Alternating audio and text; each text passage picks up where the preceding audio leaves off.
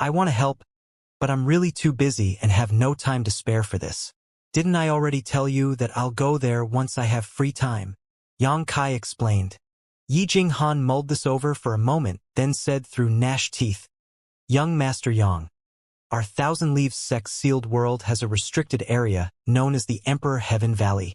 If one can cultivate in that land for a few days, it will greatly increase one's chances to reach the Emperor realm. Yang Kai glanced at her with a meaningful smile. Yi Jinghan's pretty face got flushed. It is not that I was distrustful of you, but this matter is very important and I cannot disclose more information to you, or else innumerable Dao Source Realm cultivators will begin targeting us. Our Thousand Leaves sect isn't powerful enough now and can't defend against them. Yang Kai chuckled and said, The Emperor Heaven Valley. What a grand name. But what does this have to do with me? Yi Jinghan stamped the ground. Young Master Yang, if you repair our space array and help us regain our sealed world, I can let you go in. What's your status in the Thousand Leaves sect? Yang Kai squinted his eyes and looked at her. Yi Jinghan said, I'm the daughter of the current Thousand Leaves sect's master, Yi Hen. So you're a young sect lady. Yang Kai cupped his fists at her. Sorry for the disrespect. Yi Jinghan's face got flushed. Young Master Yang, don't make fun of me. Yang Kai had beaten even the young palace master of Flying Saint Palace, so he wouldn't take the young sect lady of Thousand Leaves sect seriously. As such, Yi Jinghan didn't believe that her status was anything special, and that was why she didn't disclose it to Yang Kai from the beginning. But now, she had to tell Yang Kai her status to gain his trust. Young Master Yang, please, I'm begging you, Yi Jinghan said entreatingly with an aggrieved look. My father is already old, and if he cannot break through to the Emperor realm, he will die in a few years. However, it isn't so easy to reach the Emperor realm, and the Emperor Heaven Valley is his greatest chance. Young Master Yang, if you help our Thousand Leaves sect, then I can agree to any requests you raise. Yang Kai was surprised by her statement. She had already thrown all caution to the wind. Yang Kai descended into silence and Yi Jinghan also quieted, not daring to even gasp for breath. She only pursed her lips and stood there waiting for him nervously. Only her strong and fast heartbeat still reverberated in the room. After a long while, Yang Kai sighed. Fine. I'll take a trip with you there. Are you serious? Yi Jinghan was so delighted that she wept and she looked in disbelief at Yang Kai. But not now, you also know what's happening in Maplewood City. You'll have to wait until I deal with this matter. I'm not in a hurry, so I can wait. Yi Jinghan quickly waved her hand and said, I have already waited for so many years, so I don't mind waiting a little longer. But I must still say this ahead of time. Yang Kai looked at her grimly. I'll only give it a try, and I'm not sure I can repair your space array. That's more than enough. Go look for a room to rest. I'll notify you when it's time to set off. Yang Kai waved his hand at her in dismissal. Young Master Yang, I'll await good news from you. Saying so, she bowed to him, then left without forgetting to close the door behind her. After Yi Jinghan left, Yang Kai let out a sigh and sat down, mumbling to himself, I've gotten involved in something troublesome. He wasn't close to Yi Jinghan and he also had no contact with Thousand Leaves sect, so he didn't want to tread into this muddy water. But Yi Jinghan had bothered him for so long that if he didn't agree, then she might have followed him to the ends of the world, and that would have been even more troublesome for him. If he was followed all day long by a young woman with a sorrowful look, then people oblivious to the situation would assume that he had thoughtless sex with her then abandoned her. That would have been too scandalous. Moreover, he was also quite interested in the Emperor Heaven Valley mentioned by Yi Jinghan.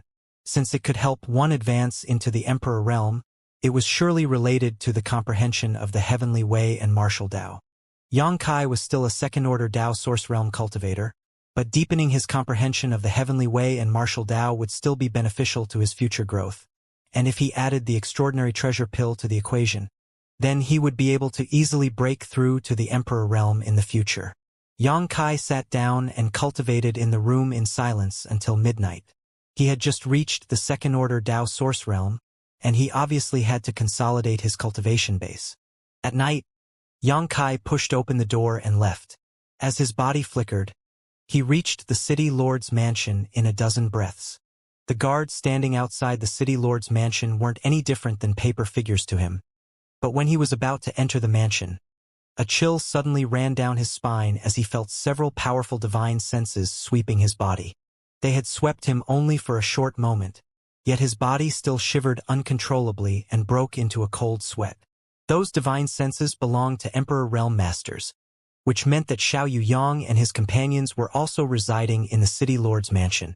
Those divine senses had checked him only for a short moment, then left him, but one of them still lingered on him. Yang Kai took a breath and followed that divine sense towards its source. After a short while, he reached a room and he raised his hand to knock on its door. Yet before he made contact, Gao Shueting's voice suddenly reached him. "Come in!" Upon hearing this, Yang Kai pushed open the door and entered. He sighted upon Gao Shueting sitting cross-legged on the bed with her pretty eyes gazing at him. Yang Kai grinned. "Greeting, Elder Gao. I didn't expect that we would reunite again in Maplewood City." Elder Gao, what are you up to?" As he spoke, he suddenly saw Gao Shueting waving her hand, her chi surging out, closing the door and creating a formless barrier that enveloped the whole room, isolating it completely. "She's so prudent. Does she have to make a barrier even for this?" A resentful voice reverberated in another room. Xiao Yang's eyes snapped open with a playful look apparent on his face. "What are you up to, Junior Sister Gao? I just simply wanted to see what is so amazing about this little brat. Yet it seems my efforts are in vain." Meanwhile, the Emperor Realm Masters in the other rooms twitched their mouths. They were obviously all spying on Gao Shueting as well, yet they had now been blocked by the barrier. In a short moment, the room had been isolated thoroughly. Gudong, Yang Kai gulped as he suddenly had a bad feeling about this. "Strip," Gao Shueting instructed Yang Kai expressionlessly. Yang Kai's expression changed and he said in surprise, This isn't appropriate, is it? What are you grumbling about?" Gao Shueting snorted, seemingly annoyed by Yang Kai's objections. Yang Kai couldn't even see what happened before Gao Shueting suddenly appeared in front of him and stretched her hand towards him. Yang Kai felt like Gao Shueting's lily-white fingers weren't any different than 5 mountains assaulting him, making her grasp impossible to avoid. Soon after, Gao Shueting clutched his neck and lifted him. He was shortly sent spinning by a pulse of energy, while his clothes were quickly stripped off him. In the twinkling of an eye, he was left with only his underpants. "Elder Gao, stop!" Yang Kai let out a shrill cry. Gao Shueting turned a deaf ear to him. She stopped spinning him, then tapped several points on his body, her pretty eyes shining brightly as she observed closely. Gao Shueting's pretty eyes swept every nook of Yang Kai's body, and she examined him thoroughly. After a long while, she nodded and said, "Pretty good. There are no issues to speak of." As her voice fell, the force confining Yang Kai suddenly disappeared. Yang Kai quickly crawled into Gao Shueting's bed and covered himself with the quilt. He sat there shivering, as if he had just suffered some severe mental damage. Gao Shueting sneered. "You're still bashful?" Yang Kai's face was pale and he couldn't help but twitch his mouth, saying, "Elder Gao, what did you just do?" Now, he understood why Gao Shueting had set up a barrier. If someone had seen this, then she wouldn't be able to justify herself and clear subsequent misunderstandings. Gao Shueting sternly said, "Your cultivation has advanced too quickly. You just reached the First Order Dao Source Realm a short time ago, yet you've already advanced to the Second Order. I was just checking if there were any hidden dangers or issues left behind. What did you think I was doing?" As she spoke up to hear, Gao Shueting's gaze turned ice-cold and Yang Kai couldn't help but shiver. "Even if you wanted to check my body, you didn't have to do this," Yang Kai said with a sullen look. "If this was the sole reason, then I didn't have to do this. But I heard that you were also chased by a demonic artifact spirit that had appeared some days ago. So I had to make sure you weren't corrupted by demon chi as well. I'm not a child anymore, you know. I'm old enough to be your great-grandmother. So what's the harm in seeing your body?" As Gao Shueting spoke up to this point, she curled her lips slightly and said mockingly, "Little brat, you've got some good muscles, and you're pretty well built. Elder Gao, thank you for the undeserved praise. Yang Kai wiped the sweat off his forehead and said awkwardly, what are the results? Pretty good, Gao Shueting said, then took Yang Kai's clothes and threw them to him as she said, you broke through quickly, but your foundation is still as stable as ever. And it also looks like you haven't been corrupted by demon qi. Yang Kai said weakly, if I had been corrupted by demon qi, what would have happened? You'd be a dead man by now. Gao Shueting looked at him coldly. What? Is there something else you'd like to tell me? Nope, nothing. I have nothing to tell you. Yang Kai quickly waved his hand, while he decided inwardly to hide the demonic war hammer and the demon spirit sealed in his body from her at all costs. Little brat, you're acting strangely. Are you hiding something from me? Gao Shueting said coldly. Yang Kai smiled bitterly and said, not at all. Elder Gao, you've just misunderstood me. Gao Shueting gazed at Yang Kai for a long time, then said, that would be for the best. If I learn that you're hiding anything from me, then I'll give you a memorable lesson. Yang Kai didn't dare to retort back as he quickly put his clothes on under the quilt. After a short while, Yang Kai had finished putting his clothes on. How long do you plan to occupy my bed? Gao Shueting looked at him coldly. Yang Kai crawled out of the bed dejectedly and stood in front of Gao Shueting. Where did that demonic armament artifact spirit go? Gao Shueting suddenly asked. I heard that the artifact spirit was chasing after you, but I have already investigated its path along with Senior Xiao and the others today, yet its trail ends at Clear Jade Mountain, as if it had suddenly disappeared there. Even Senior Xiao couldn't get any more clues about it. Where did it go? Yang Kai quickly shook his head in response, expressing that he had no idea about this. Then how did you escape from it safely? Gao Shueting furrowed his brows. Yang Kai chuckled. Elder Gao, you also know that I have cultivated the Tao of space. I'm an expert when it comes to escaping. At that time, I escaped to Clear Jade Mountain, then used an aura concealing technique to hide in the void. After the artifact spirit arrived and couldn't find me, it left by itself. I also don't know where it went. Gao Shueting observed him with her piercing eyes for a long while, as if she wanted to peer into his inner heart.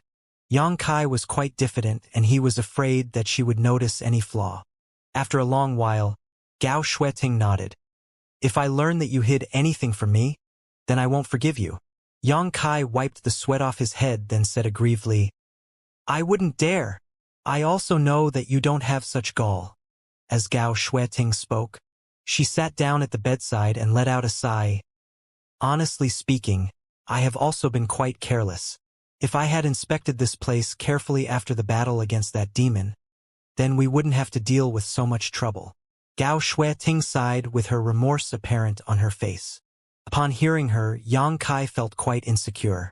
If Gao Shueting learned that the demon who fought against her on that day was standing in front of her, then who knew what she would do? Yang Kai quickly changed the subject. That's fate. You don't have to rack your brain over this.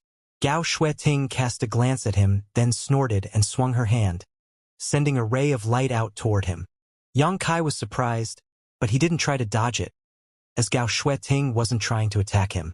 He just stretched his hand and caught the light ray. When he opened his palm and took a look, he saw a palm-sized token. This token was refined from unknown materials, and the back of a cultivator was depicted on its back. It was a large and lofty back, seemingly able to overlook everything under the heavens. This was just a design, yet Yang Kai could still clearly feel the imposing manner of the man. The corners of Yang Kai's mouth suddenly twitched when he noticed that the back depicted in the design resembled Wen Zishan's. As for the front side of the token, only 2 large characters were carved there. Azure Sun. The whole token had a bright and dazzling golden hue. This is... Yang Kai's expression changed, and he looked skeptically at Gao Shueting. It's an identity token of a disciple of the temple, Gao Shueting replied calmly. Huh. Yang Kai was surprised, and he could only chuckle bitterly and said, But, Elder Gao, I'm not a disciple of the temple, and it isn't appropriate for me to take this identity token. From now on, you're a disciple of the temple, Gao Shueting replied. Yang Kai was taken aback, and he could only say, Elder Gao, this is coercion. Why didn't you solicit my opinion? Gao Shueting looked askance at him. Didn't I solicit your opinion last time? A long time has passed since then. Haven't you finished mulling it over yet? Yang Kai quickly explained. I need more time to ponder over this. This matter is too complex and I haven't had time to properly consider it. Elder Gao, please give me more time. How long? 30 years. Maybe 50. As Yang Kai said so, he noticed that Gao Shueting's expression turned cold, and he could only say quickly, however, 10 or 8 years is also fine. Hehe. Gao Shueting suddenly sneered. Yang Kai couldn't help but shiver, his whole body trembling as his feet cramped. Gao Shueting said slowly, It looks like you have misunderstood something due to my good temper. Do you think it's so easy to deal with me and I have no prestige at all? Surely not. Then are you looking down on me? Are you looking down on our temple? Not at all. Gao Shueting coldly snorted today. I told Senior Xiao and the others that you're a disciple of our temple, and I have obstructed Lu Qi from recruiting you. If you dare to refuse me again, then I'll tell them tomorrow that you have been expelled from the temple. Are you aware of what you would face then? Yang Kai broke into a cold sweat. He had no idea that Lu Qi planned to recruit him. It looked like his actions had been too eye-catching lately, and he attracted the attention of many people. If he wasn't protected by the halo of his fake status as a disciple of Azure Sun Temple, then the other masters would quickly begin fighting over him. Yang Kai suddenly understood why Gao Shueting had given him an identity token. She didn't do so to force him to make a choice, but rather to protect him. A while ago, she had inspected his body carefully, mainly because she was worried that something went wrong during his cultivation. As he thought of this, a warm feeling welled up in his heart. He suddenly felt like it wouldn't be a bad choice to join Azure Sun Temple, as long as he was in the care of such an elder. He let out a breath and cupped his fists with a relieved look plastered on his face, saying with a smile, Then I'll have to accept your invitation. Many thanks for Elder Gao's concern. Gao Shueting cast several glances at him, then nodded. You're a sensible and promising young man. She stopped for a moment, then added, But your situation is quite special and you don't have to follow the numerous rules of the temple. You can live as usual and the temple won't interfere in your life too much. Understood. Upon hearing this, Yang Kai rejoiced. Understood. However, whatever you do in the future, it's only your business and you don't represent our temple. If you dare to make any trouble for our temple, then, you know what will happen to you? Gao Shueting looked at him with her dignified gaze, then snorted coldly. I know. Yang Kai nodded repeatedly, while his face broke into cold sweat again. I have nothing else to say. You have already taken the identity token and you're now a disciple of the temple. If you face any issues in your cultivation, then I can help you resolve them in my free time, Gao Shueting said in an amicable manner. Yang Kai was taken aback, and he quickly began asking her about some questions he had regarding his recent cultivation.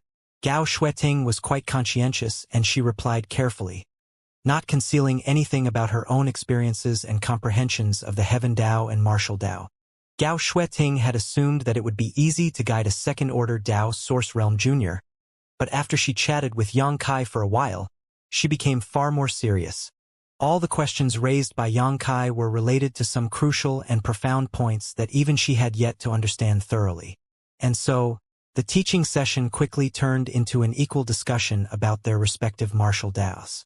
Yang Kai stayed in the city lord's mansion until dawn before leaving and returning to his courtyard in the Qin family residence. Seeking Qin Zhaoyang and asking for a private room he could use for secluded cultivation. Time quickly elapsed and a month or more passed in the blink of an eye. On this day, Yang Kai finished his secluded cultivation, having already consolidated his cultivation that had just reached the second-order Dao Source Realm not long ago. In his secluded room, Yang Kai had just inspected his body and he was very satisfied with his progress. Yet all of a sudden, he detected something and his expression turned strange. He quickly took out the insect enslavement bracelet, then entered it with his soul avatar to check it. When he had been in Azure Sun Temple, he had asked for a lot of facetless profound grass from Gao Shueting and he had used them to nurture his soul-devouring insects. Over the last period, The soul-devouring insects had been devouring each other in the large jar and engaging a kind of evolution. But it was only on this day that they finally showed some substantial progress. The soul-devouring insects were ranked 11th in the heaven list of the exotic insect list, a very high place, and they had been very useful to him in the divine ascension mirror. It was due to this that Xianxia now placed more hopes on them. After he detected some disturbance, he quickly went to check on them. The jar was as peaceful as ever, as if all soul-devouring insects were still asleep. But Xianxia had refined the insect enslavement bracelet, and he had a thorough understanding of all insects in its sealed space. That's why he knew clearly that the stillness was only a facade. Xianxia's expression turned solemn, and he waited for a long time before he made up his mind. Weaving a seat of seals with his hands, he opened the jar. When he peeked inside to take a look, he found out that it was filled completely with milky white cocoons. There were cracks in many cocoons, and evolved soul-devouring insects were crawling out of them, eating the remains. As time elapsed, more soul-devouring insects emerged from their cocoons, and a buzzing noise continued to echo inside the jar, as if a myriad of insects were gnawing on something. "They're so big." Xianxia was startled. Originally, the soul-devouring insects were tiny organisms that couldn't be seen with the naked eye and could only be discovered with divine sense. But after they devoured each other and evolved this time, their size had increased greatly. Each one was as big as a grain of rice, and its body was covered by black patterns. These patterns had a demonic aura, and it was obviously because they had once devoured an ancient demon's pure demon chi. It wasn't limited to just this. The soul-devouring insects looked more vicious than before, and even Xianxia was a little scared of them. In less than a quarter of an hour, all of the soul-devouring insects broke free of their cocoons.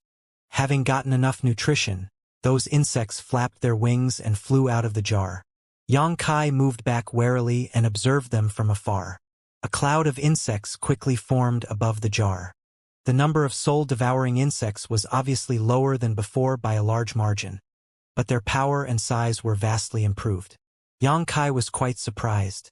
If he had traveled in the divine ascension mirror with these insects, even if he ran into an emperor realm master like Ban Qing, he wouldn't have had to resort to cheap ruses and could have simply repelled him head-on. After Xianxia observed the soul-devouring insects for a long while, he suddenly issued them a command. The flying soul-devouring insects flew towards Xianxia, emitting a ceaseless buzzing noise. Xianxia stood in place with a solemn look plastered on his face, raising his guard against them in preparation for any unexpected accidents.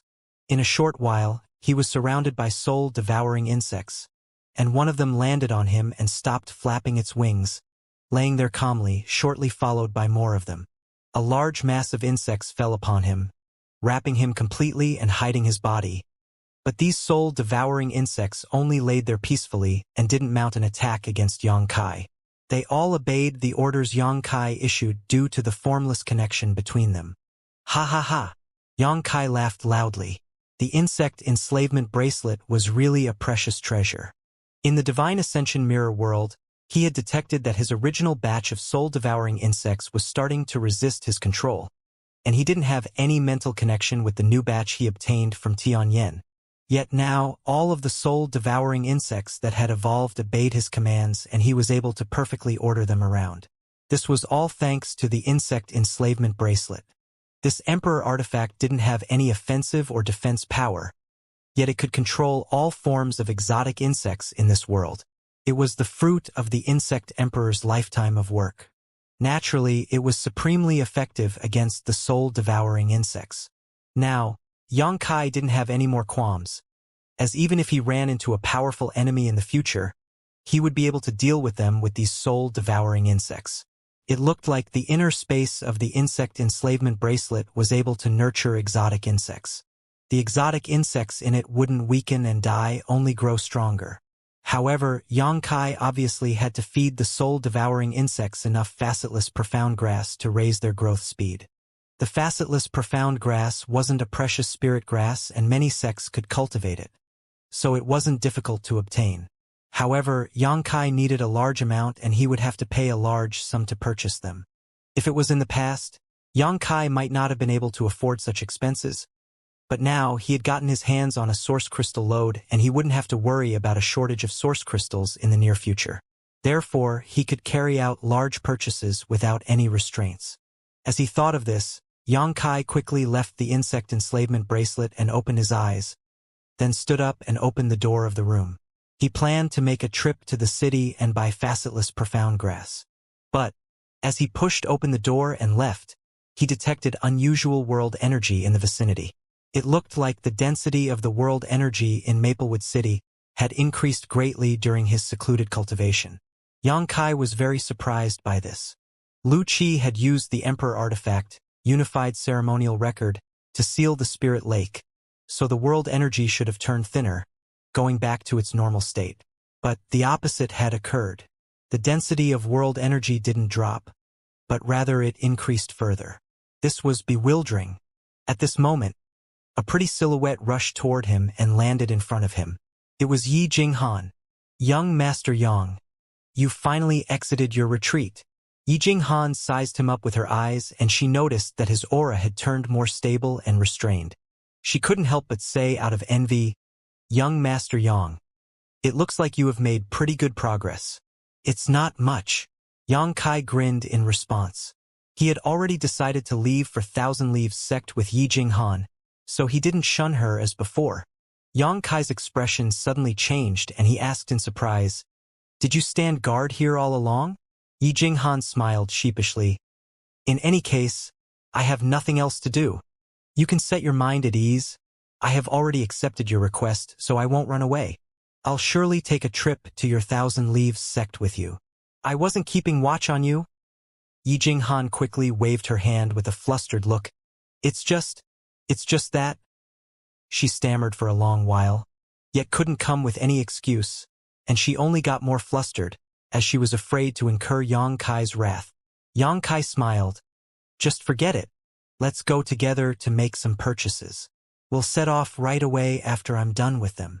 Delight appeared on the face of Yi Jinghan and she quickly nodded, then said, Good, good. As such, they both rushed into the city. On the way, Xianxia noticed that there were fewer cultivators in Maplewood City than before, and it wasn't as lively as usual. But every cultivator in the street was beaming, as if they all had a fortuitous encounter lately. He was puzzled by this and could only ask, Why are they all smiling? Did something good occur recently? Yi Jinghan pursed her lips and said with a smile, The current Maplewood City isn't the same as before. Its world energy is denser than before by at least 3 or 5-fold. That's why they're all happy. By the way, I was just about to ask about this. Xianxia turned his head and looked at her. What happened to the world energy here? Why did it become so dense?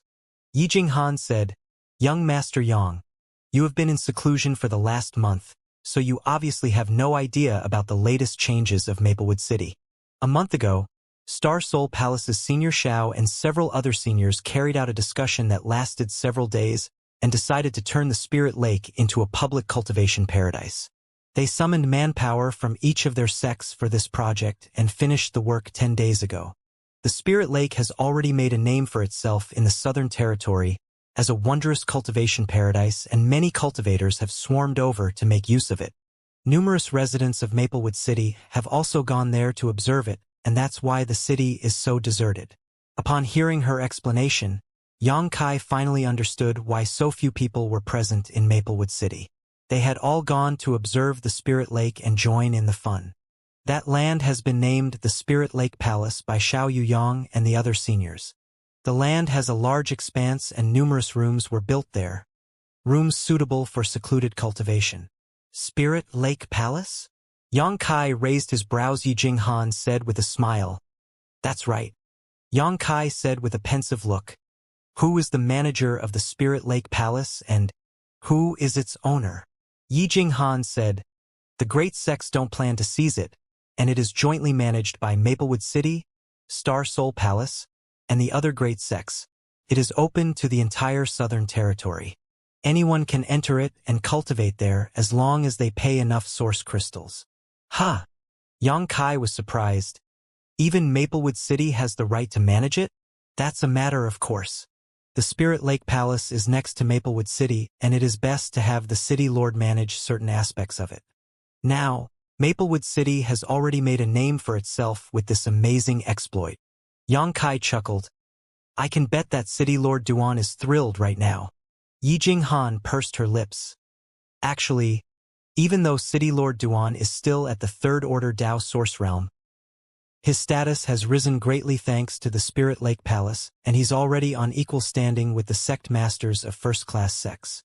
His status is pretty high, but his cultivation base is still low and he can't deter the masses.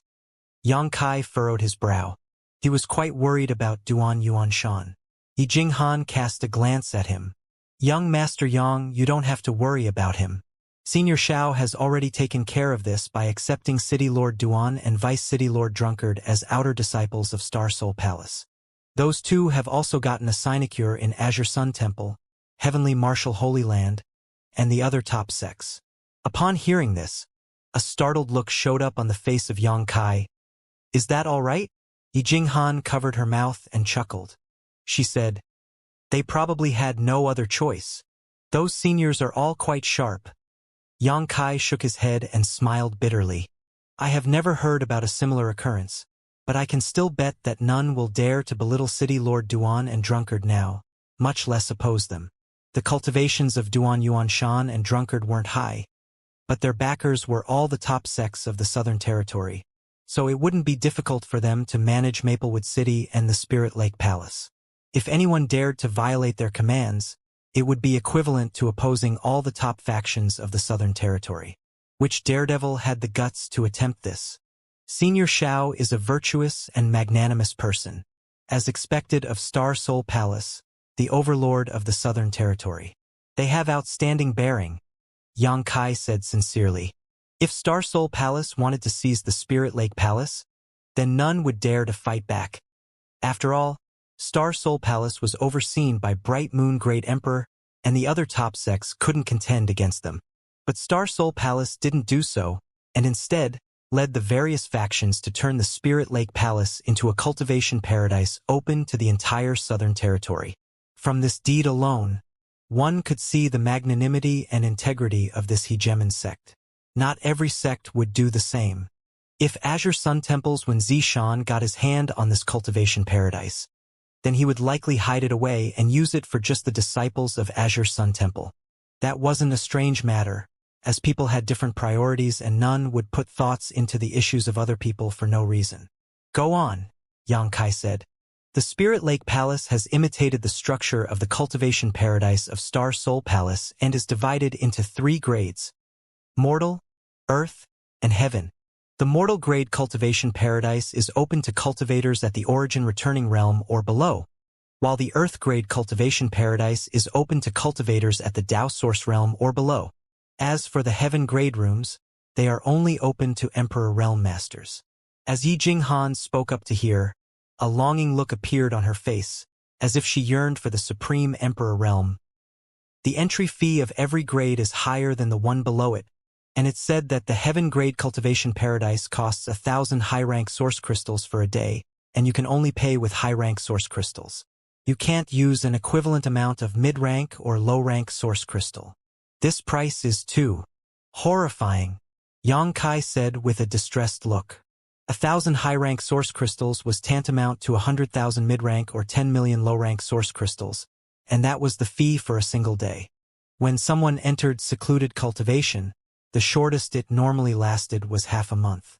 Moreover, if they wanted to study and comprehend some secret techniques or arts, they would spend an entire year or more in cultivation, and this was even more obvious for Emperor Realm Masters, as they might easily spend several or dozens of years in secluded cultivation. The number of source crystals they would have to pay for this was almost immeasurable. Moreover, they were still limited to only high-rank source crystals. The conditions were quite severe.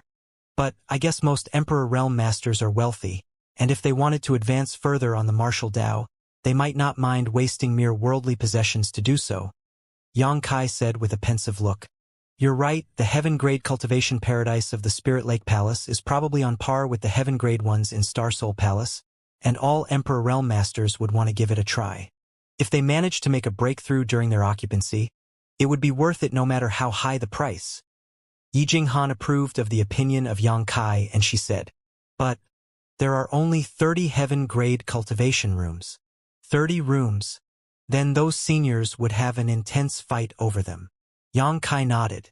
30 rooms seemed plenty, but it really was not. Emperor Realm Masters weren't commonly seen, but even if there weren't 1,000 in the Southern Territory, there were at least 800, and only those from Star Soul Palace wouldn't be interested in the heaven-grade cultivation rooms here. As for the rest, they would all covet a secluded cultivation in those rooms.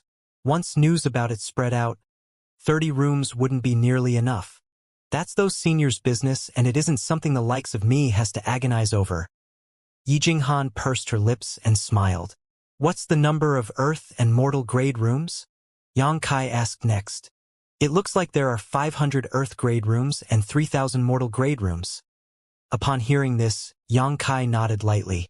The number of rooms looked low and far from enough, but not every person could afford a cultivation session in the Spirit Lake Palace and could only observe those rooms from afar. The income of Maplewood City would reach an astronomical figure thanks to those rooms, but it would likely be divided between the top sects and only a little would be left for the city. Despite this, Duan Yuanshan and the others would quickly get rich. It is as you say. Yi Jinghan's voice suddenly turned low and she spoke in a mystifying tone. However, this is only a rumor, but it is said that the Spirit Lake Palace has some additional rooms left for the top sects, which aren't open to the public. Disciples of those sects can use those rooms for free, and they can stay there as long as they want. Huh? Yang Kai raised his brows. Is that true? Yi Jinghan said, the source of this information isn't known, but it seems to be quite reliable. After all, the Spirit Lake Palace was built by those top sects, so it only makes sense for them to reserve some rooms for themselves. That's understandable. Yang Kai nodded lightly. Now, he was also a disciple of Azure Sun Temple and he had an identity token in his hands. If the news was reliable, then he could use the token to cultivate in one of those rooms for free. In addition, the great sects arranged a powerful spirit array that would lead the world energy leaking out from the Spirit Lake Palace into Maplewood City, which is why the density of the world energy in Maplewood City has risen so much. So that's what happened. Yang Kai suddenly understood the reason why the density of the world energy in Maplewood City had risen greatly rather than decreasing.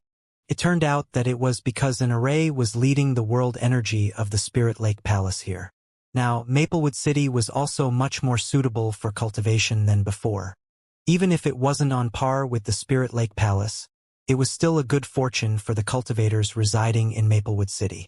Maplewood City will become one of the greatest cities of the Southern Territory in less than 2 years. I heard that the 2 great chambers of commerce will also establish branches here. Yang Kai chuckled. The 2 chambers of commerce wouldn't miss any chance to make money. As they chatted, they quickly reached Spirit Pill Plaza. The shop wasn't any different from before and there weren't many customers shopping at the moment. In fact, only the shop hand was present while the shopkeeper was nowhere to be seen.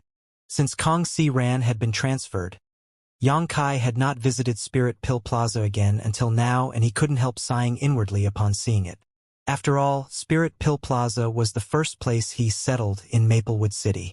Are you Grandmaster Yang? A surprised cry reached the ears of Yang Kai and pulled him out of his trance. He raised his head to take a look and saw the shop hand gazing at him excitedly. Shop hand, how have you been lately? Yang Kai greeted him with a smile.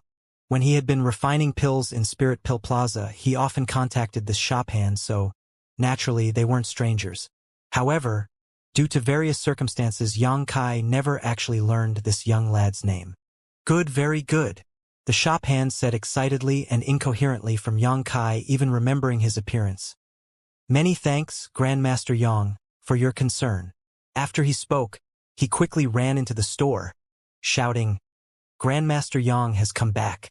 Shopkeeper, Grandmaster Yang has come back. Why is he acting like that?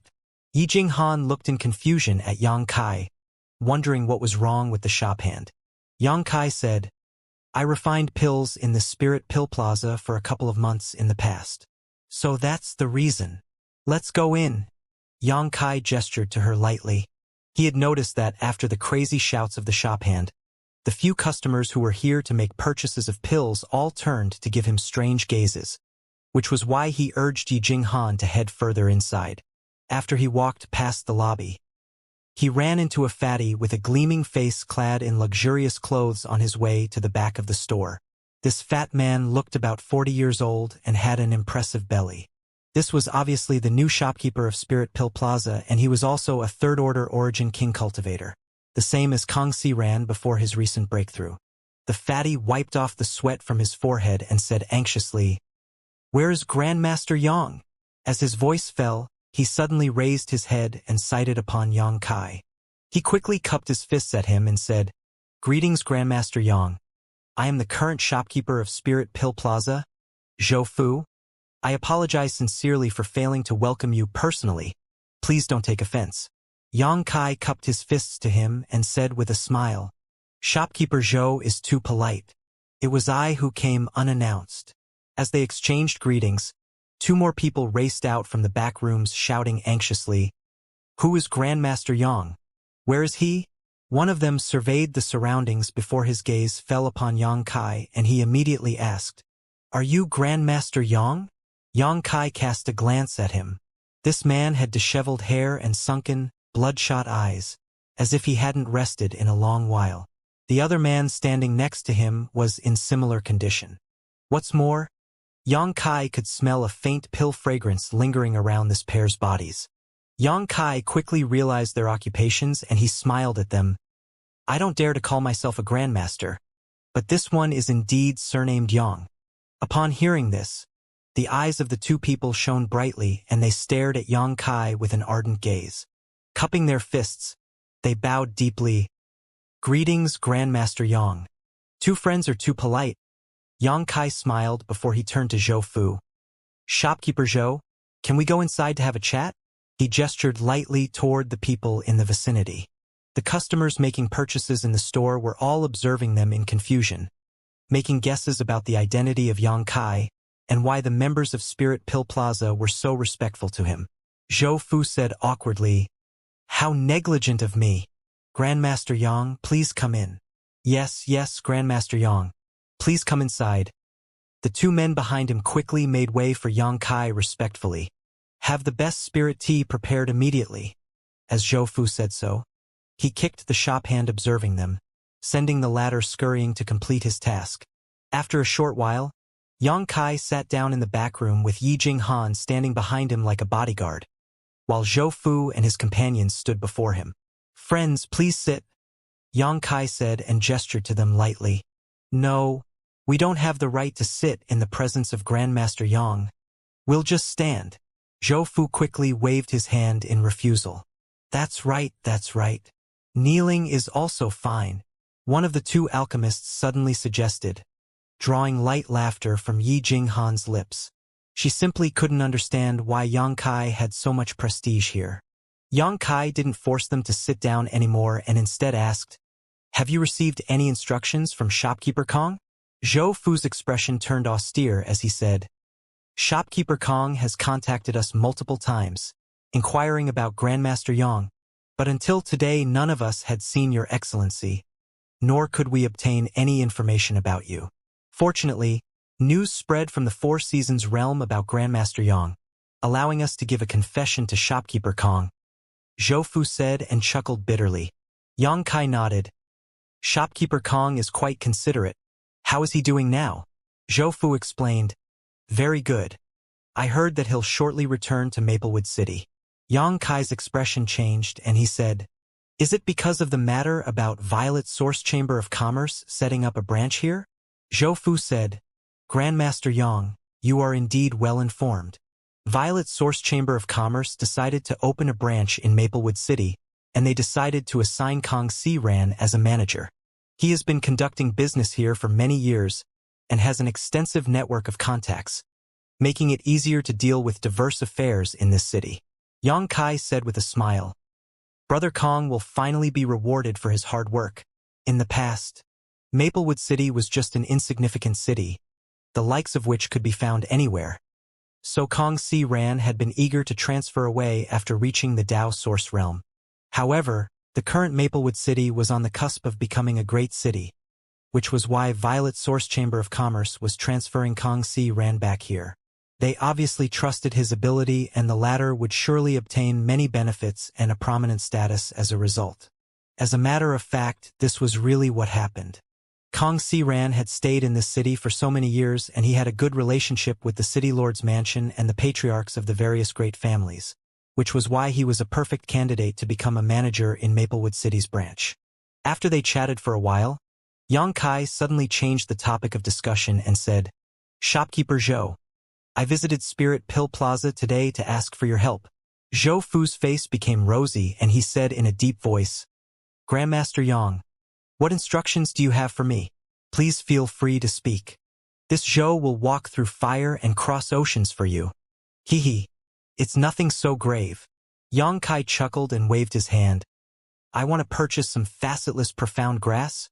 You know of it, don't you?" "Facetless profound grass?" Shopkeeper Zhou raised his brows and said, "I am indeed familiar with it, and our Spirit Pill Plaza has some in stock. If Grandmaster Yang has need of it, he may take all of it as a gift." Xianxia shook his head and said, "The stock in Spirit Pill Plaza is far from enough." Zhou Fu said, "How much do you want?" "The more the better. I'll send people to collect it from the other shops in the city. Grandmaster Yang will not be disappointed by the results." "Many thanks, Shopkeeper Zhou," Xianxia said and cupped his fists. Zhou Fu smiled. "Grandmaster Yang is far too polite. Grandmaster Yang is the savior of our Spirit Pill Plaza as well as a former member of it. It is only natural that this Zhou fulfills your little request." Zhou Fu quickly went to handle matters related to the facetless profound grass. Actually, Xianxia could have handled this and purchased them by himself, but he would have wasted a lot of time and energy on it. On the other hand, Zhou Fu was in touch with the shopkeepers of the other stores in Maplewood City, and he could quickly get any materials from them, making him more efficient than Xianxia. After Zhou Fu left, the two men with disheveled hair looked at Xianxia excitedly. "Grandmaster Yang, do you need facetless profound grass to refine pills?" Xianxia smiled. "You could say so. Friends, it looks like you are also alchemists, aren't you?" "Indeed. We're very honored to undertake the same craft as Grandmaster Yang." One of them replied with a fawning smile. As for the other person, "Grandmaster Yang, we've looked up to you for so long, yet never had the chance to meet you and didn't expect that we'd be fortunate to run into you today." The two alchemists were both slick-tongued, and they spoke one after the other with a respectful and humble look plastered on their faces. It was almost like they were worshipping Xianxia. Yijing Han observed this in shock. She felt like her worldview had been toppled, and she almost couldn't believe what she had just seen. As far as she knew, alchemists were arrogant and prideful people, and she never got to see them praising and flattering someone. But, as she gave more thought to this, she realized that alchemists only gave respect to better alchemists. Xianxia had refined the extraordinary treasure pill, so it wasn't strange for two Origin King-grade alchemists to treat him so respectfully. Even at this moment, the two alchemists were still showering Xianxia with flattery and praising him to the highest heavens. Xianxia let out a hollow cough. "Friends, don't you have any questions for me? I have some free time now." Upon hearing this, the two alchemists exchanged a glance, and they could both see the excitement apparent in each other's eyes. One of them then took the initiative to speak up. "Grandmaster Yang, you are indeed sharp and insightful. We have heard that the source condensing pills refined by Grandmaster Yang when he worked at Spirit Pill Plaza were quite popular. But, since we took over, we noticed that our source condensing pills lacked something and many customers were dissatisfied with that, which is why the number of our store's customers has gone down lately. We just want to. Grandmaster Yang, if you have some free time, can you please share your insights into the alchemic Tao with us?" Upon hearing this, Xianxia asked, "Does Spirit Pill Plaza still use the improved recipe for source condensing pills?" "The one improved by Grandmaster Huang Fu." "That's right, Grandmaster Huang Fu is an emperor-grade alchemist, and he is the foundation of our Violet Source Chamber of Commerce's alchemists. Since you are still using Grandmaster Huang Fu's recipe, then there is no issue with the ingredients or process, so the problem must be in your refining methods." It won't be useful to just explain it to you in words. Why don't you refine a batch of source-condensing pills while I observe? Yang Kai proposed. Upon hearing this, the two alchemists became fired up. They had both realized that Yang Kai was planning to give them practical guidance, a rare opportunity far from the reach of most people. So how could they refuse his request? They both shouted at the same time, "We will obey Grandmaster's instructions. Grandmaster, please come this way." Yang Kai nodded and stood up, allowing the two alchemists to guide him to the underground pill room. Yi Jinghan also followed them closely out of curiosity. She was a second-order Dao Source Realm cultivator, but she had never observed someone refine pills up close before, so she was quite interested in this. After a short while, the small group reached the blazing hot underground pill room. There was a spirit array here for drawing out earth fire used in alchemy, and Yang Kai was quite familiar with it because he had worked here for a few months. The two alchemists took out a batch of materials and started refining pills, while Yang Kai stood in front of them and observed carefully. It wasn't difficult for him to guide two high-rank Origin King-grade alchemists with his current attainments in alchemy. Refining technique, spirit array portrayal, heat control, each aspect could influence the quality of spirit pills. During the process, Yang Kai offered suggestions frequently, and the two alchemists accepted his advice humbly. In the twinkling of an eye, half a day elapsed.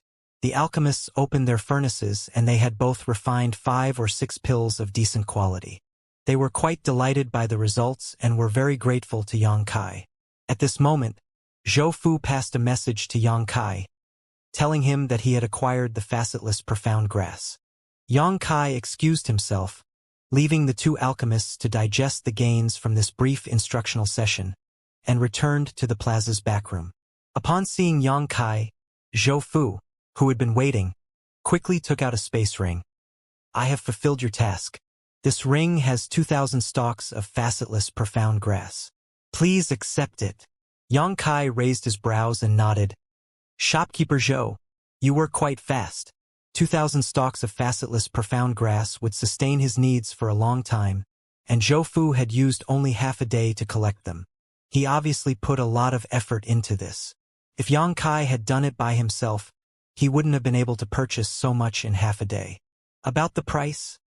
Yang Kai took the space ring, then raised his head to ask. Zhou Fu hurriedly replied, "The facetless profound grass isn't worth much. Just take it as a token of my regards for you. Please don't reject it."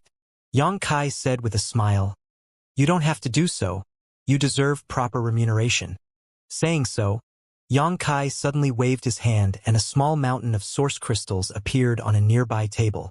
Yang Kai didn't wait for the response from Zhou Fu before his body flickered and disappeared from the room. Even Yi Jinghan had disappeared along with him.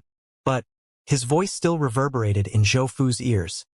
"Whenever Shopkeeper Kong returns to Maplewood City, please notify me. When we meet again, we'll have to drink to celebrate." Zhou Fu stared in a daze at the source crystals on the table and let out a bitter laugh. In one of the city streets, Yang Kai and Yi Jinghan suddenly appeared. When Yi Jinghan reappeared, she stumbled on the ground and almost fell. Her face was quite pale as she looked aghast at Yang Kai and asked, "Young Master Yang, is this your teleportation ability? Are you all right?" Yang Kai didn't reply to her question and instead inquired about her well-being. "It is my first time experiencing such a teleportation, and I could clearly feel the chaotic flow of the void around me. I still feel some lingering fear," Yi Jinghan said. Yang Kai said with a smile, "Then you're still fine." Saying so, he took out a communication artifact and started sending his divine sense into it.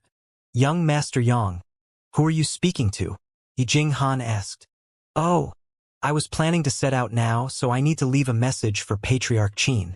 You don't want to bid farewell to him in person?" Yi Jinghan looked strangely at him. "There's no need. In any case, I will return here in the future, and Patriarch Qin is quite busy right now. Didn't you tell me that the patriarchs of Maplewood City's families had all followed City Lord Duan to manage the Spirit Lake Palace?" Yi Jinghan said, "If it's only about Patriarch Qin, then I suppose that's fine. But what about young Lady Qin? What's about her?" Yang Kai turned his head and cast a glance at her, saying, "When I exited my retreat, I checked her aura stealthily and she seemed fine. Her state is already stable and her vitality is quite abundant. Yi Jinghan pursed her lips and smiled. Young Master Yang, while you were in seclusion, young Lady Qin came to your room daily and waited for no less than 2 hours each time.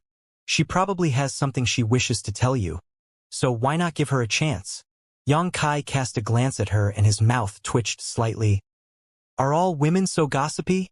As his voice fell, he used the communication artifact to leave a message for Qin Zhaoyang, telling him he would be leaving Maplewood City for a while and would come back again if there was a chance. The myriad sword of the Qin family was still in his hands, but he already had an agreement with Qin Zhaoyang about it. Once Qin Yu reached the Emperor realm, he would return the myriad sword to the Qin family. He couldn't break his relationship with the Qin family due to this, but he didn't know when Qin Yu would reach the Emperor realm or whether she ever would.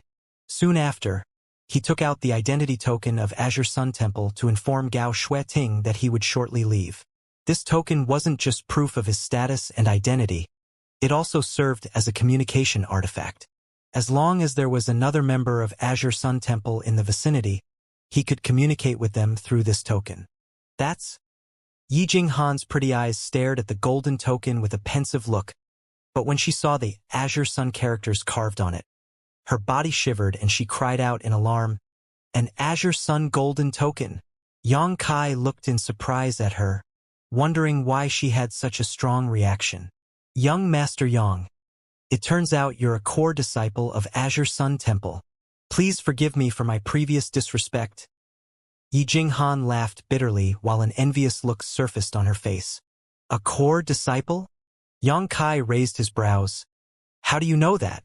Yi Jinghan looked strangely at Yang Kai and said, "Young Master Yang, you're a member of Azure Sun Temple, so how come you don't know how they classify their disciples?" The corners of Yang Kai's mouth twitched and he could only say awkwardly, "I'm only an in-name disciple of Azure Sun Temple, not a real disciple." Then this golden token?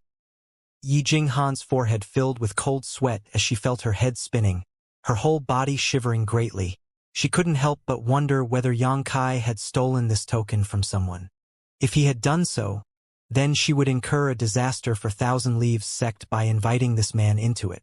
"Elder Gao forced it onto me," Yang Kai said resentfully. "She forced it onto you."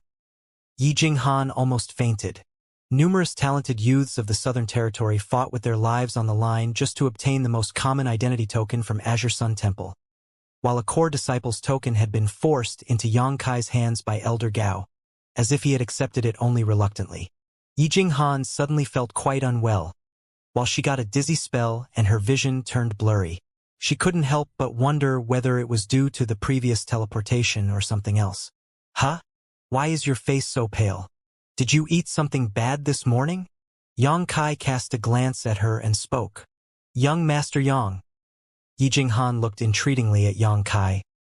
"Please don't make such terrible jokes. I'm quite excitable, so please stop trying to scare me." "What are you talking about? Young Master Yang, don't you know what this Azure Sun golden token represents?"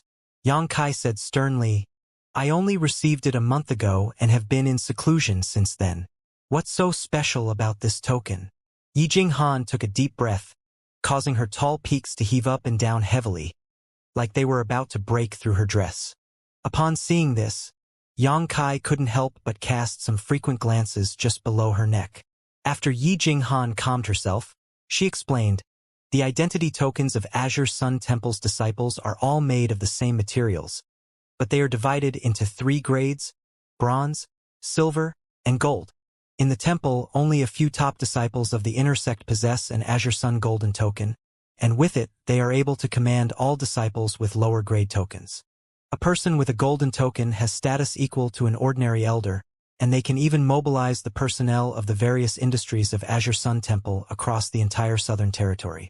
Whether it is requesting support, issuing commands, or borrowing resources, this token grants such authority. It is incredibly precious." "Oh, really?" Upon hearing all of this, a stupefied look appeared on Yang Kai's face. He didn't know that the identity tokens of Azure Sun Temple's disciples were divided into several grades.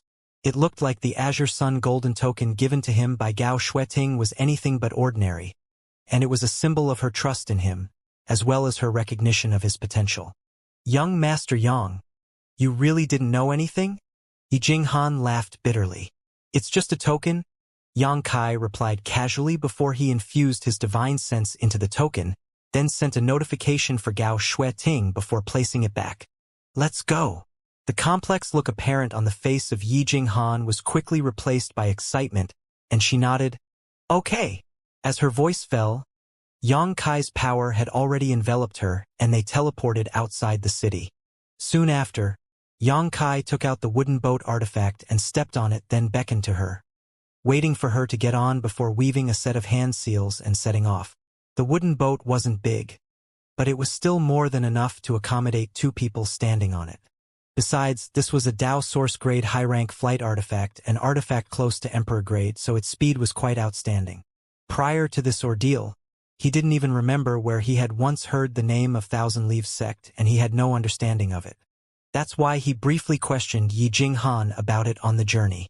According to what Yi Jinghan had said, the Thousand Leaves Sect had been one of the first-class sects of the Southern Territory long ago. It hadn't been on par with peak-level sects such as Azure Sun Temple and Heavenly Martial Holy Land, but it still wasn't too far from them. However, since the entrance to its sealed world had been sealed, the sect lost access to abundant world energy, as well as numerous pieces of its core inheritance. As a result, it had quickly declined and it grew weaker with each passing year.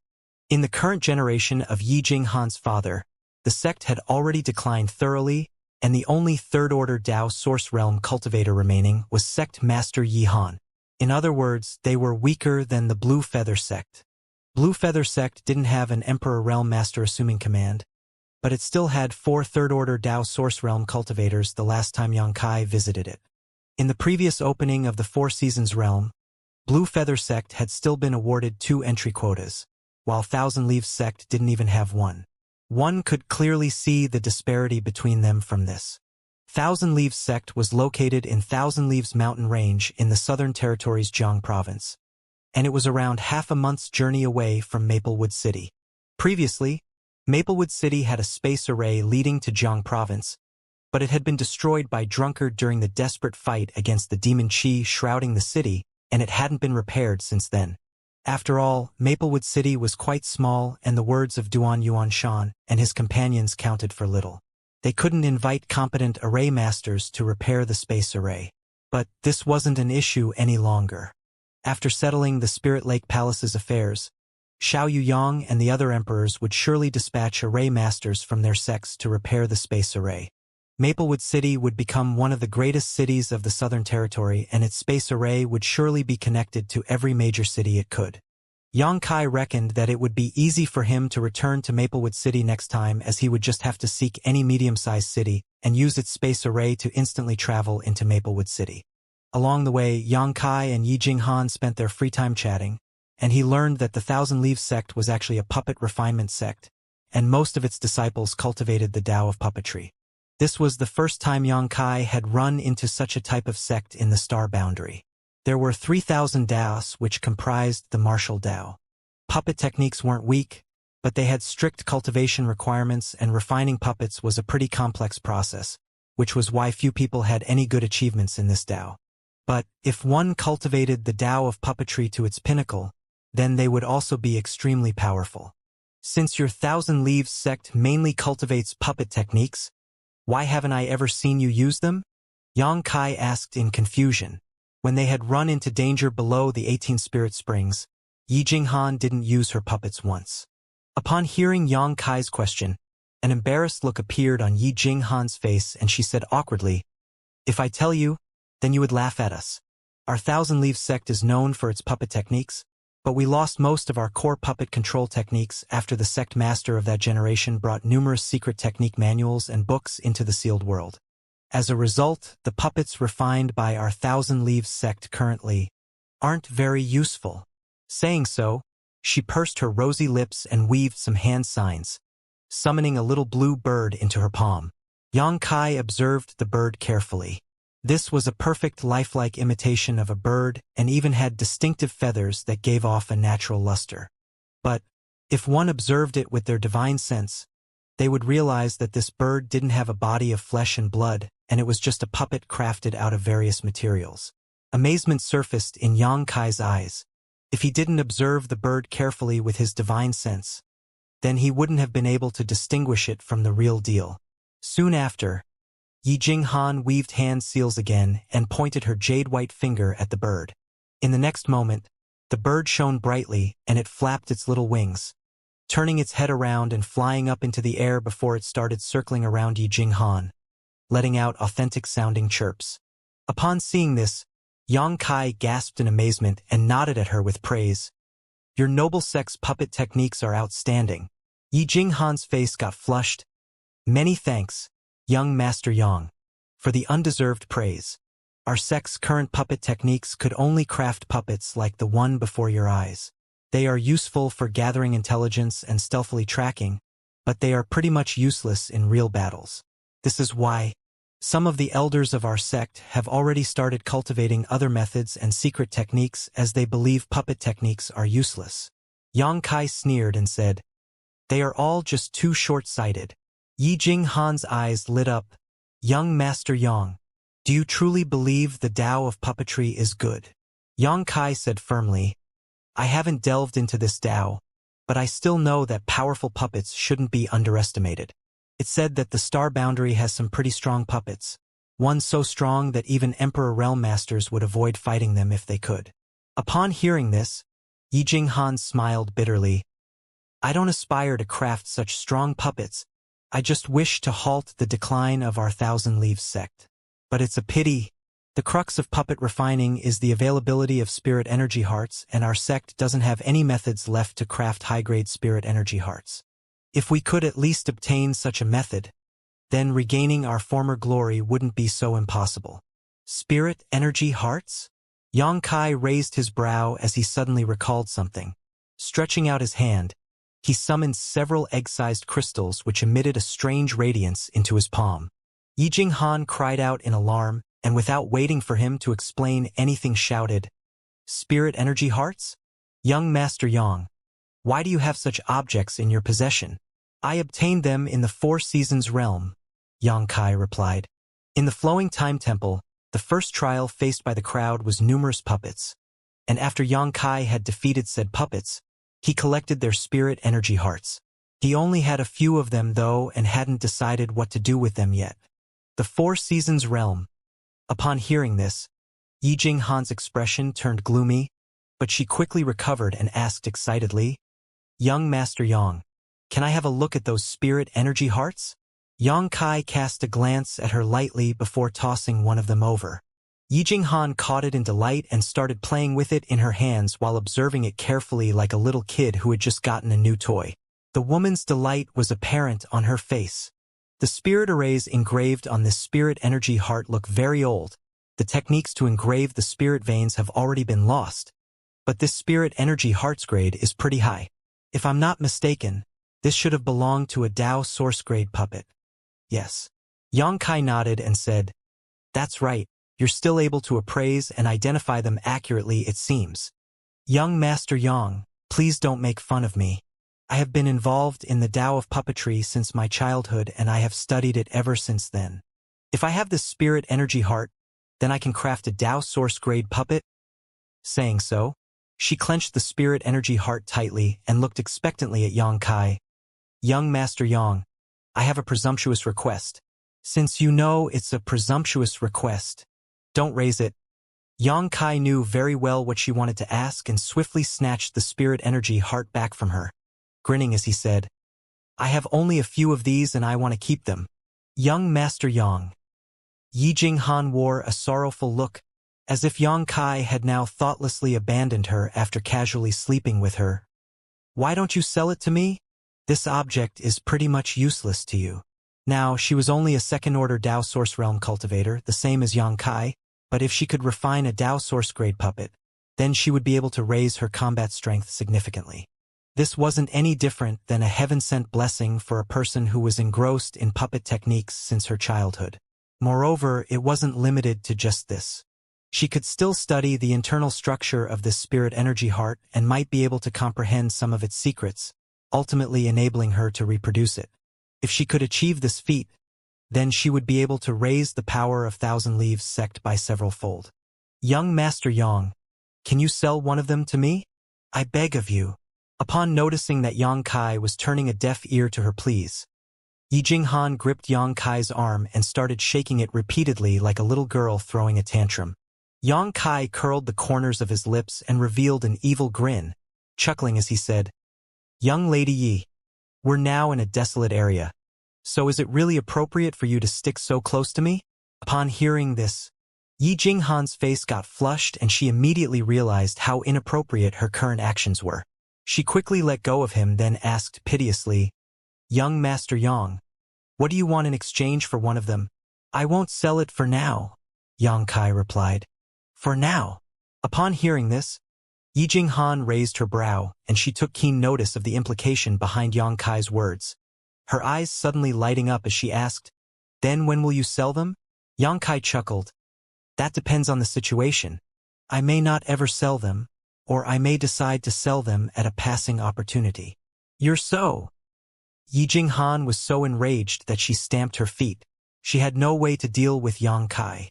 She didn't get to finish her words, though, as Yang Kai's expression suddenly turned grave and he stopped the boat. Yi Jinghan, who had been standing behind him, almost knocked into his back, but she reacted pretty quickly and used her source chi to keep her balance. Afterwards, she couldn't help but ask angrily, "Young Master Yang, what are you up to?" Yang Kai didn't reply and just looked coldly into the void in the vicinity with a mocking grin on his face. "What's wrong?" Upon seeing this, Yi Jinghan couldn't help but question him, while a chill suddenly ran down her spine, as if she was being eyed by some dangerous beast. A light breeze blew over the serene wilderness and brought with it an austere air. Yi Jinghan had noticed that something was amiss, but couldn't pinpoint what it was. She just wrapped her outer clothing around herself and stood there with a nervous look on her face.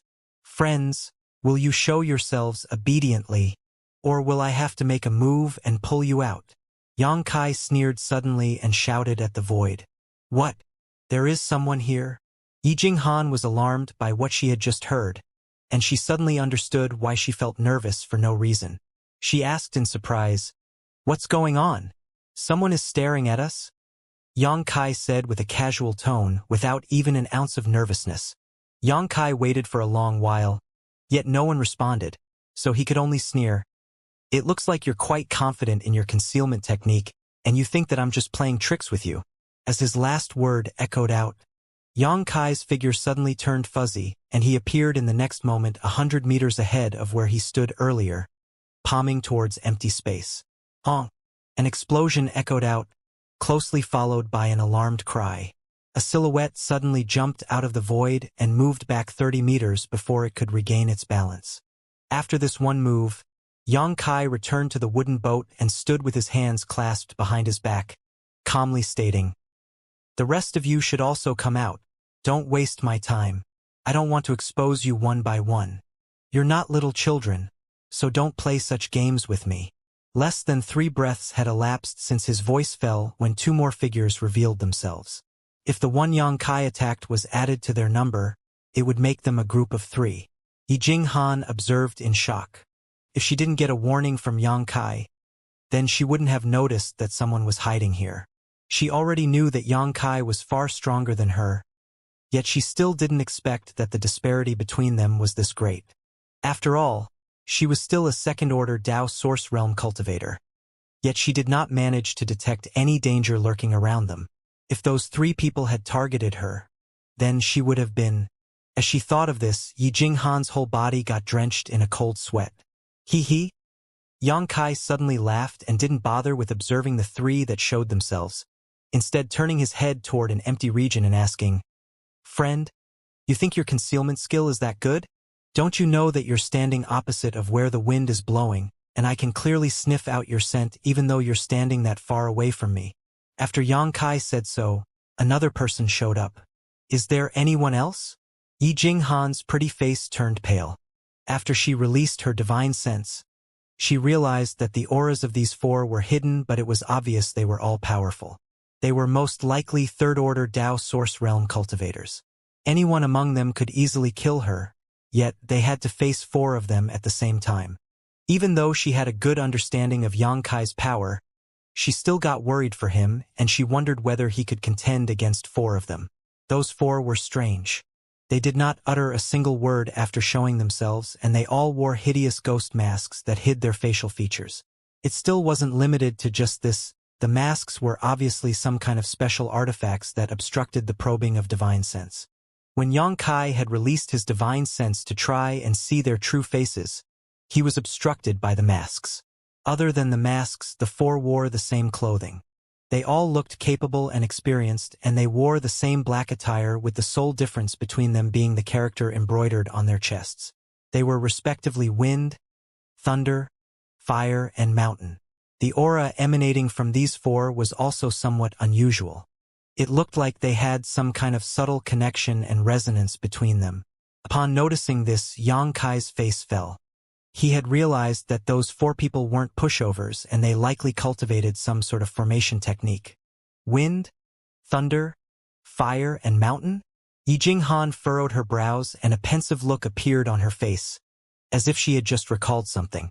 Friends, why were you waiting for us here? What do you want with us? Xianxia asked with a smile. Upon hearing this, they still stood there motionless for a long while, before the ghost-masked man with the wind character depicted on his clothes suddenly spoke. Come with us?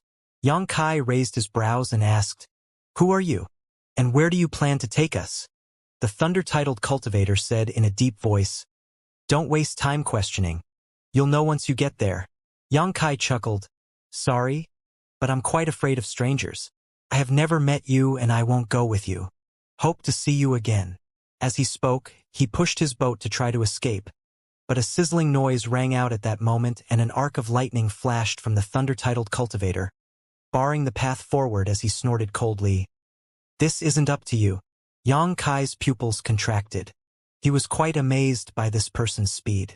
His short-distance movement speed wasn't any weaker than his own teleportation technique, and from the looks of the source chi emitted from this man's body, he obviously cultivated some sort of thunder attribute secret art. Thunder was strong and swift, so it wasn't strange for this person to possess such high speed. Xianxia's face sank. Those people had obviously hidden here for a long while, and from their attitude and what they had said so far, it was obvious they were here for him. But Xianxia had no idea about the origins of these four, nor their objectives. The factions he offended lately were only the Flying Saint Palace and the Evil Moon Valley. But those two sects didn't have such powerful cultivators, and they wouldn't dare make a move against him. Xianxia couldn't help but wonder if it was the myriad swords that had brought trouble to him. But upon giving it more thought, he realized that it was quite unlikely. If they were simply after his sword, they wouldn't have asked him to accompany them. They could just kill him and steal his treasures. As Xianxia mulled this over, he said with a smile, Friend, you're quite swift. May I ask what I'll have to do for you after accompanying you? We have nothing to tell you, the thunder-titled cultivator replied coldly. You're all so haughty. I see that there is no more room for discussion between us. Xianxia's mouth twitched. Don't waste your breath with him. Just take him down. The fire-titled cultivator had a hot temper, probably because he cultivated a fire attribute secret art. Upon hearing Xianxia's blubbering, he let out a shout, and a blood-red dagger appeared in his hand. Pushing his source chi, the fire-titled cultivator sent a cloud of flames towards Xianxia. In an instant, the temperature of the area rose drastically, and the sky had been dyed by a blazing scarlet color. Blood dagger! Yi Jinghan covered her mouth with her little hand and cried in alarm, while her pretty eyes flashed in fright. Xianxia furrowed his brow and moved away along with Yi Jinghan. He dodged that terrifying strike and appeared again dozens of meters from his former position, staring coldly at the four people around him as he asked, Do you know the origins of these people? The Blood Dagger. They are from Blood Dagger. Yi Jinghan replied in alarm. Look, I'm asking what this Blood Dagger is. Xianxia shouted impatiently. Yi Jinghan took a deep breath, trying to calm down. Blood Dagger isn't a sect per se, but rather an organization. yet it's more powerful than most top sects. It isn't known where its headquarters is located, but its activities span all 4 territories of the star boundary. They would frequently sell their services and help people resolve their troubles for a fee. As long as you can afford to pay them, they will assassinate anyone for you, and once they make a move, they won't stop until they eliminate their target. As she spoke up to hear, Yi Jinghan said in a shivering voice, "Young Master Yang, why is Blood Dagger targeting you?" Yang Kai's brow twitched as he replied, "I'm as confused as you." He really didn't even know an organization like Blood Dagger existed prior to this.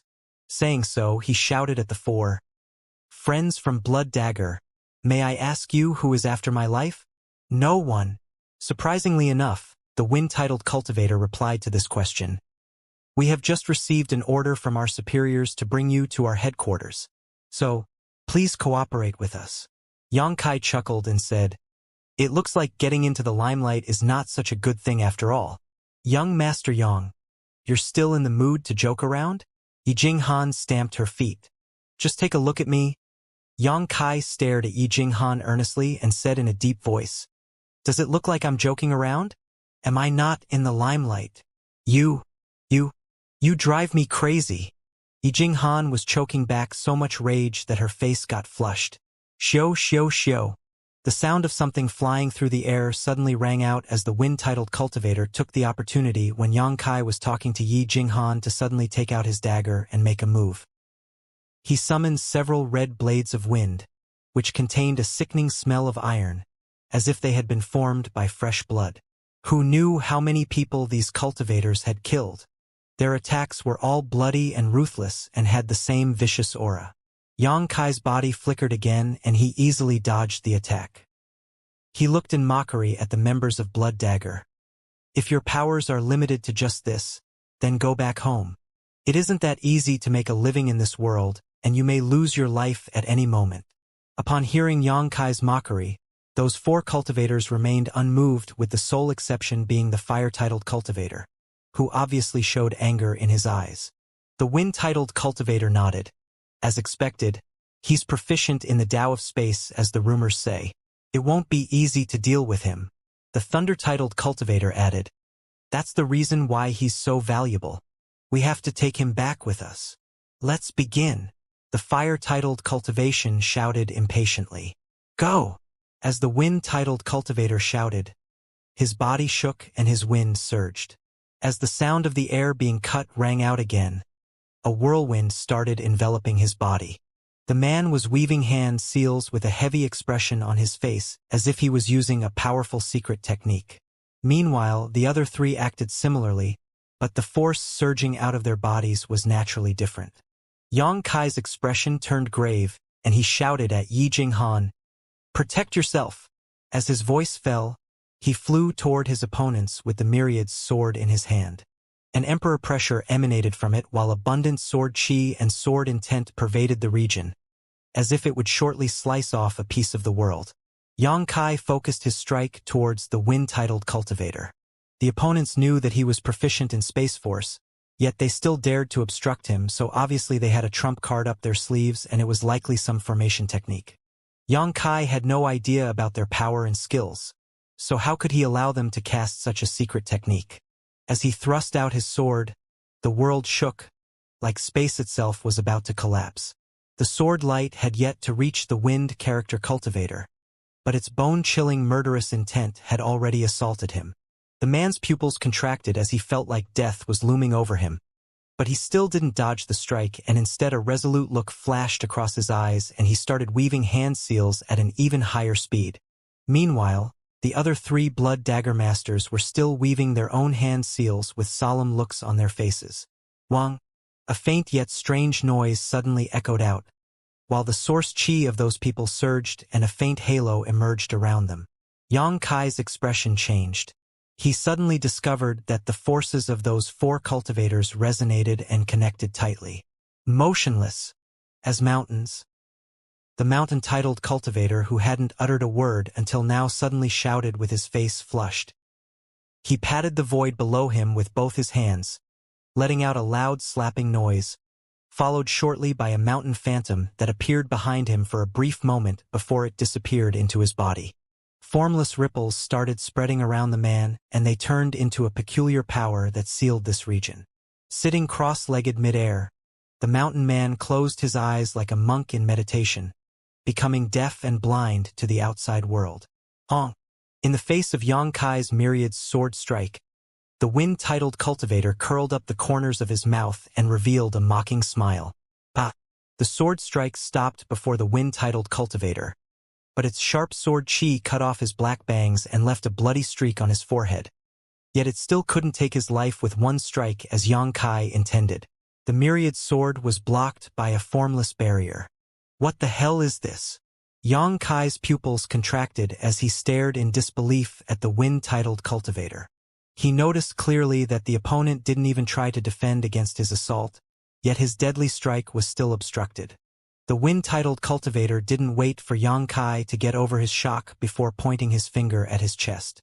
A whirlwind containing indomitable power was formed at the tip of his finger. Xianxia could only place his sword in front of him in a fluster to defend against this assault, allowing the finger strike to fall upon the myriad sword's blade. The next moment, Xianxia's expression changed. He could feel that tremendous power was contained in this strike, as if a great mountain had slammed into him. He was sent flying away, the source chi flow within his body becoming disturbed. A scarlet figure closed in on him silently. The fire-titled cultivator attacked with his dagger in hand, bringing with him clouds of flames that swept towards Xianxia. "Young Master Yang, be careful." Yi Jinghan's pretty face turned pale and she cried out in alarm. Swoosh! The clouds of fire were assisted by a gust of wind. These two powers of different attributes overlapped and fused perfectly. In an instant, the whole sky was dyed in blazing scarlet color. Xianxia could clearly feel the ferocious power contained in this move and his face fell. Just as he planned to teleport away, a sudden crackling noise echoed out, followed closely by the thunder-titled cultivator who had appeared behind him and thrust his palm at his back. The palm strike fell upon him directly before Xianxia had a chance to dodge it. In an instant, arcs of lightning started dancing around him, while Xianxia, who had been obstructed by the lightning quickly, got engulfed by the clouds of fire. The wind, thunder, and fire-titled cultivators cooperated skillfully, and their timing was perfect. It was as if he was facing soul clones of the same person, rather than three different people. They had cornered Xianxia with only a few moves. Upon seeing this, Yi Jinghan's face turned deathly pale, while her eyes shivered. She observed the raging clouds of fire in silence and asked herself inwardly, did he die? Did he die just like that? She couldn't deny that Xianxia was the strongest Dao Source Realm cultivator she had ever seen. He was prideful and arrogant, with an unyielding nature, but he also had many strange methods she could not begin to comprehend. She had always yearned to make some great achievements in the future like Xianxia, yet such a great person was suddenly killed before her eyes. He died so easily, to the point she couldn't even believe it. Shwa shwa shwa. The bodies of the wind, thunder, and fire-titled cultivators suddenly flickered and they stood shoulder to shoulder in the air. They were coldly observing the region below them. Did our superiors make a big fuss over nothing? This boy doesn't amount to much. The fire-titled cultivator snorted coldly and said disdainfully. The wind-titled cultivator was still observing the clouds of fire with furrowed brows, yet upon hearing the words of the fire-titled cultivator, he couldn't help but reprimand angrily. You attacked him too viciously. Our superiors asked us to bring him back alive. They don't want a corpse. If he really died, then how are we going to report this? The expression of the fire-titled cultivator changed, as if he just realized that this was anything but good news for them. However, he still said obstinately, I didn't know that he was so frail. He couldn't even take a single move. What should we do now? The wind-titled cultivator snorted coldly. You should solve the trouble you have made by yourself. Once we get back, I'll report everything to them truthfully. The thunder-titled cultivator furrowed. Don't make a fuss here. We aren't even sure if he is dead. That brat is quite tough and he probably just suffered heavy injuries. Fire. Go down and have a look at him. Upon hearing this, the fire-titled cultivator got irritated, but he still rushed into the clouds of fire to inspect them. The wind and thunder-titled cultivators waited nervously. They were all afraid that Xianxia had really died. After all, their superiors asked them to bring him back alive, so if they killed him by mistake, it could very well be their final days in Blood Dagger. They all couldn't withstand the punishment Blood Dagger would mete out. The clouds of fire were still burning like before, as if they would continue burning until the end of the world. But the inner region was quite serene, and the fire-titled cultivator didn't make a sound after he entered. The thunder and wind-titled cultivators exchanged a glance, both realizing something was amiss. At this moment, an incident suddenly occurred. A muffled groan transmitted from the clouds of fire. Shortly after, the fire-titled cultivator flew out of the clouds, coughing up mouthfuls of blood mid-air. What? The faces of the thunder and wind-titled cultivators darkened. Shwa shwa shwa, a peculiar noise transmitted from the clouds of fire, as if sword chi and sword intent were running amok there. Shortly after, the raging flames suddenly got scattered and were replaced by a single figure shrouded by a multicolored radiance. Young Master Yang. Upon seeing the silhouette shrouded by seven-colored light, Yijing wept in delight. That's impossible. Upon seeing Xianxia's current state, the thunder and wind-titled cultivators cried out in alarm. They had noticed that even though it looked like Xianxia was quite disheveled, he didn't sustain any injuries. Moreover, the multicolored radiance emanating from him contained some great and mysterious power. They could clearly feel the power of the five elements around Xianxia at this moment, causing his aura to rise sharply. The five elements coexisted in a single person body, supporting and nourishing each other in a virtuous cycle. Be careful, this brat isn't easy to deal with. The fire-titled cultivator suddenly returned to his companions and wiped the blood at the corners of his mouth before turning an eager look towards Xianxia. We don't need your warning. The thunder and wind-titled cultivators glared at the fire-titled cultivator. Friends, many thanks for your concern. Xianxia swung the myriad sword and erased the five-element sword chi around him as he revealed a grin. I took a good rest and managed to learn the essence of your formation technique. Mountain, thunder, fire, and wind. Your attributes resonate and fuse together, allowing you to enhance one another's abilities. Saying so, Xianxia cast a glance at the mountain-titled cultivator sitting in the void who had turned a deaf ear to everything and said with an appreciative look on his face, "The mountain man is in charge of sealing this region and protecting you, isn't he? It's no wonder my teleportation didn't work a while ago. If I didn't have a tough body, then I would have sustained some injuries already. The one who invented this formation technique is a true genius." The expression of the wind-titled cultivator changed. And you discovered all of that in such a short time? That's not quite right. Xianxia patted his clothes. I also took some time to change into a new set of clean clothes. Do they look good on me? The wind-titled cultivator's expression turned unsightly as he suddenly noticed that Xianxia had really changed into a new set of clothes and wasn't just joking. The thunder-titled cultivator said with a gloomy look plastered on his face. It looks like our superiors have their own reasons for sending all of us after him. This boy cannot be assessed with common sense. No matter how strong he is, he's only a second-order Tao Source Realm boy.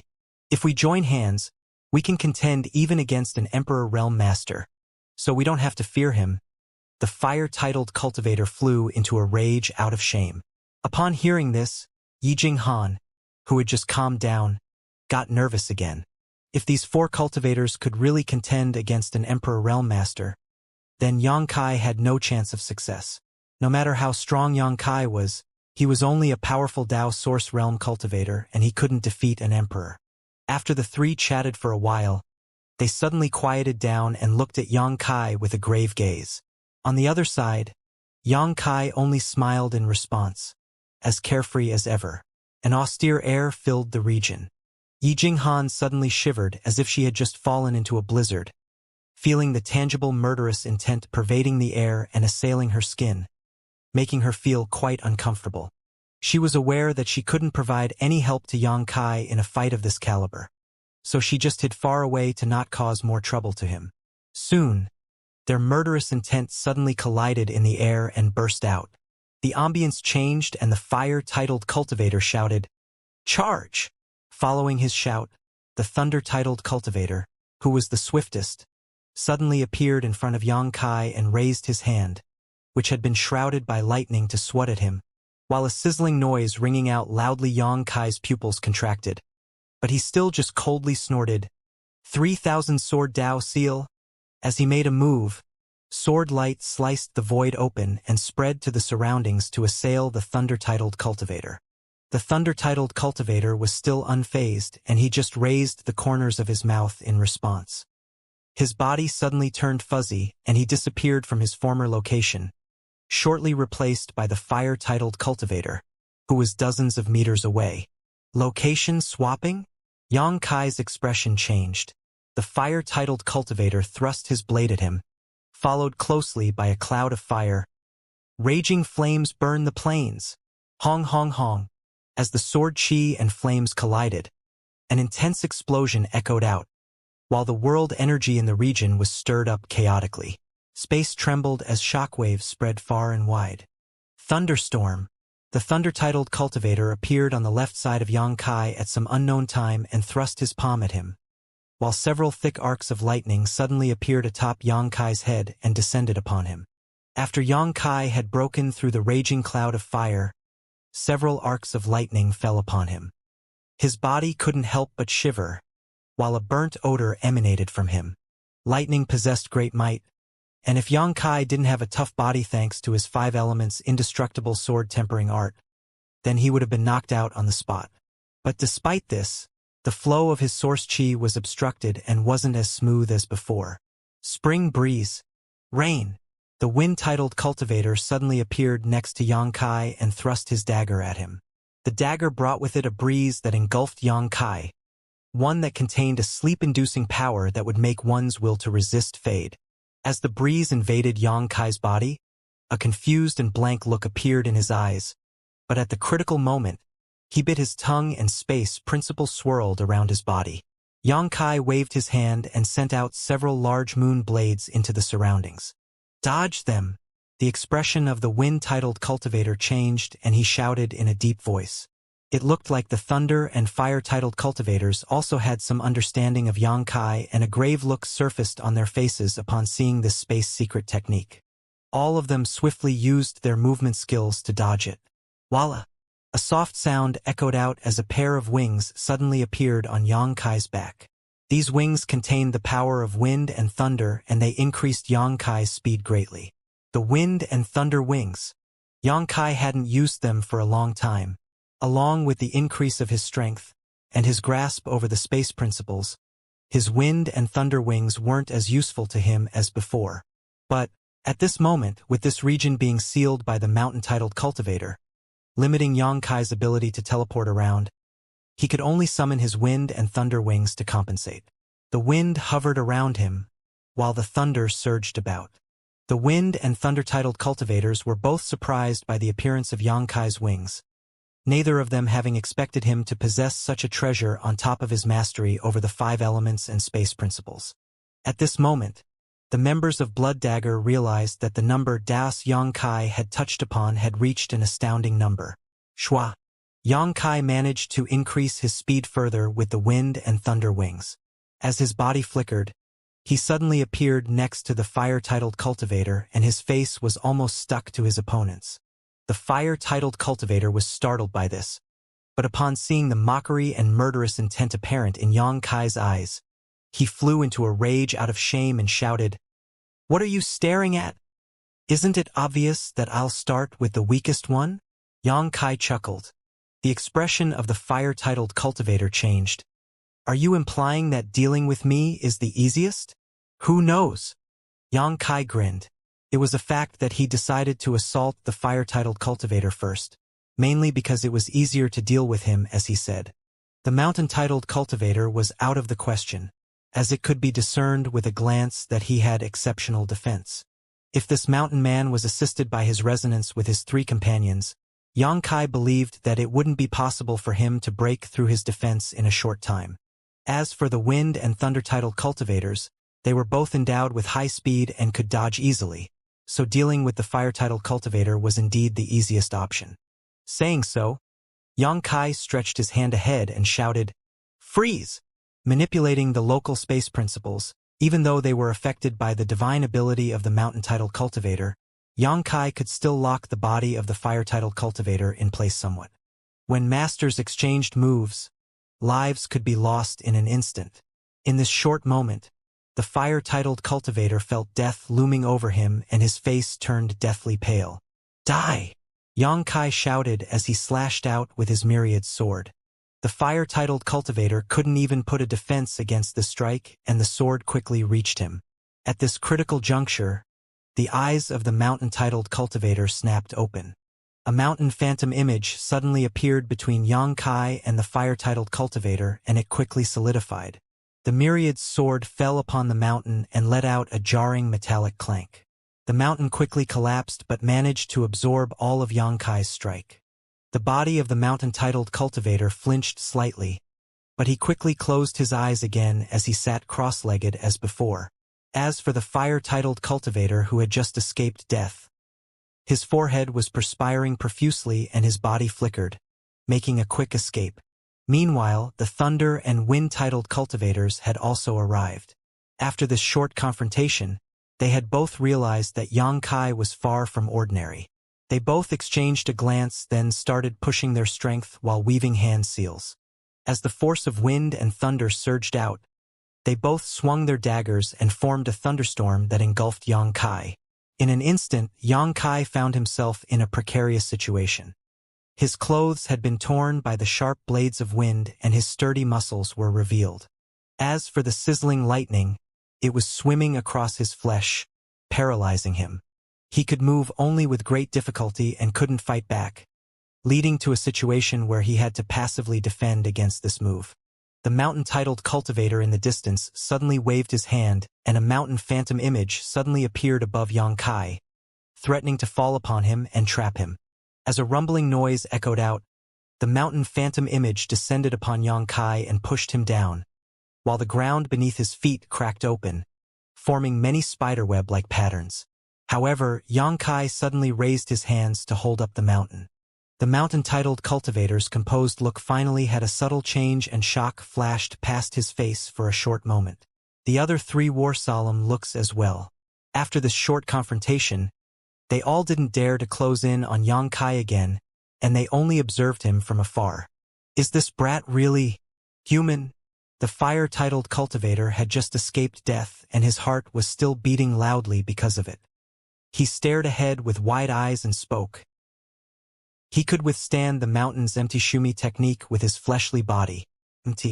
Shumi weighs at least 100,000 kilograms and even ordinary Emperor Realm Masters can't lift it.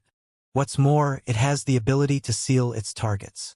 His flesh body is too strong. The wind-titled cultivator spoke enviously. The thunder-titled cultivator sighed. I now understand why our superiors want him alive. This person is worth studying. He's only a second-order Dao Source Realm cultivator, yet he's already so strong. If we can learn his secrets, then we will gain unimaginable benefits. Upon hearing this, the eyes of the wind-titled cultivator and the fire-titled cultivator lit up, as if they had suddenly seen a bright future awaiting them. But it still ends here, the thunder-titled cultivator snorted. No matter how much he resists it, he'll still be suppressed by mountain's empty Shumi. The wind-titled cultivator and the fire-titled cultivator gave him an approving nod. They were both aware of the great power of the mountain-titled cultivator's empty Shumi. Ha! Ha ha ha! Meanwhile, Yang Kai suddenly sneered. He had been surrounded and attacked by these four cultivators for so long and he was already in a sorry state, yet he still laughed as freely as before. The fire-titled cultivator shouted, "Little brat, laugh while you can.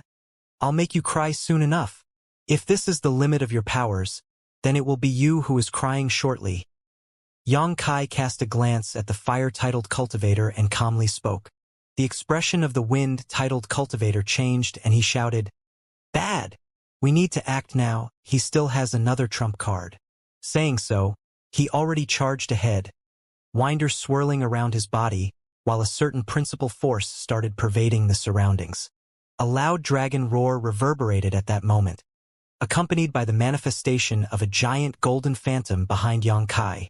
The phantom quickly took the shape of a golden dragon, one that floated atop Yongkai's head and looked down on its surroundings disdainfully with its giant dragon eyes. Dragon transformation! Yongkai didn't wait for his enemies to reach him and roared madly. The body of the wind-titled cultivator who had been charging toward Yongkai suddenly came to a stop, and he couldn't help but draw a sharp, cold breath as he was forced to retreat. This is... The eyes of the thunder-titled cultivator trembled. Dragon pressure. The eyes of the fire-titled cultivator bulged as he shouted hysterically. The trio wore shocked looks, as if they had just sighted upon an Emperor Realm Master. They all felt dizzy and their feet started cramping up. As for Yi Jinghan, she didn't look any less shocked than them. Upon seeing Yongkai being pushed down by MT Shumi, she planned to go forward and help him.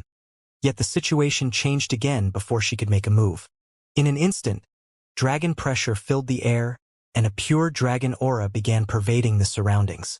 This was a lofty, noble aura that forced myriad beings to cower in fright, even evoking primordial fear in the hearts of the four from Blood Dagger. Chaka! A cracking noise echoed out as dragon scales started emerging on Yongkai's arms, and even his exposed muscles were covered by dragon scales. As for the phantom image of the golden dragon, it rushed into Yongkai's body and disappeared. A moment later, a partially dragonized Yongkai appeared. Yongkai's aura rose markedly, touching upon that of a true Emperor Realm Master. Yongkai started slowly clenching one of his fists with an ice-cold look plastered on his face while he lifted MT Shumi with a single hand. It wasn't a difficult feat for him like just now, seemingly as simple as lifting a brush. Soon, he thrust his free fist and struck the bottom of MT Shumi. As a rumbling noise echoed and MT Shumi, which weighed 100,000 kilograms, was sent flying into the air, flickering erratically. The face of the mountain-titled cultivator fell, and he almost bit his tongue. He quickly weaved more hand seals, turning his MT Shumi into a ray of light which he quickly collected. "You're all going to die miserably." Yongkai wasn't suppressed by MT Shumi any longer, and he regained his freedom, not forgetting to taunt the three members of Blood Dagger with a nasty grin. "Kill him!" the wind-titled cultivator shouted. Wind Dagger and Snow Sword. Using all of his source chi, he formed a large dagger and a sword, sending them after Yongkai. The two weapons seemed to possess a might great enough to slice open the world. Meanwhile, the fire-titled cultivator and the thunder-titled cultivator also used up their own trump cards to attack Yongkai. The formation technique used by the wind, thunder, fire, and mountain men resonated with each other, strengthening and supporting one another, combining to reveal an indomitable might. They were truly able to exchange moves with an Emperor Realm Master. But on this day, they witnessed an even more shocking sight. In the face of their three divine abilities, Yongkai simply charged ahead and faced them head-on. As a cracking noise echoed out, the three cultivators could only look on helplessly as Yongkai shattered the wind dagger and snow sword with his fists, then continued making his way through the gales and thunderstorms.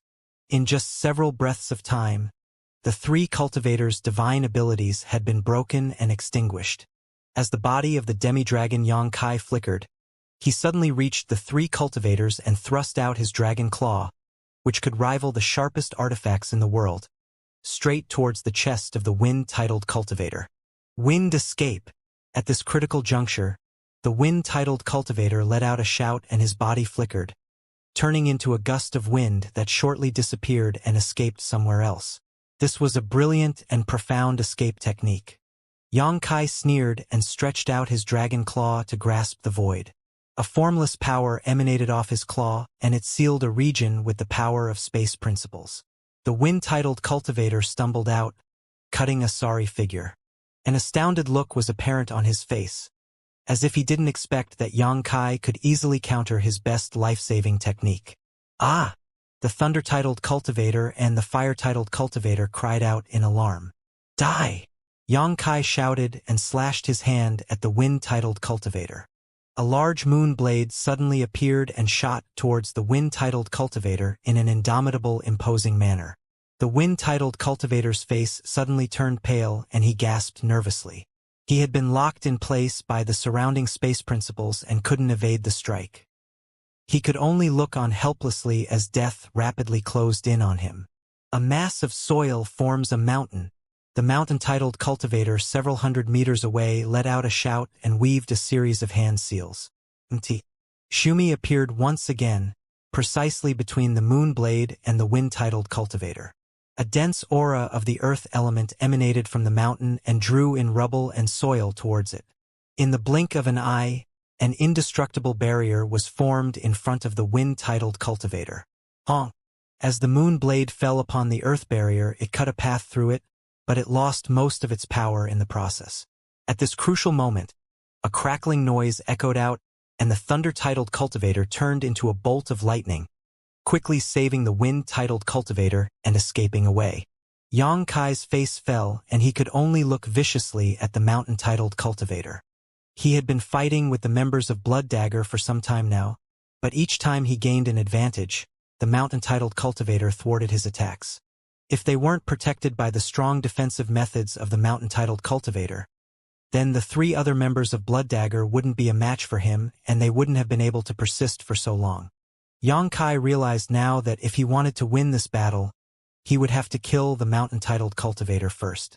As long as the latter was in charge of defense, Yang Kai wouldn't be able to kill any of the other three. Moreover, the mountain-titled cultivator was connected to the others and was overseeing this region, sealing it off completely, making it impossible for Yang Kai to teleport freely. As this idea flashed, Yang Kai immediately made up his mind and revealed a profound grin, sneering as he said, "Friends, your means are truly outstanding and have widened my horizons today. Brat, enough talk." The fire-titled cultivator had been stunned by Yang Kai's great power.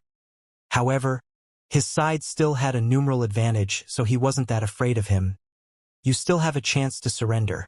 We may not be able to guarantee your survival if this battle continues." The thunder-titled cultivator gave a nod. "That's right, if we go all out to kill you, then we won't be able to complete our superior's orders, so just give up and surrender." The wind-titled cultivator didn't utter a single word as his face was still quite pale. He had just escaped death and was still somewhat unsettled. "Haha!" Yang Kai sneered again. The fire-titled cultivator snorted coldly, bluffing again. Yang Kai's smile disappeared and he glared at him coldly, then snorted, "Open your eyes wide and see for yourself if I am just bluffing." Saying so, he pushed his spiritual energy madly and shouted, "Come out!" As his voice reverberated, a small mountain suddenly appeared above the plain and fell to the ground, shaking it violently while kicking up a massive cloud of dust.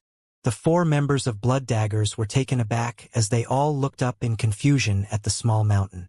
They couldn't understand what kind of divine ability Yang Kai had used and how he managed to summon this mountain. "What the hell is that?"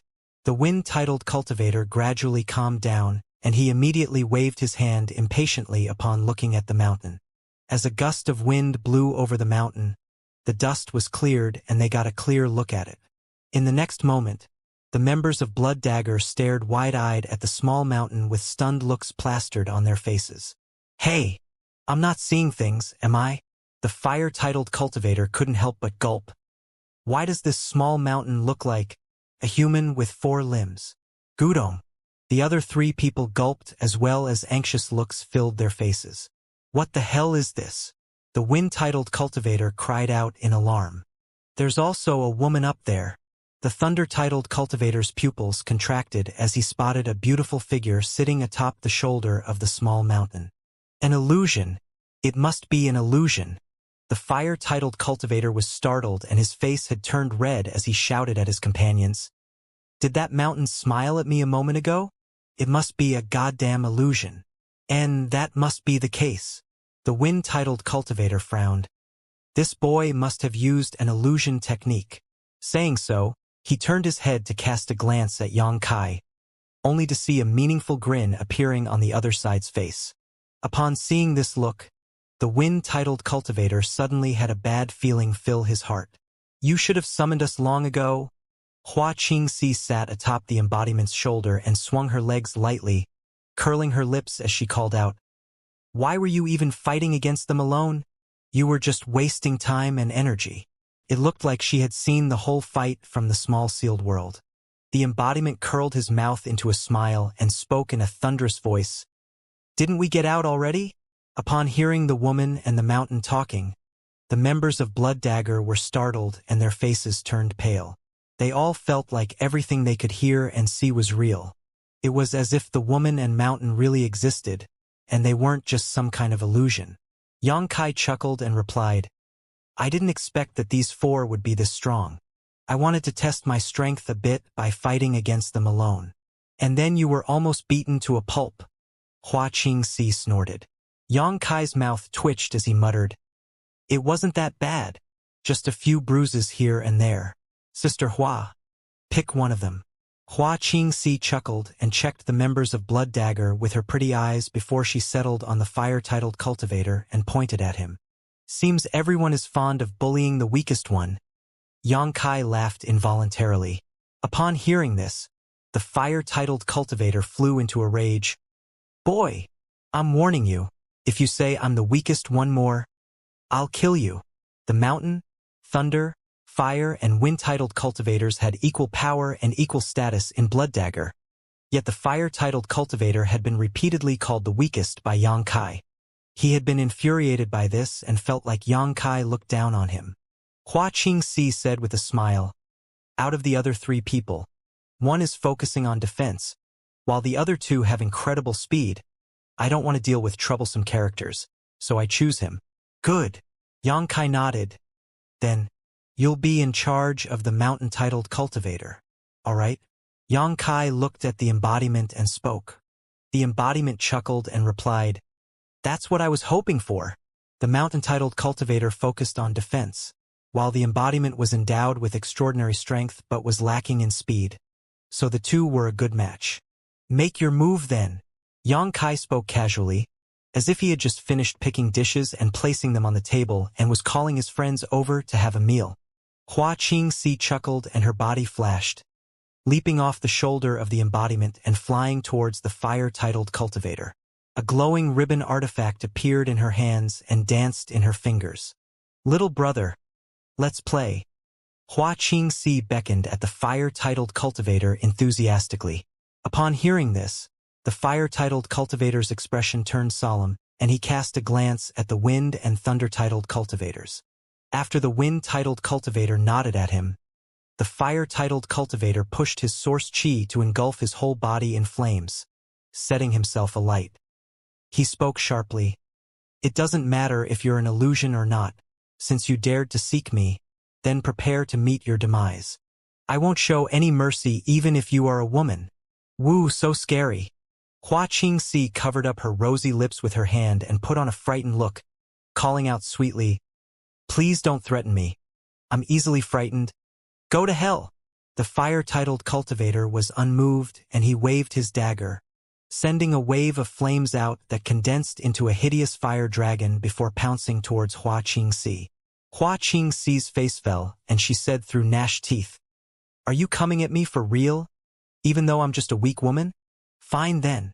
Saying so, she infused her source chi into the ribbon, and it quickly began slashing it through the air, weaving a gorgeous dance that swiftly enveloped the fire-titled cultivator. In an instant, the two were locked in an intense battle and began exchanging vicious moves.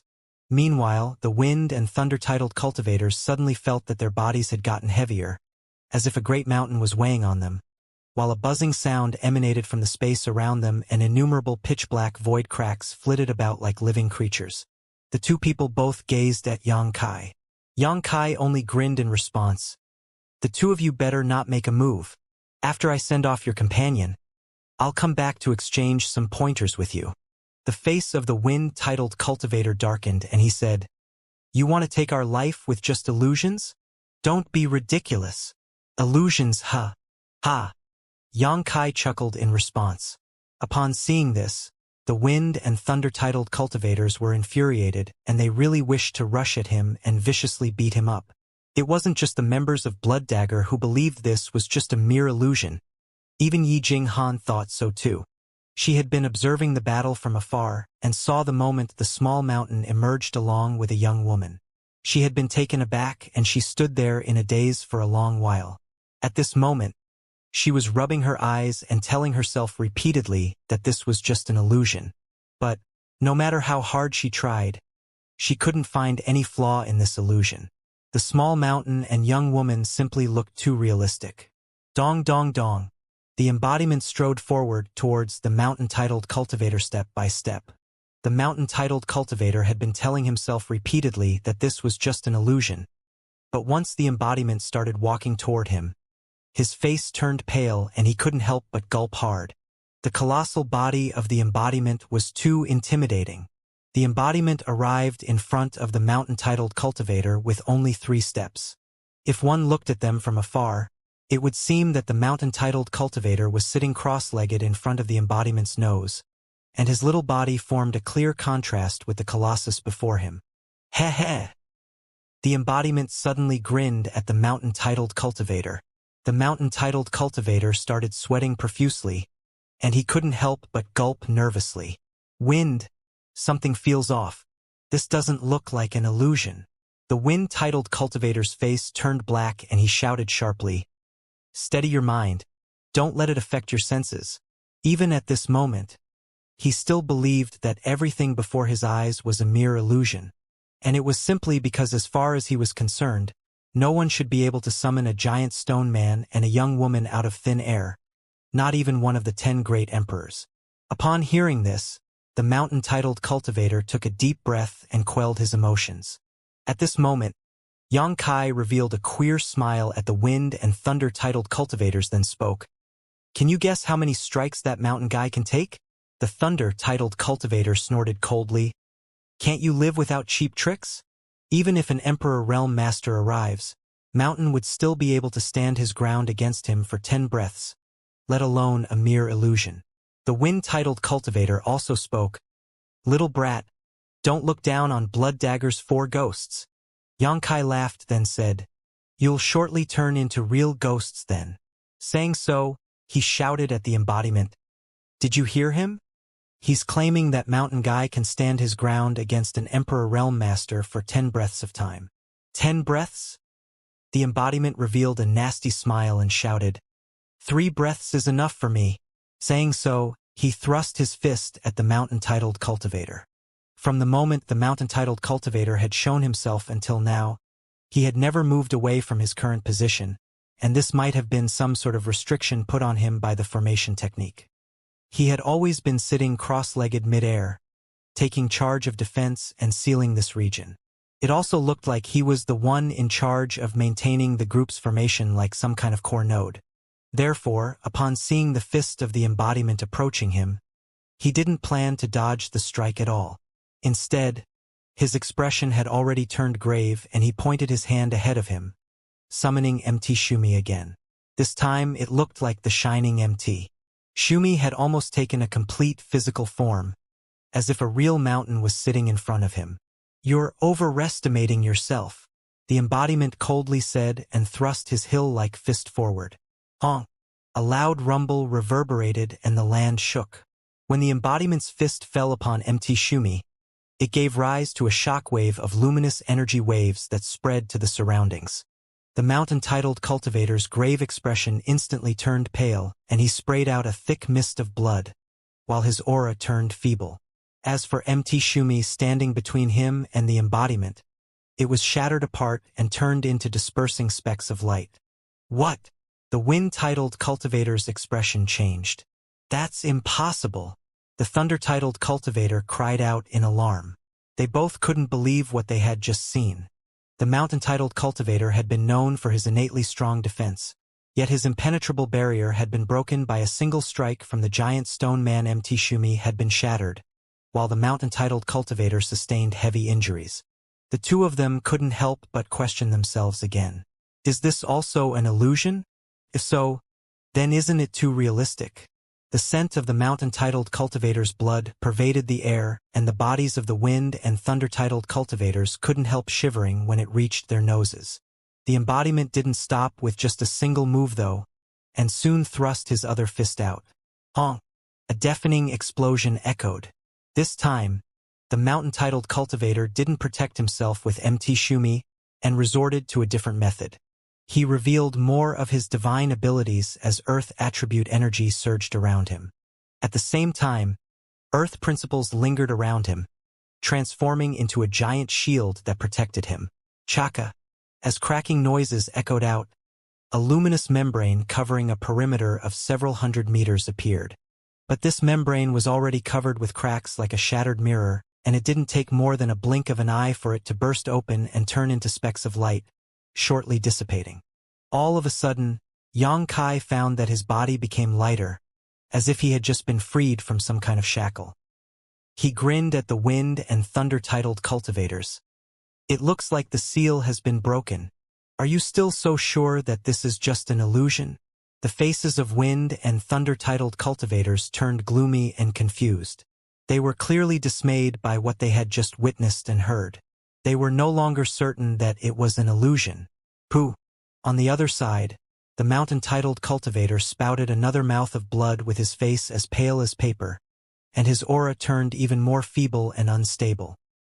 He gazed over at the wind-titled cultivator and thunder-titled cultivator and spoke with great difficulty. Save me! The embodiment laughed wantonly and thrust his fist for the third time. At this moment, the mountain-titled cultivator couldn't put up any more resistance and had to helplessly watch as the hill-like fist descended. He felt his body go cold, while his limbs cramped up.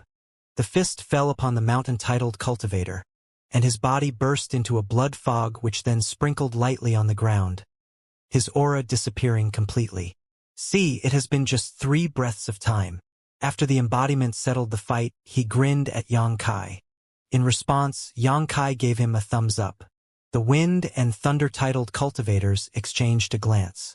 They both realized that the current situation was anything but reassuring, and they couldn't bother with paying heed to the void cracks around them any longer.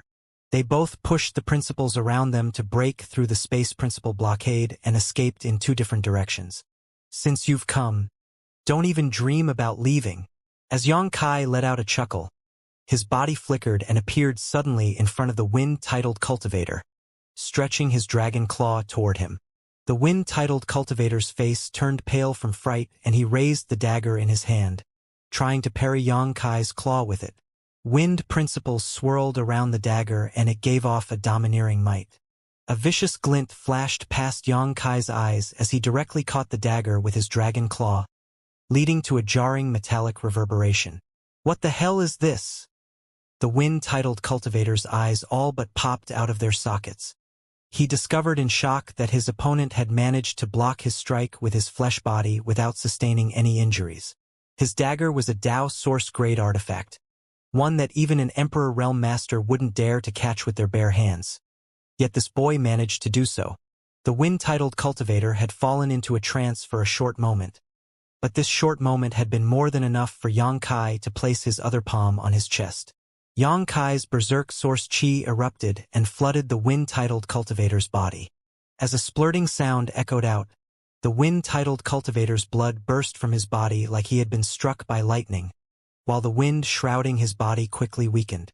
Yang Kai shortly closed in on him and weaved a series of hand seals, suppressing the wind-titled cultivator's cultivation. Even though a disheartened look was plastered on the wind-titled cultivator's face, he still looked at Yang Kai coldly and said aggressively, "If you want to kill me, then just do so. Blood Dagger's headquarters will shortly obtain word about our failure, and they will send more powerful people after you next time. If I kill all of you, then who will divulge any information about me?" Yang Kai sneered coldly in response. The wind-titled cultivator replied, "Thunder's movement skill is second to none in the world. You won't be able to catch him. Did you lose your mind from fear?" Yang Kai smiled in mockery. "Wind?" At this moment, a dispirited shout echoed out near him. Upon hearing it, the wind-titled cultivator turned his head around to see the thunder-titled cultivator. He was trapped in midair between countless pitch-black buzzing moon blades, not daring to make any rash movements.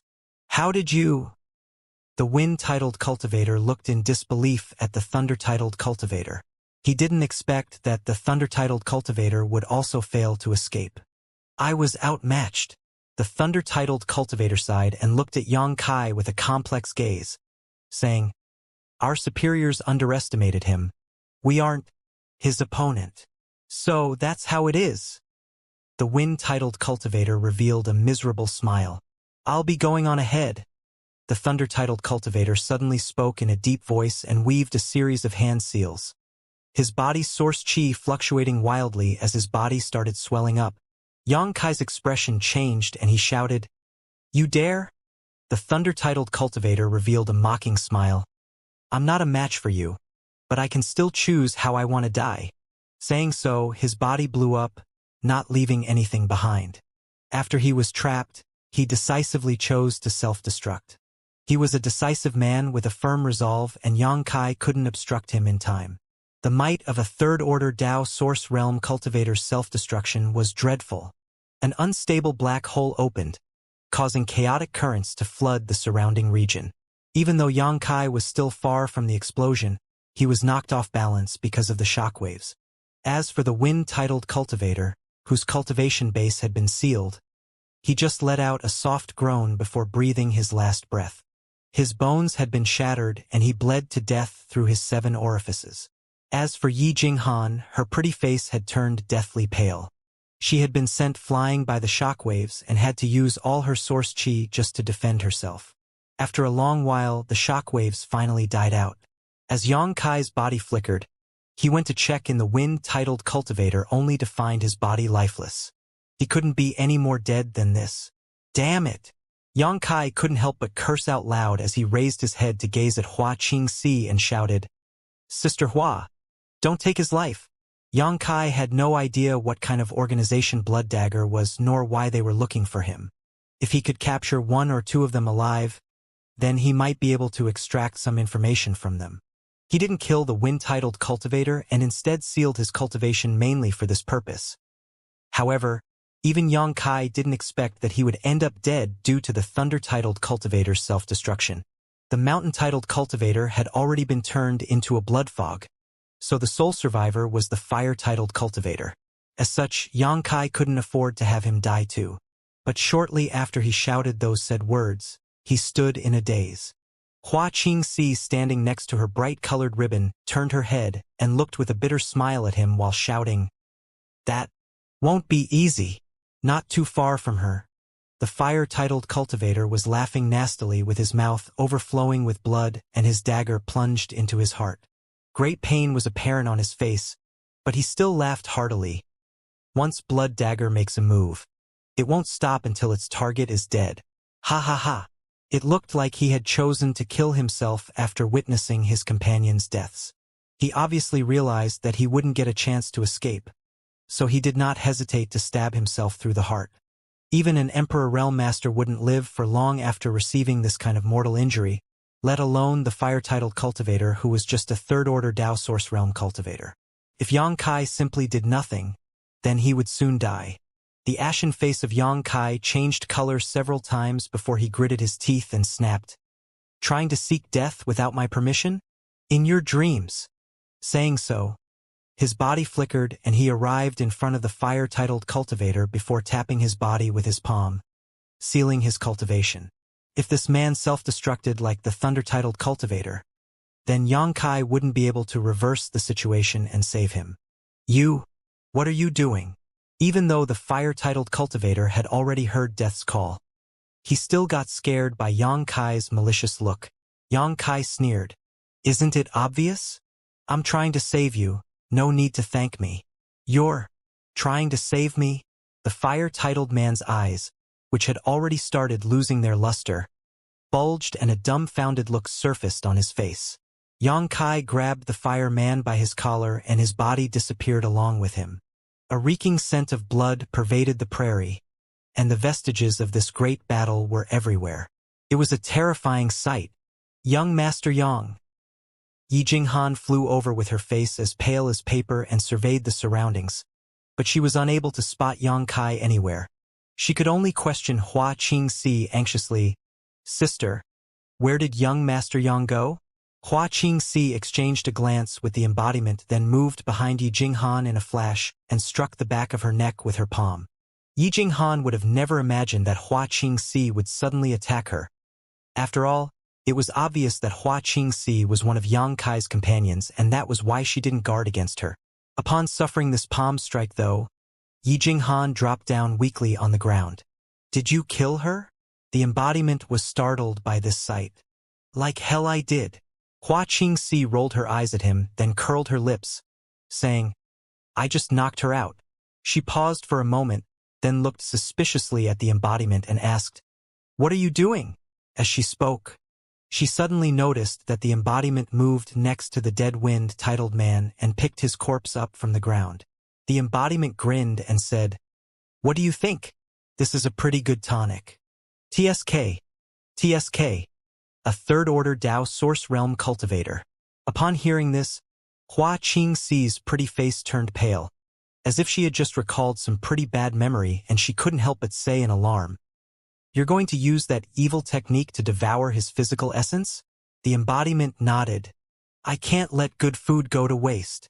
It's so sickening. Don't do it in front of me, or I'll break off relations with you." Hua Qingxi spoke with her disgust apparent on her face. At this moment, Yang Kai's body suddenly flickered and appeared again on the prairie before he beckoned to the embodiment and Hua Qingxi. "Come back." After he said so, he looked at the unconscious Yi Jinghan on the ground and nodded in understanding. "Knocking her out is also a pretty good solution." He waved his hand and sent Yi Jinghan into the sealed world bead, then opened a void crack and had Hua Qingxi and the embodiment also go back in. Inside the sealed world bead, Yang Kai and the embodiment appeared next to the medicine garden. The fire-titled man's aura was already pretty feeble, with next to no vitality left.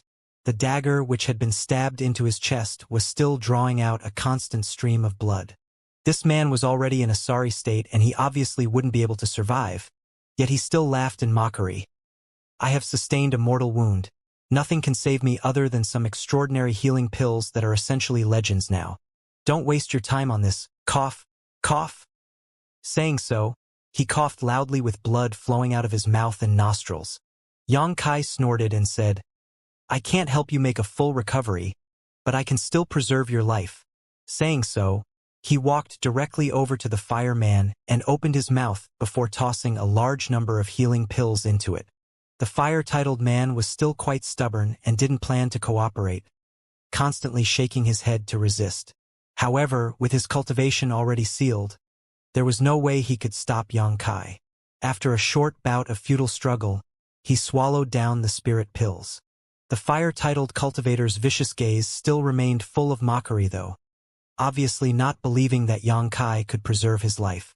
He could feel his vitality leaving his body quickly, which was also a pretty scary experience, but it was still better than the torment awaiting him if he fell in the enemy's hand. Yang Kai sat down cross-legged in front of the fire-titled man and started weaving hand seals under his gaze before striking his chest with his palm. After this strike, the dagger in his chest flew out, together with a large spurt of blood. This violent act caused the fire-titled man to groan in pain, while his body trembled, feeling like he would shortly die.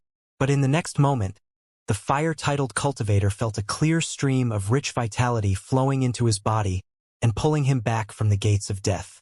A numb feeling started spreading from his chest and the bleeding instantly stopped, while his lost vitality had also been replenished greatly. He opened his eyes widely to take a look around, and his gaze soon landed on a small green tree that couldn't have been taller than a little child.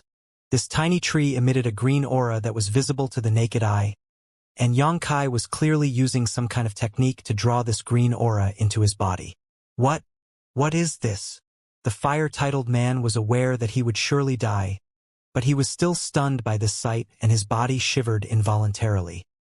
He could feel an unimaginable amount of vitality coming from this little tree, and he knew he had avoided death only thanks to the green aura it was emitting.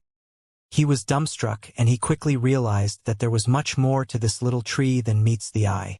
The immortal tree. Ever heard about it? Yang Kai gave him a wicked grin. The immortal tree? The fire-titled man's body shivered as he stared at Yang Kai in shock before vehemently denying. Nonsense. It's said that the immortal tree was formed at the birth of the universe and is condensed from the purest vital energy between heaven and earth. It is said to be able to revive even the dead, and if one is able to refine it, they will obtain an immortal and indestructible body. How could you possess such a divine treasure? You're pretty knowledgeable. Yang Kai chuckled in response. The immortal tree? Humph. Who are you trying to fool? The fire-titled cultivator snorted disdainfully. It's up to you whether you believe it or not. Yang Kai cast a glance at him, then revealed a nasty smile as he said, You already have enough vigor to bicker with me. Not bad. Not bad. It looks like you still have some life left to live. After Yang Kai said so, the fire-titled man was dumbstruck and his face changed colors repeatedly. A spectacular look was plastered on his face. He discovered in shock that just this tiny bit of green aura from the small tree had healed all of his wounds and brought him back from the brink of death. Didn't that mean that if he were to refine this strange tree, he would be able to make a complete recovery? Once this thought ran across his mind, the fire-titled cultivator was stunned and beads of sweat started dripping off his forehead. He didn't want to believe it, but he had already felt it himself. If everything he just experienced was real, then this little tree might really be the legendary immortal tree. Gudon. The fire ghost couldn't help gulping hard while his gaze turned hot as he stared at the immortal tree. Yang Kai didn't bother with him and he just told the embodiment. I'll hand him over to you. Get something useful out of him. Relax. I'll make him talk. The embodiment let out a peal of sinister laughter. When this laughter fell upon the ears of the fire-titled man, he couldn't help shivering as he turned his eyes back to Yang Kai. Yet at this moment only the giant stone man remained, sitting down cross-legged on the ground with a corpse in his hand. Wind? The fire-titled man looked aggrievedly at his companion's corpse and couldn't help but sympathize with him. However, his gaze quickly turned cold as he shouted at the embodiment. I don't care what the hell you are, but don't dream of getting any information out of me. You've got some spine. The embodiment praised him and said, I like unyielding people. So, you can be at ease. I won't embarrass you. The fire-titled man only sneered coldly in response. He obviously didn't believe a word of what the embodiment had said. But surprisingly enough, the embodiment didn't pay heed to him, and he didn't even bother with torturing and interrogating him. He just put down the wind-titled man's corpse in front of him and covered it with his giant stone hand. What are you planning to do with the wind's corpse? The fireman's expression changed as he questioned him sharply. What am I planning to do? The embodiment let out a burst of strange laughter. Blue veins bulged out of the fire-titled man's forehead as he became somewhat anxious for some unknown reason. The embodiment hadn't given him a single decent answer to any question he asked, so he couldn't help but get angry over this. While the fireman was still fretting over this, he witnessed the embodiment's expression turn solemn before it shouted, Heaven-devouring battle law! In an instant, the fire-titled cultivator's eyes widened, and he shouted in shock through clenched teeth, Heaven-devouring battle law? The fire-titled man wasn't as tough as he claimed, or rather, he had just witnessed a scene far more frightening than death. He could stab his heart with his own dagger without the least bit of hesitation and seek death on his own, but upon seeing the embodiment using the heaven-devouring battle law on the wind-titled cultivator's corpse, he instantly broke down and gave in. None wished for his flesh and essence to end up being devoured. This was far crueler than simply being killed, so the fire-titled man quickly divulged everything he knew. Those 4 people were really cultivators from Blood Dagger, and they had received orders from their superiors to bring back Yang Kai alive to their headquarters. As for the reason behind this, the fire-titled man had no idea and was simply following orders. Blood Dagger had a strict hierarchy and people below a certain level weren't privy to the organization's core secrets. The 4 of them didn't even know who it was among their superiors that issued this order. They only received their mission at a certain time at a specific location. After the interrogation, Yang Kai got a rough idea about the colossal size of Blood Dagger. Blood Dagger had many members and had branches established in every territory. They even had members who belonged to other great sects who would seem perfectly ordinary until they received a mission, after which they would carry out their orders as members of Blood Dagger without question. Once the mission ended, these members would go back into hiding and none would be the wiser. Once the embodiment questioned the fireman about the location of the Blood Dagger's headquarters in the Southern Territory though, the latter's knowledge sea burst open and he died before he could give any reply. It looked like a powerful master had placed a restriction on him to prevent him from divulging Blood Dagger's more sensitive secrets. Upon getting this intel from the embodiment, Xianxia's face turned gloomy. He had come in contact with Blood Dagger for the first time today, and from what he had seen so far from the powerful four ghosts, this wasn't an organization to be trifled with. They had already set their eyes on him, yet he didn't even know the reason behind this, let alone any useful information about his new enemy. Xianxia's mood became pretty bad because of this and he felt like a bone was now stuck in his throat. Once Blood Dagger made a move, they would keep fighting until their last breath. This mission was obviously a great failure and Blood Dagger wouldn't take things lying down. They would surely send more powerful masters after him next time. Xianxia could deal with the wind, thunder, fire, and mountain ghosts, but what about the next batch? If they sent Emperor Realm Masters after him, what could he do? In a flash, Xianxia's mind became fraught with concerns. While Xianxia was still fretting, he heard a soft groan behind him and turned his head back to take a look there, and saw Yijing Han sitting atop the boat with furrowed brows and a confused look plastered on her face. She was a little confused by her current situation, but she quickly recalled what had happened before she got knocked out.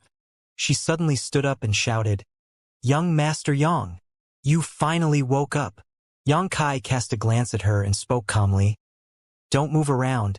You should first check your body and see if you have suffered any injuries." Upon hearing him, Yijing Han nodded and closed her eyes to observe the state of her body for a moment, then opened them again. "I'm fine." She had just been knocked out by Hua Qingxi, and even though she was swept by the shockwaves of the thunder-titled cultivator's self-destruction, she hadn't sustained any serious injuries. It was just her vitality that had gotten a bit feebler. Consuming some pills would be more than enough for her to make a full recovery. Xianxia, where did that elder sister and the big stone man go? Yijing Han observed the surroundings, yet she couldn't see Hua Qingxi or the embodiment at all, so she couldn't help but inquire about them. What elder sister and big stone man? Those? Yijing Han was just about to describe them, yet she suddenly furrowed her brows and spoke with an odd look on her face. Was it just an illusion? As she started mulling over the emergence of Hua Qingxi and the embodiment, she felt like everything looked surreal, and she couldn't help but suspect that she had fallen victim to an illusion.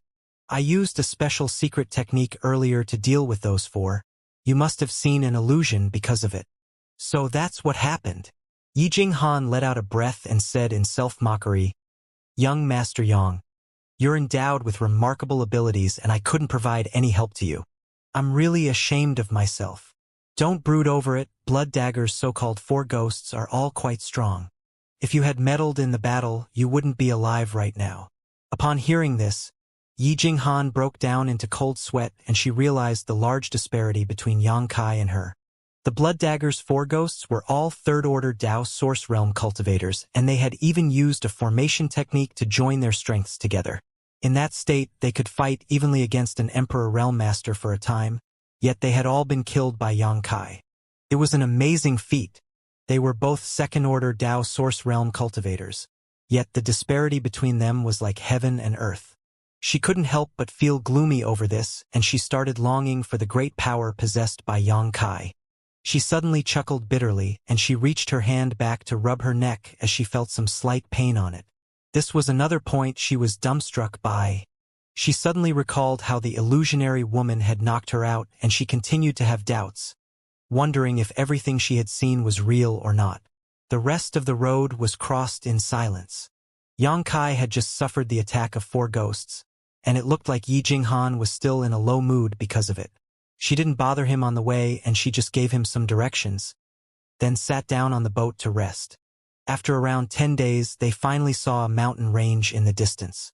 At this moment, Yijing Han stood up on the boat cheerfully and pointed at the mountain range.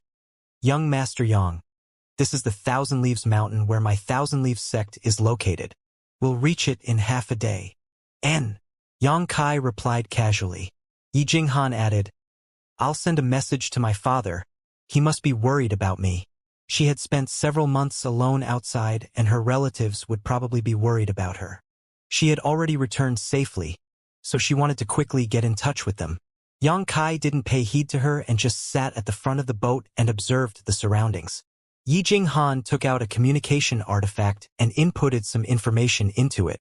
Shortly after, she got a response. After Yi Jinghan checked it, she couldn't help but furrow her brow, and a displeased look showed up on her face. Yang Kai had detected that her expression had turned for the worse, and he inquired over this. What happened? Yi Jinghan pouted and grumbled.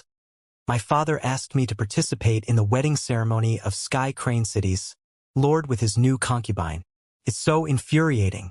If I had known this earlier, I wouldn't have told him I had come back so I could avoid this troublesome matter. It looks like you don't want to go.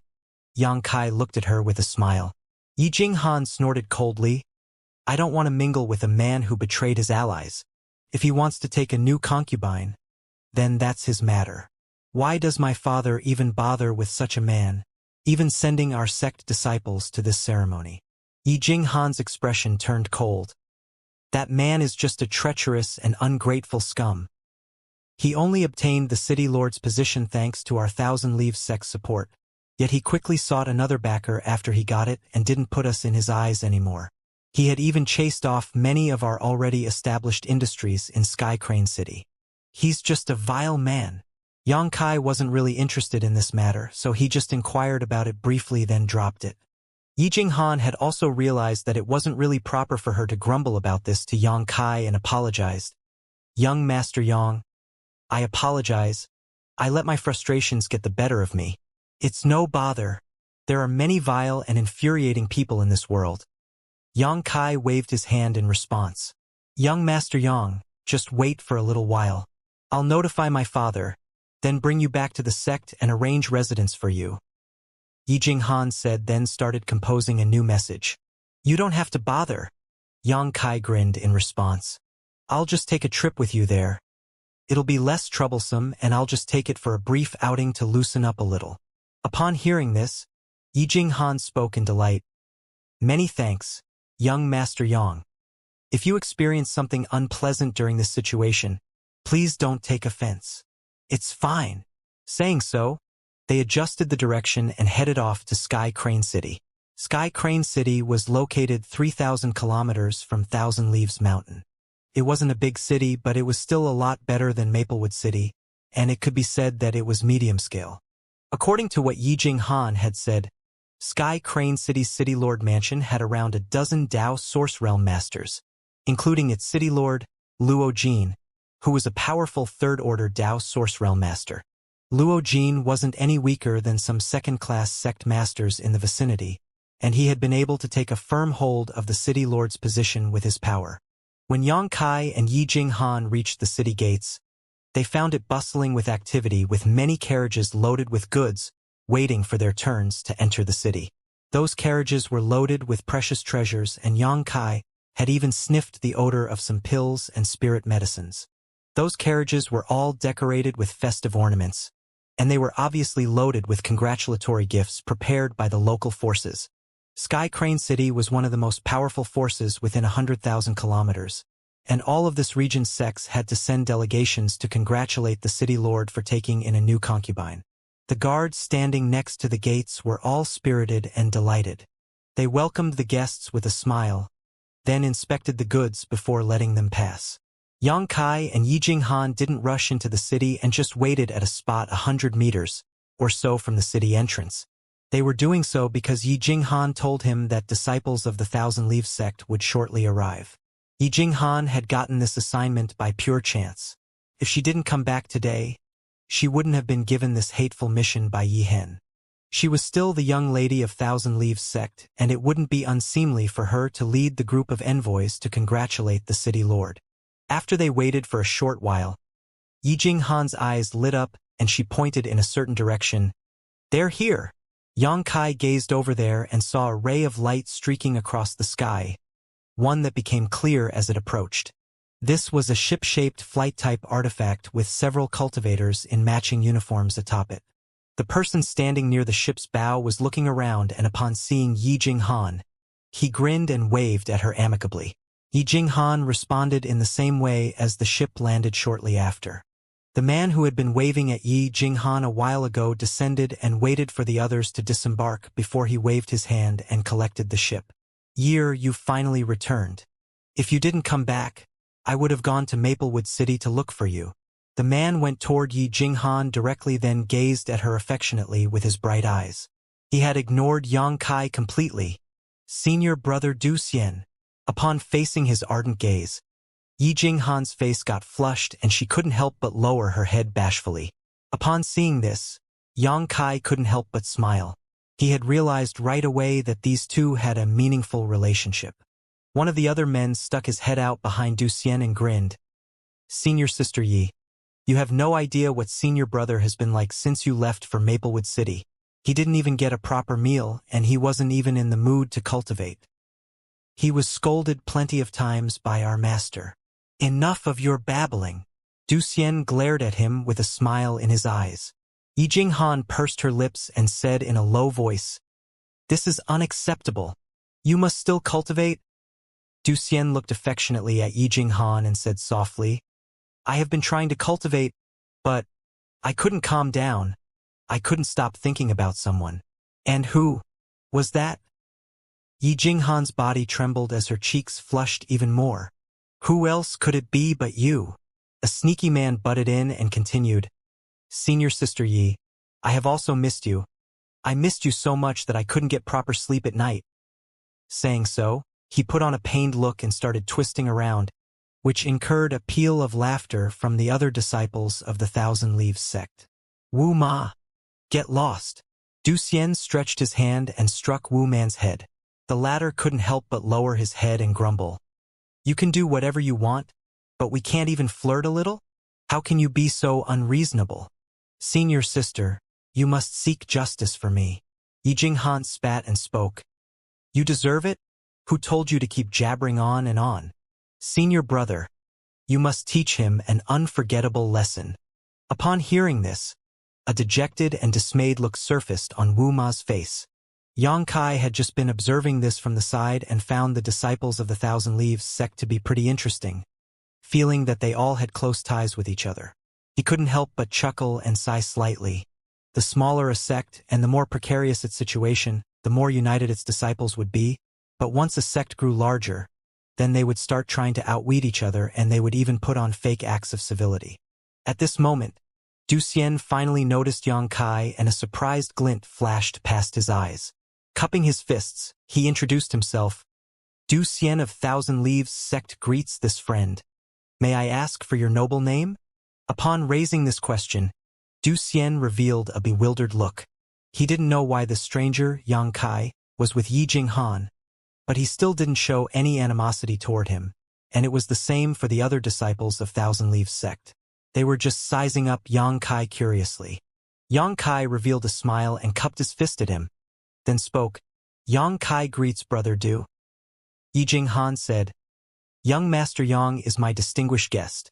I planned to bring him back to the sect to discuss a certain matter with my father, but I was dispatched by him to Sky Crane City Midway. Junior and senior brothers, you must never slight him." She spoke solemnly, as if Yang Kai had some kind of prominent status.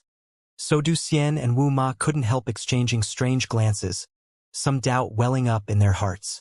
Upon releasing their divine senses, they discovered that Yang Kai was just a second-order Dao Source Realm cultivator. He was also not clad in luxurious robes and did not look like a disciple from one of the top sects. So why was Yi Jinghan being so cautious around him? They had many doubts about this, but they still didn't raise any questions and just nodded lightly in response. "Since everyone has arrived, let's enter the city. That old thing's wedding ceremony is tomorrow, isn't it?" Yi Jinghan looked at Du Xian and asked without providing any further explanation about Yang Kai. After all, she had invited Yang Kai to repair the world-crossing space array, which was an extremely delicate matter which was best kept secret. She didn't even notify and report it to Yi Hen yet. At this moment, Xian finally averted his attention from Yang Kai and spoke with a grave look. Year, watch your tongue. Yi Jinghan spat out her tongue in response. It's already polite of me to call him an old thing. He's already got half a foot into the grave, yet he's still taking in new concubines. I wonder which ignorant girl had been deceived by him this time. Wu Ma revealed a bitter smile and spoke. She might not have been deceived, but rather forced. These past years, the city lord has been taking in new concubines over and over again, yet he still hasn't gotten any male descendants. I wonder if his body can keep up with this for much longer. He. It's divine retribution, Yi Jinghan said with a pleased look. Xian rubbed his forehead. Fine. You have already vented your frustrations, so leave it there. We have come to congratulate him, not stir up trouble. Before setting off, Master warned me repeatedly, and he urged me to not cause any trouble. After all, the representatives of all the big sects and forces in the area will be attending. Yi Jinghan just pouted in response with a displeased look on her face and didn't say anything else. Xian smiled at Yang Kai. Brother Yang, we must have made a mockery of ourselves in front of you. It's fine. Yang Kai waved his hand in response. Let's tidy up and enter the city, Xian shouted at the other people. The crowd straightened out their clothes a little, then went toward the city gate under the lead of Xian. The gifts the Thousand Leaves sect brought were all stored in their space rings. So they didn't really have anything to tidy up. Only people trying to openly flatter Luojin would use carriages to carry their goods. This way, as soon as they arrived at the city lord mansion, everyone would be able to clearly see the gifts they brought. There was a long line of people in front of the city gate, and the members of Thousand Leaves sect did not plan to cut the line. So they just joined the queue and waited for their turn to enter the city. Meanwhile, Yi Jinghan started apologizing to Yang Kai, as she was afraid to incur his displeasure.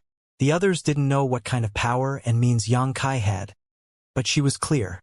Just 10 days ago, the Blood Dagger's 4 ghosts had been slaughtered by Yang Kai, the scene of which was still vivid in her memory. If Yang Kai didn't want to line up, he could just force his way into the city and no guard would be able to obstruct him. But doing so would incur a calamity for Thousand Leaves sect. Fortunately, it looked like Yang Kai was quite relaxed and didn't seem irritated. Upon seeing this, the expressions of Xian and Wu Man turned even more doubtful. They both couldn't understand why Yi Jinghan treated Yang Kai so prudently, as if she was dealing with an Emperor Realm Master. The line advanced quickly, and in less than half a cup of tea's time, it was their turn. At the city gate, the man in charge of checking goods and visitors grinned upon seeing Yi Jinghan and cupped his fists at her. So it is Thousand Leaves sect's young lady. Excuse our disrespect for not offering a proper welcome. He was an average-looking middle-aged man clad in festive clothes with a smile plastered on his face, a very fake one at that. He could be considered to be decent in strength, a first-order Dao Source Realm cultivator, and it looked like he held some important position in Sky Crane City. Usually, it wouldn't be up to such an expert supervising the gates. But this wasn't an ordinary time. All the factions in the nearby area were gathering at Sky Crane City to congratulate the city lord. So someone of status needed to be present to welcome them. He was that man. As per what he had just said, he had recognized Yi Jinghan, which wasn't really strange by itself, as Yi Jinghan had already stated that Sky Crane City's lord got his position only thanks to the support of Thousand Leaves sect. The residents of Sky Crane City had obviously gotten a lot of chances to interact with the members of Thousand Leaves sect. So the daughter of Thousand Leaves sect's sect master was a well-known figure. Yi Jinghan replied calmly with an ice-cold look plastered on her face. Elder Siming, just do your job. There's no need for false courtesy. Upon hearing this, the middle-aged man called Siming smiled. Young Lady Yi, thank you for your understanding. Our Sky Crane City is honored by your presence at the wedding of our city lord. If Sir City Lord learns of it, he'll be surely pleased. Please come in. Saying so, he beckoned at her and invited her into the city. He didn't try to embarrass Yi Jinghan.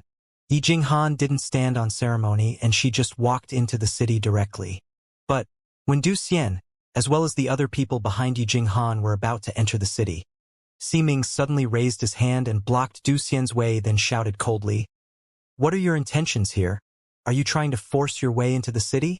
Upon hearing this, Du Xian furrowed his brow, while Yi Jinghan, who had been walking ahead, stopped midway and turned over to gaze at them. Si Ming shouted arrogantly, "Bold! You haven't obtained my permission, yet you want to enter the city? Are you looking down on my sky crane city?" Du Xian said with a displeased look on his face. "Elder Si Ming, are you blind or has your brain gotten worse with age? Didn't you see that we came here together with our sex, young lady? A brat like you still dares to curse at me?" Si Ming flew into a rage and snorted coldly, saying, "Do you think I don't dare to arrest you right now?" Du Xian squinted his eyes and sneered, "Elder Si Ming, what is your meaning here?"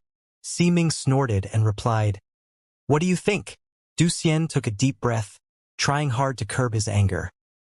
"We have come under our sect master's order to congratulate City Lord Luo. Are you trying to bar our way at the gate and make a joke of yourself in front of the masses? You've come to congratulate our city lord?" Si Ming said with feigned surprise, then started sizing up Du Xian, his mouth curling into a sneer. "You're clad in such cheap rags. Which sect do you belong to? You, old dog. How shameless can you be?" Upon hearing him, Wu Man flew into a rage. As long as one wasn't blind, he would have noticed that they came with Yi Jinghan and they were all disciples of Thousand Leaves sect.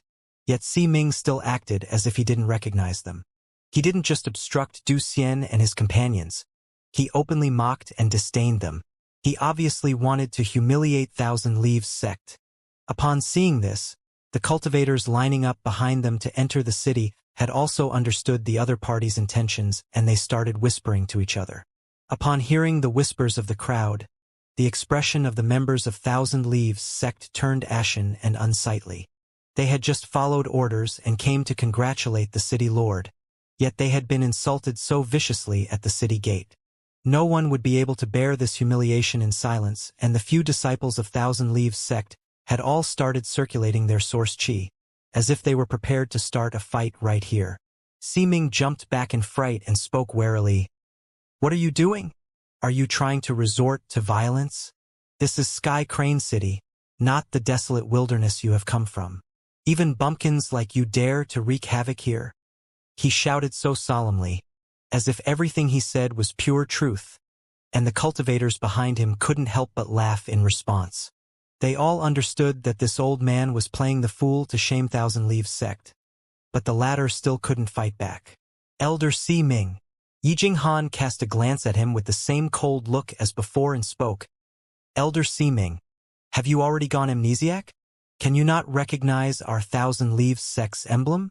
Does my father have to come here in person to tell you this?" Upon hearing this, Si Ming revealed a surprised look and looked at Yi Jinghan, then said, "Young lady Yi, what you were saying is..." Saying so, he turned his head to observe Du Xian and the others and glanced at the Thousand Leaves sect's emblem on their robes. He then struck his forehead and said sheepishly, "Ah, young lady Yi, forgive my mistake. I didn't notice it. So, those are the talented youths of your Thousand Leaves sect. When my eyes fell upon them earlier, I thought they were just some cough, cough." He put on such a serious act as if he had just realized this for real, and he kept apologizing to Yi Jinghan, as if he had just realized that Du Xian and the others were disciples of the Thousand Leaves sect. Humph! Yi Jinghan had been infuriated by this, and her pretty face went dark then flushed red. It was frustrating, and she couldn't even vent her pent-up emotions. "Since you are the talented youths of the Thousand Leaves sect, then you just have to register to enter the city. This has just flown out of my mind. Please don't take offense." Si Ming beckoned at Du Xian and the others with a bright smile on his face. "Register? What should we register for?" Yi Jinghan was surprised by what she had just heard. Si Ming said with a smile, "Your name, sect, as well as some other basic information. Young lady Yi, you're also aware that the city lord's wedding will be held tomorrow, and it's a very important event. These days, not just anyone can enter the city, and any person who enters the city has to register. This is an important matter regarding the city's order." Yi Jinghan spoke coldly. "Then why didn't I see any of the people before us registering?" Si Ming said with a smile. "Young lady Yi, you have such sharp eyes. Those people, I recognize them all and I know of their backgrounds. So, they don't have to register. Are you implying that you don't recognize our Thousand Leaves sect's disciples? Yi Jinghan spoke through gnashed teeth with her fury apparent on her face. Si Ming had been embarrassing the Thousand Leaves sect repeatedly, and she couldn't help but get angry. She didn't even want to visit Sky Crane City and attend the wedding in the first place, yet she still suffered a lot of trouble for it. She couldn't help but be filled with regret and hatred for coming here even more. What was even more infuriating was that Si Ming was deliberately shaming her precious Thousand Leaves sect in front of the whole crowd. Young Lady Yi, please don't embarrass me. I'm just following orders, Si Ming said solemnly with a smile plastered on his face. If you enter the city without registering, then the city lord will condemn me upon getting wind of this, and I won't be able to take responsibility for this. Fine. Fine. Yi Jinghan couldn't bear this any longer, and she was so infuriated that she broke into laughter. Sky Crane City, I'll bear this in mind. We aren't so adamant about entering the city. Senior brother, let's leave. Upon hearing her, Si Ming didn't get flustered, but rather, his smile turned wider. Yi Jinghan had already turned around, as if she would really leave, but Du Xian suddenly held her arm and shook his head at her, asking her to calm down. Luo Jin's wedding was just a normal celebration, but it had great significance as all factions within 100,000 kilometers would attend it, and if the members of Thousand Leaves sect left, it would be an open insult to Sky Crane City, giving them the perfect excuse to have a fallout with Thousand Leaves sect. This was the reason why Yi Hen had admonished and urged Du Xian and his companions before they left to bear any hardships and insults they might face during their trip. Du Xian was a mature and worldly individual, so upon seeing Si Ming's delighted smile, he realized right away that all of this was a trap set out for them. Si Ming probably wanted to send back the members of Thousand Leaves sect to fan the flames of conflict between Sky Crane City and their sect. Upon realizing this, Du Xian resolved himself to thwart his plans. He just pulled Yi Jinghan and moved his lips, sending a message directly to her ear. Yi Jinghan had been gnashing her teeth out of fury, while her chest heaved up and down, but upon hearing Du Xian's words, she quieted for a moment then nodded. Du Xian revealed a smile and cupped his fists then said, Elder Si Ming, we just have to register, don't we? Si Ming furrowed his brows and replied, That's right. Then isn't it quite simple? Du Xian nodded and walked toward the scarlet registration paper next to him and wrote his name, as well as his sect's name. Under his lead, the other disciples of Thousand Leaves sect followed suit, even though they were all irritated and angry. The disciples of Thousand Leaves sect quickly discovered an infuriating matter. Only the members of some weak families and third-class sects had written their names on this registrar. Any faction with a little bit of influence didn't have to do so, with their Thousand Leaves sect as the sole exception to this rule. In other words, they were placing the Thousand Leaves sect at the same level as those weak families and sects. The members of Thousand Leaves sect were all infuriated, but they could only bear this in silence. Soon the registration process was finished. When it was Yang Kai's turn, Yi Jinghan's pretty eyes flickered and she looked at him in worry. Yet she quickly noticed that he just went to the table obediently and wrote his name with the brush. Upon seeing this, she let out a sigh of relief. She was afraid that Yang Kai wouldn't cooperate and would just leave in a huff. Wait! Si Ming shouted and looked at Yang Kai with his ardent gaze, sizing him up before asking, Friend, you have an unfamiliar face. Are you also a disciple of Thousand Leaves sect? Yang Kai grinned and said, That's right. Si Ming snorted coldly. Friend, you should give this more thought before replying. Our Sky Crane City is now heavily guarded, so if you want to use the Thousand Leaves sect's name to sneak into the city, then we must have a little chat. Yang Kai raised his brows and spoke with a smile. Elder Si Ming, why are you so sure that I'm not a member of Thousand Leaves sect? Can you recognize all members of the Thousand Leaves sect? Si Ming replied, I don't dare to claim that I know all of them, but I have still seen most of them, especially those with a cultivation such as yours. Yang Kai said curiously, Is that so? Since you recognize most people with my level of cultivation, then how did you fail to recognize senior brother Du Xian? Brother Du is our sect's eldest senior brother. So how could you not recognize him? Du Xian next to them sneered. I'm also curious about this as well. I may not have been friends with Elder Siming in the past, but I have still chatted with you once or twice. So how could you act like you didn't recognize me just now? Siming let out a light cough and wiped off the sweat on his forehead before explaining. I simply didn't get a clear look of you a while ago. Elder Siming, it looks like you have gotten a serious eye ailment. You must treat quickly, or you won't be in this world for long. Du Xian spoke mockingly. Siming's expression changed. But your clothes don't have the Thousand Leaves sex symbol. How can you explain this? I changed into a new set of clothes for the city lord's wedding and have yet to embroider the sex symbol on it. Yang Kai grinned and lied without a single pause. I'm afraid this explanation is far from satisfactory.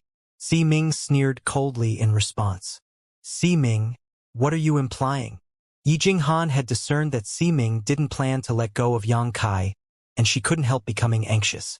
She had invited Yang Kai to repair the world-crossing space array, which was a critical matter that might even help Thousand Leaves sect rise up once again, so she attached the utmost importance to Yang Kai. Moreover, Yang Kai, just as an individual, was extremely strong, so if he flew into a rage, then the city gates would be dyed in blood. That was why Yi Jinghan quickly stood up for him and glared at Siming aggressively. Since we arrived, you have targeted us repeatedly. Do you think it's so easy to bully our Thousand Leaves sect? We have come to congratulate Luo Jin, yet you obstructed our way here and intentionally embarrassed us. If we leave right now, then none will be able to blame our Thousand Leaves sect, as it is clearly your Sky Crane City that has slighted its guests. Siming furrowed his brows and wondered why Yi Jinghan got so angry. Even when he tried to embarrass Du Xian and the others, she didn't get so irritated. Yet she had now directly called the city lord's great name without an ounce of respect. She had obviously lost all patience. As this thought ran across his mind, Siming smiled sheepishly. Young Miss Yi, please calm down. I was just upholding my duty with caution, and I just wanted to have a little chat with this little friend. If you don't allow us to pass, then we'll immediately leave. I'll give you 3 breaths. The decision is yours. Yi Jinghan glared at Siming coldly with a stern look. Siming's expression changed. He really hoped for the members of the Thousand Leaves sect to just leave, as he could use it as an excuse to break off all relations between Sky Crane City and the Thousand Leaves sect and annex its numerous industries in the city. But he suddenly felt that something was amiss, and his instincts were telling him that having a falling out with them right now would result in something terrible befalling him. This stranger sent a shiver up his back. I was just wondering who is so arrogant and aggressive. It turns out it was Year. At this moment, a voice drifted over from afar as a streak of light flew over and landed nearby, revealing 2 old and 1 young man. The 2 old men were both third-order Dao Source Realm Masters, and they wore composed and restrained expressions on their faces. As for the youth, he looked like he was in his 30s and was a first order of the Dao Source Realm. He was a handsome young man with rosy lips, pearly white teeth, and a folding fan in his hand. As he stood there fanning himself, he looked quite graceful and elegant. Xiaoyu. Upon seeing this person, Du Xian's expression turned grave, as if this young man had some exceptional background. On top of that, it also looked like Du Xian was pretty displeased by the way Xiaoyu addressed Yi Jinghan. Xiaoyu's expression turned cold as he gazed at Du Xian and said, My noble name is not something the likes of you can utter. Slap him. After he said so, all cultivators outside the city widened their mouths with a shocked look on their faces. After all, Du Xian was a second-order Dao Source Realm cultivator, yet Xiaoyu planned to slap him just for uttering his name. If Du Xian really suffered such an insult here, his martial heart might crumble and he wouldn't have the face to see people in the future.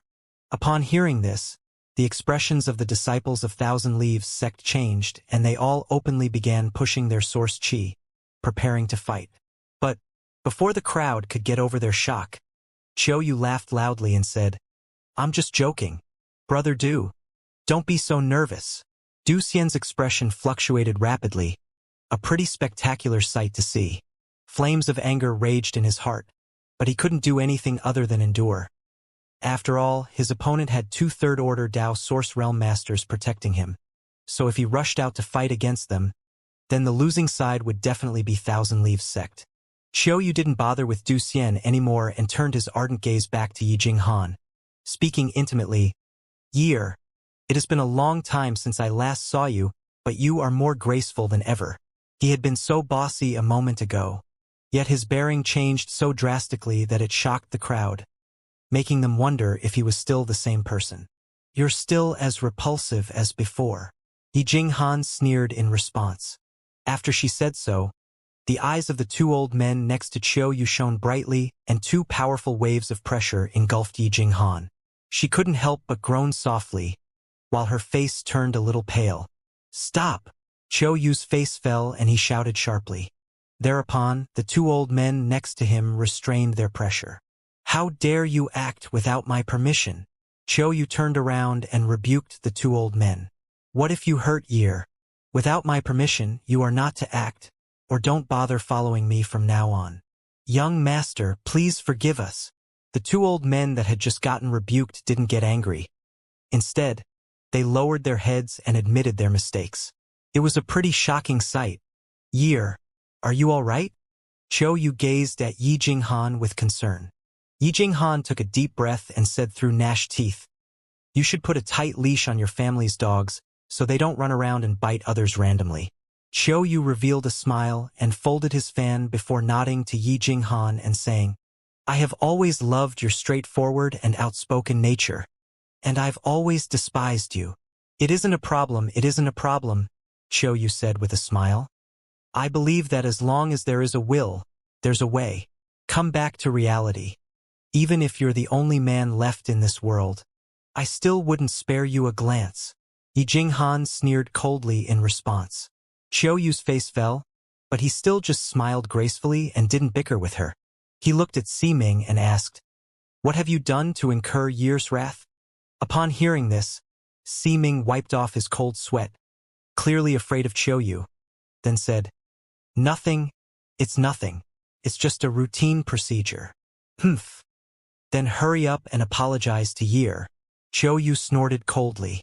Upon hearing this, Ximing ran toward Yi Jinghan and spoke servilely, Young Lady Yi, if I have offended you a moment ago, then please don't take it to heart and forgive me.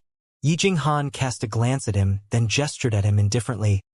Elder Ximing, you were just upholding your duty. So, let's just forget this. A planned meeting cannot compare to one destined by fate. Year, why don't we enter the city together? I have obtained some excellent dark blood tea, and was eagerly seeking someone to taste it with. Would you do me the honor? Qiu Yu turned around and said with a smile. Yi Jinghan replied coldly, The path we are taking is different. So no. Saying so, she called out to Du Xian and the others, Senior brother, let's go. Du Xian nodded lightly then smiled at Qiu Yu, as if he had one. Young Master Qiu, you should slowly enjoy your tea alone. Be careful to not choke on it. Hee brother Du. Many thanks for your concern. Qiu Yu didn't get angry and just replied with a smile. After a short moment, the members of Thousand Leaves sect all entered the city. Likewise, Qiu Yu, who was already bored of this place, headed back to the city with the two old men and disappeared among the crowd. What kind of background does that Qiu Yu have? It seemed like his status was not simple. Upon entering the city, Yang Kai asked curiously. Yi Jinghan let out a sigh and replied, He's the young master of Sky Illumination Palace, a sect at odds with our Thousand Leaves sect. They have repeatedly tried to suppress us, but we are still here. I also heard that Sky Illumination Palace's master, Qiu has gone into secluded cultivation in an attempt to break through to the Emperor realm. If he were to succeed, then... Saying so, a worried look appeared on Yi Jinghan's face. Du Xian spoke, Sky Crane City and Sky Illumination Palace are working together. So if Qiu becomes an Emperor realm master, our Thousand Leaves sect's future will be bleak. Upon hearing this, Yang Kai realized that the city lord's new backer was none other than Sky Illumination Palace. Wu Ma continued, It isn't that easy to enter the Emperor realm. That old man Qiu will probably suffer cultivation dissonance during his breakthrough and die. The crowd clearly discerned that he had just cursed him to die. However, since Chiuze dared to attempt to break through to the Emperor realm, then he surely had the confidence to succeed, and if he really did, the Thousand Leaves sect would be in big trouble. Our master has his own plans regarding this, so we just have to diligently perform our own duties. Du Xian had realized that his fellow brothers had fallen into a low mood, and he quickly consoled them. In Sky Crane City, the members of Thousand Leaves sect stopped in front of a store called the Heavenly Puppet Workshop. Yi Jinghan introduced it to Yang Kai. This is our greatest industry in Sky Crane City. If you don't mind, you can stay here for 2 days. Once tomorrow's wedding comes to an end, we'll return to the main sect. Yang Kai gazed at the grandiose and luxurious Heavenly Puppet Workshop, then nodded. He could clearly discern that the Heavenly Puppet Workshop's business had once been amazing, as any store built in such an expensive plot of land would be as bustling with plenty of business. But this was clearly a matter of the past. The current Heavenly Puppet Workshop was completely deserted, and the goods on the shelves were left to collect dust. Even the clerk was just dozing off behind the counter. This clerk was laughing in his sleep while drooling. Obviously, he must be having a pretty good dream. The business here is quite bleak. Yang Kai sighed with emotions. Yi Jinghan smiled bitterly. If a store is usually surrounded by a few vicious-looking men, using the name of the city lord, it would naturally make our customers feel uncomfortable. Over time, who would dare buy anything from us? Upon hearing her, Yang Kai noticed a few thugs near the store, and they were all looking at the doors of Heavenly Puppet Workshop with a sneer, as if they were ready to make a move at any moment. However, upon seeing the badge of the Thousand Leaves sect on the robes of Yi Jinghan and her companions, these thugs hurriedly averted their gazes. Yang Kai let out a chuckle. Your sect's standing and businesses in Sky Crane City are in quite the conundrum. Yi Jinghan's expression turned gloomy. And it's gotten even worse than before. Young Master Yang, please come in. Yang Kai nodded and entered the store under the lead of Yi Jinghan. Du Xian, Wu Man, and the others exchanged glances in confusion. They had all noticed that Yi Jinghan valued Yang Kai greatly, and she treated him respectfully, as if he was some important and noble guest. But no matter how much they observed Yang Kai, he looked like an ordinary second-order Dao Source Realm cultivator. Therefore, they could not understand why Yi Jinghan was treating him with so much care. But this wasn't time for questions. After they entered the store, Wu Ma rushed over to the counter and struck it several times to wake up the sleeping clerk. The clerk must have also been a disciple of Thousand Leaves sect, but his cultivation wasn't high and his status was also pretty low. Upon seeing Yi Jinghan and her companions, he was scared out of his mind and his face turned pale. He could only lower his head and acknowledge his mistake. Yi Jinghan waved her hand at him impatiently. Ask the shopkeeper to arrange several rooms for us. Understood. I'll go right away to call the shopkeeper. Young lady, please wait for a short while. The clerk was scared witless, and he rushed quickly to the back room as if he had just gotten amnesty. After a short moment, an old man who seemed to be in his 50s walked out of the back room and went toward Yi Jinghan and her companions in quick strides. He bowed to them, then brought them to the back room and made appropriate arrangements for them. The wedding ceremony was being held tomorrow, and there were no other important events today. So after Yi Jinghan helped Yang Kai settle down in his room, she went back to her room and waited for a short while, until she heard someone knocking on her door. She moved toward the door with light steps and opened it only to see Du Xian standing there with a bright smile. The young woman's face got flushed and she invited him into the room bashfully. A room which would be shortly drowned in sugary words of love. Yang Kai was sitting cross-legged in his room, resting. He had come to Sky Crane City with Yi Jinghan only by pure chance, and he planned to just spend his days here in peace. But he still felt uneasy for some unknown reason, and he felt like something major would shortly occur, making it impossible for him to calm down. This was the first time he had such a feeling. He had never experienced something like this when cultivating. He didn't dare to take this lightly, and he started examining his body repeatedly with his divine sense, out of fear that he suffered some hidden damage during his cultivation or he formed a heart demon unknowingly. But he still didn't find any issue no matter how much he inspected his body. Rather, his uneasiness had only gotten stronger. He furrowed his brows and started mulling this over. He noticed that he got this feeling ever since he had entered Sky Crane City, as if something here was affecting him. It was a very peculiar feeling, but Yang Kai did not dismiss this sensation as irrelevant. He had already reached a fairly high realm, and no external event would be able to perturb his inner peace without it being of true significance. Yang Kai mulled this over for a long time, yet couldn't come up with an answer, and he could only let out a sigh and stand up. He planned to greet Yijing Han and tell her that he would go out for a walk, but upon releasing his divine sense, he saw Yijing Han and Du Xian flirting in the room, and his face had immediately darkened. They weren't really doing anything overboard. Du Xian was just holding Yijing Han's hand and looking at her affectionately while showering her with words expressing his deep yearning for her. As for Yijing Han, she just lowered her head with her cheeks and neck flushed. Yang Kai quickly took back his divine sense, as he was afraid that he would shortly gouge his eyes out if he continued watching this sight. He didn't tell anyone about what he had just seen, and his body quickly flickered as he left Heavenly Puppet Workshop to appear in the crowded main street. Sky Crane City could be considered one of the Southern Territory's medium-sized cities, so both its overall layout and scale were far above Maplewood City. Its streets were big enough for 8 carriages to pass side by side, and they were filled with a throng of cultivators. There were many stores set up at the sides of the street with loud shouts reverberating in them. The whole city had a special festive air and was decorated with colored lanterns and banners, which was most likely because of the wedding ceremony tomorrow.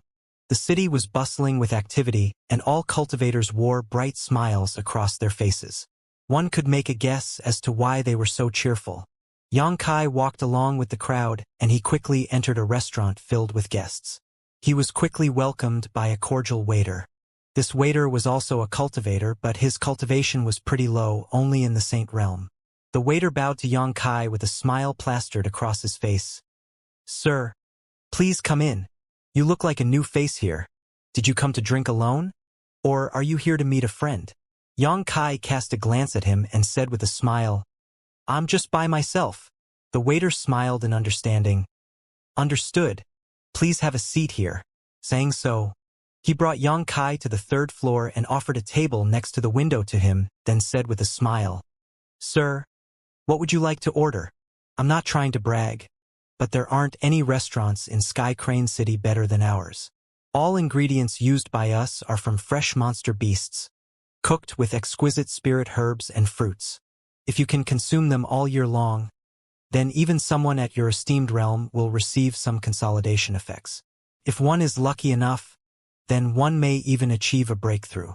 This has occurred in our restaurant a few times already." "Oh!" Yang Kai raised his brows in surprise and spoke with a smile. "What do you think someone at my cultivation should have?" The waiter chuckled. "Sir, I can guess with a glance that you're a Dao Source Realm cultivator, so you should obviously have the best dishes and wine. The only thing missing would be the company of a beauty." The waiter had been working here for many years, and he had already gotten a pair of pretty discerning eyes.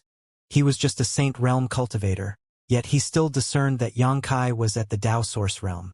He wasn't just decent looking, he was also slick-tongued and could easily get on people's good side. Yang Kai chuckled. "All right, I'll leave it to you." Upon hearing this, delight surfaced on the waiter's face, and he declared, "Sir, I won't disappoint you, and if you don't leave in satisfaction, then you can break my legs to make a stew out of them." Yang Kai nodded and spoke. "I'll take you at your word. If I am dissatisfied by any little thing, then I'll fulfill your wish." The waiter's face darkened, and he could only say, "Then I'll have to do my best." Saying so, he quickly left to arrange and handle this. Yang Kai sat down next to the window and looked outside while waiting. He found this pretty amusing, and he regained his spirits. He had been pretty despondent for the past few days, and he still got pretty uneasy a while ago. Yet all of those gloomy feelings were swept away now. It wasn't limited to just this. Yang Kai also felt that his body had turned lighter. He felt refreshed and full of vigor, and his body's source chi started circulating quicker than before. Upon noticing this, Yang Kai was taken aback, but he quickly understood what happened. His state of mind seemed to have achieved a subtle breakthrough. Realizing this, his delight quickly surfaced on his face. Going for a walk had been a wise decision. If he stayed in the heavenly puppet workshop and cultivated, then he would have just racked his brain over this in vain and wouldn't have gotten this fortuitous encounter. After a short while, the waiter served him top-notch dishes and wine. Even though Yang Kai felt that the waiter was just bragging somewhat, he couldn't deny that the dishes of this restaurant were pretty delicious, and they were all made from special ingredients rich in energy. If one consumed those dishes all year long, then it was theoretically possible to increase their cultivation. But it was quite an insignificant increase, and it wouldn't be as pure and refined as meditative cultivation. So, cultivators would usually avoid such methods to increase their cultivation. They would have to spend a large amount of source crystals to eat here every day, just to obtain limited growth. It would be far better to just sit down and cultivate. But Yang Kai didn't bother with nitpicking over tiny details with the waiter. He just praised him with a few words and tipped him with a few source crystals, then asked him to leave. Yang Kai then just sat there by himself and enjoyed his drink alone. The third floor of the restaurant was packed with guests sitting down in groups. At worst, the patrons were pairs, with the sole exception being Yang Kai. Everyone was drinking cheerfully and discussing miscellaneous matters in loud voices, touching upon many of land's affairs and oddities. Yang Kai had been listening to them with full interest. The topic of discussions quickly focused, however, on the new concubine being taken by the city lord Luo Jin. The reasons for this were most likely rooted in the curiosities of men. Now that you mention it, the city lord is already so old, yet he's still enjoying himself. You're right. The city lord has already taken in 14 concubines, and he's planning on marrying a 15th tomorrow. I really wonder where he gets all the energy to keep up. Ha ha ha. Leaving beauties to spend their nights in solitude is pretty cruel and sinful. If Sir Luo can't pamper them all equally, then his harem may stray off-road. Huh? Brother, from what you have said so far, it seems that you're harboring some desires for them. Hee, I won't dare. I would never dare. I'm just speaking randomly. It looked like you were sympathizing with them, as if you wanted to help the old city lord. Hey, if I get a chance, I may give it a try. As the saying goes, if you can die beneath a beauty, then you won't have any regrets. Don't you think you had enough drinks? If you don't zip your mouth, then a calamity may befall you. Don't forget that walls have ears. Someone suddenly spoke in a cold voice and warned them. Upon hearing this, the expressions of the two people caught in a heated discussion changed, and they said sheepishly, "We have really drunk more than we should. What did we say a while ago?" "Nothing, we didn't say anything. Come on, let's have another drink." The topic of the discussion had suddenly shifted. But after a short while, someone brought it up again. Now that I think about it, it's said that his 14 concubines are all outstanding beauties. If one can live as Sir Luo, then he won't have any more regrets in life. Well, he's the city lord after all. But from what you said, you must have gotten to see the city lord's concubines, didn't you? He's got a point there. The city lord keeps all of his concubines hidden in the city lord's mansion. Even if they were to come out, they would be escorted by guards, clearing the way for them. Their faces are always covered by black veils. Friend, tell me, how did you get to see them? That person revealed a faint smile. Hee, I didn't get to see them, but my niece is working as a maid in the city lord's mansion, and she got the opportunity to serve as concubines. According to her, they are all exceptionally beautiful, especially the newest one. She's a lot prettier than the others, and the city lord is quite fond of her. Huh? Do you have information about the new bride? Hurry up and tell us. What does she look like? That's right, we're all curious about her. That man said with a smile. I don't mind telling you, but I don't have any wine on my table. I'll take charge of it. Waiter, serve us a few bottles of your best wine. Someone suddenly shouted. The man cupped his fists at him. Friend, you're pretty straightforward. I won't keep you in suspense, and I'll tell you everything in detail. Saying so, he wiped off his mouth and started describing the city lord's new bride with his silver tongue. As the man described it, the crowd felt like they could see a graceful and alluring woman stroking her hair coquettishly and walking out of the void toward them. They had all revealed captivated looks, and some had almost started drooling. Humph! At this moment, someone let out a cold snort and slammed his mug onto the table heavily, letting out a loud rumble. The crowd lost in their fanciful dreams, and they all looked angrily at that said person. Xianxia had also been listening to the previous man's tale eagerly, and he quickly looked at the source of the noise. He sighted upon a muscular man stinking off alcohol with a vicious glare in his eye. Upon sweeping him with his divine sense, Xianxia discovered that this man was only a third-order origin king, and his aura seemed pretty unstable. It seemed like he had suffered some kind of serious injury recently. The man's right eye was completely white without a pupil, as if it had been blinded by some unknown substance. The man looked pretty vicious, and his strange eye only made him scarier. At this moment, anger was apparent on the one-eyed man's face. He had even destroyed the cup in his hand, causing sweet liquor to drip through his fingers. I was just wondering who it was. It's the lone tiger who has just left his mountain, brother Wuxia. The person who had been speaking a while ago laughed, then covered his mouth. No, he's now the one-eyed tiger. Ha ha ha. The man didn't even bother with hiding his mockery, and he laughed along with the crowd. It looked like they all didn't like the man surnamed Chai. Brother Chai, I'm pretty curious. Who blinded you? After that man had his fill of laughter, he questioned him. Chai, who snorted and didn't bother with replying. He just sat there with a vicious look on his face and rolled his soul eye at that person. If you continue making things up, then I'll tear you apart. The expression of that person changed and he shouted, Making things up? What do you mean by that? Chai, who said, That woman doesn't look anything like that. Which woman? That person furrowed his brows, but he quickly came back to his senses and responded, squinting as he said, Chai, who are you talking about? The city lord's new bride. Chai, who snorted coldly, then raised a wine bottle on the table to drink it down in one gulp. That man still didn't let go of this. You're talking like you have seen the bride. Did you? Chai, whose hand suddenly stiffened and a reminiscent look flashed past his soul eye, but he still said coldly, It's none of your business. That person was taken aback and he clapped with a smile. I suddenly understand how you got blinded. He stopped for a moment, leaving those around him in suspense, then laughed aloud. You must have peeped on the city lord's bride when she was bathing and your eye got blinded by her.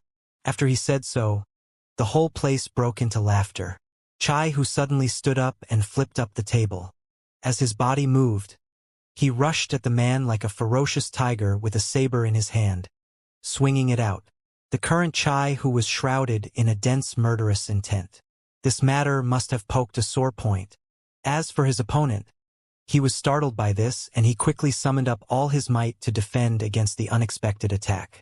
These two were both third-order origin kings, so their moves possessed indomitable might.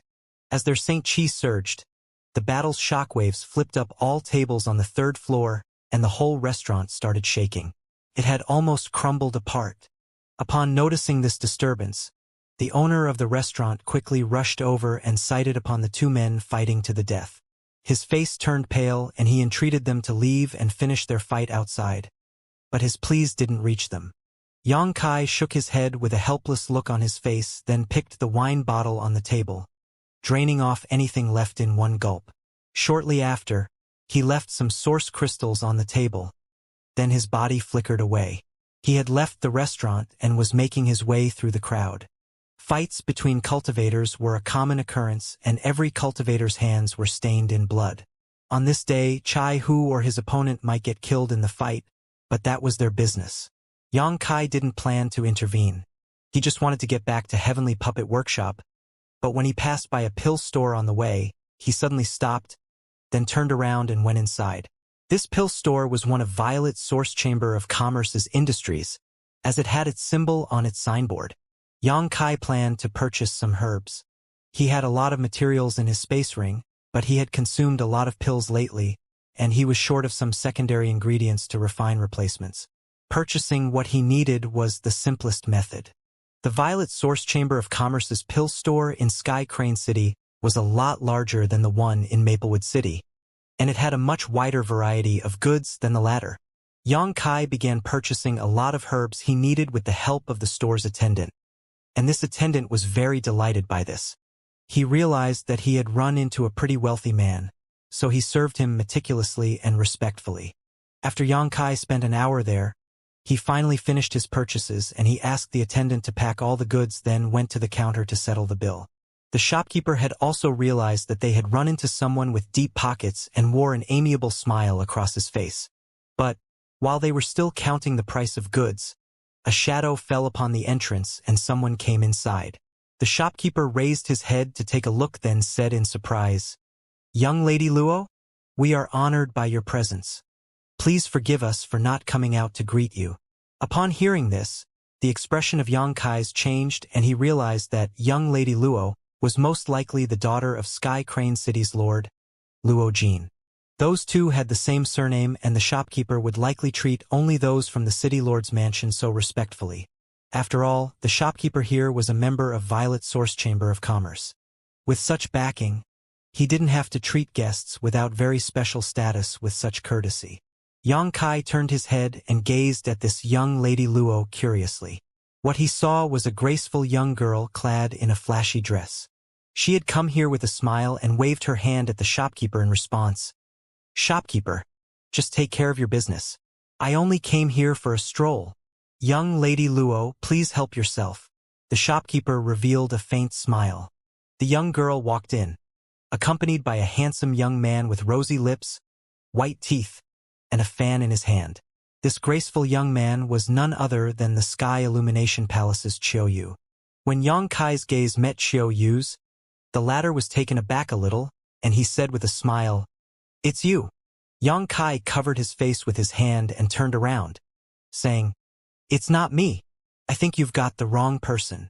Qiu Yu was startled and he couldn't help but wonder what Yang Kai was playing at. The young girl sized up Yang Kai curiously, then gazed at Qiu Yu, asking him, "Brother Yu, do you know this man?" Qiu Yu smiled, "I know him, but I'm not that close to him." "Eh?" The young girl nodded, then patted Yang Kai's shoulder boldly and said, "Hey, Brother Yu is talking with you? How dare you ignore him?" Yang Kai moved his shoulder aside and shook off her hand, then looked at her in irritation. "Men and women should avoid any intimate body contact. Didn't your parents teach you this? Why are you patting someone else's shoulders so casually? What are you up to?" The young girl's face got flushed and she said through gnashed teeth, "You dare to rebuke me?" Qiu Yu said with a smile, "Little Sister Bing, don't lower yourself to his level. This person has always been so guileful. He was also like this at the city's gate. He even sneaked into the city under Thousand Leaves Sect's name. Who knows what he's up to?" "He is with Thousand Leaves Sect?" Luo Bing's face fell upon hearing this, as if she had a very bad impression of Thousand Leaves Sect. "That's right." Qiu Yu nodded lightly. Luo Bing spoke promptly. "Then he surely has some malicious plan. Hey, tell me honestly, what did you sneak into the city for? Are you concocting some devious plot?" She had unexpectedly started interrogating Yang Kai directly. Yang Kai looked at the young girl with a helpless look on his face. This little girl must have been spoiled to the bone and is completely oblivious to the ways of the world. Thinking so, Yang Kai suddenly let out a nasty laugh. Luo Bing spoke out of disgust. "Your laugh is so sickening. Hurry up and blurt it out. What did you come to the city for?" Yang Kai let out a peal of lecherous laughter and spoke. "What else other than that? I heard that Sky Crane City got so many beauties and I have just come here to enjoy myself. I'm especially interested in young girls with tender skin." Saying so, he took a deep sniff of the air with an infatuated look at his face, then spoke again. "What a rich fragrance! What taste! So sweet and delicious! Zaizizi." Luo Bing had been so frightened that her face turned deathly pale. She couldn't help but move back several steps and she couldn't utter another word. Qiu Yu furrowed his brows and moved in front of Luo Bing, hiding her behind him, then snorted coldly, "Friend, pay attention to your words. You can eat whatever you want, but you can't say whatever you want. Some words may cost you your life." Yang Kai chuckled and shrugged his shoulders. "It's you who forced such a label on me, insinuating that I sneaked into the city with ulterior motives. So, I just played along with you." At this moment, Luo Bing had come back to her senses, and she jumped from behind Xiaoyu and shouted in a sweet voice. You dared to scare me? Do you know who I am? Yang Kai cast a glance at her, then brushed off her threats. Don't know. Please don't bother me. You're a nuisance. He dared to shoo me off.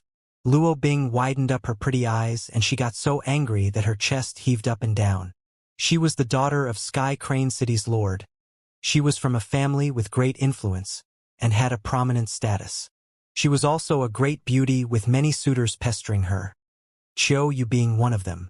Every time Xiaoyu visited Sky Crane City, he would accompany her and would follow her closely like her shadow. Moreover, Luo Jin spoiled her and satisfied every little request of hers. She had always lived with the world revolving around her, where everyone treated her with the utmost care. She had never been so shunned by a man before. She felt quite aggrieved, and she stamped her foot. You, I'll teach you a lesson. Upon hearing this, Yang Kai's face fell. He wasn't afraid of Sky Crane City, but if he got into a conflict with Luo Bing, then he would implicate the members of the Thousand Leaves sect, and he didn't hope to see this. Luo Bing shouted, then jumped toward Yang Kai with her head held high, staring at him viciously. When Yang Kai had just gotten wary, she turned her head around and pointed at the goods on the counter, then spoke with the shopkeeper. Did he buy those goods? Upon hearing this, the shopkeeper nodded without giving any thought to this. That's right. Good. Luo Bing gnashed her teeth. Then I want all of them. Don't sell off any of them to him. Yang Kai's expression turned gloomy, while Xiaoyu was taken aback.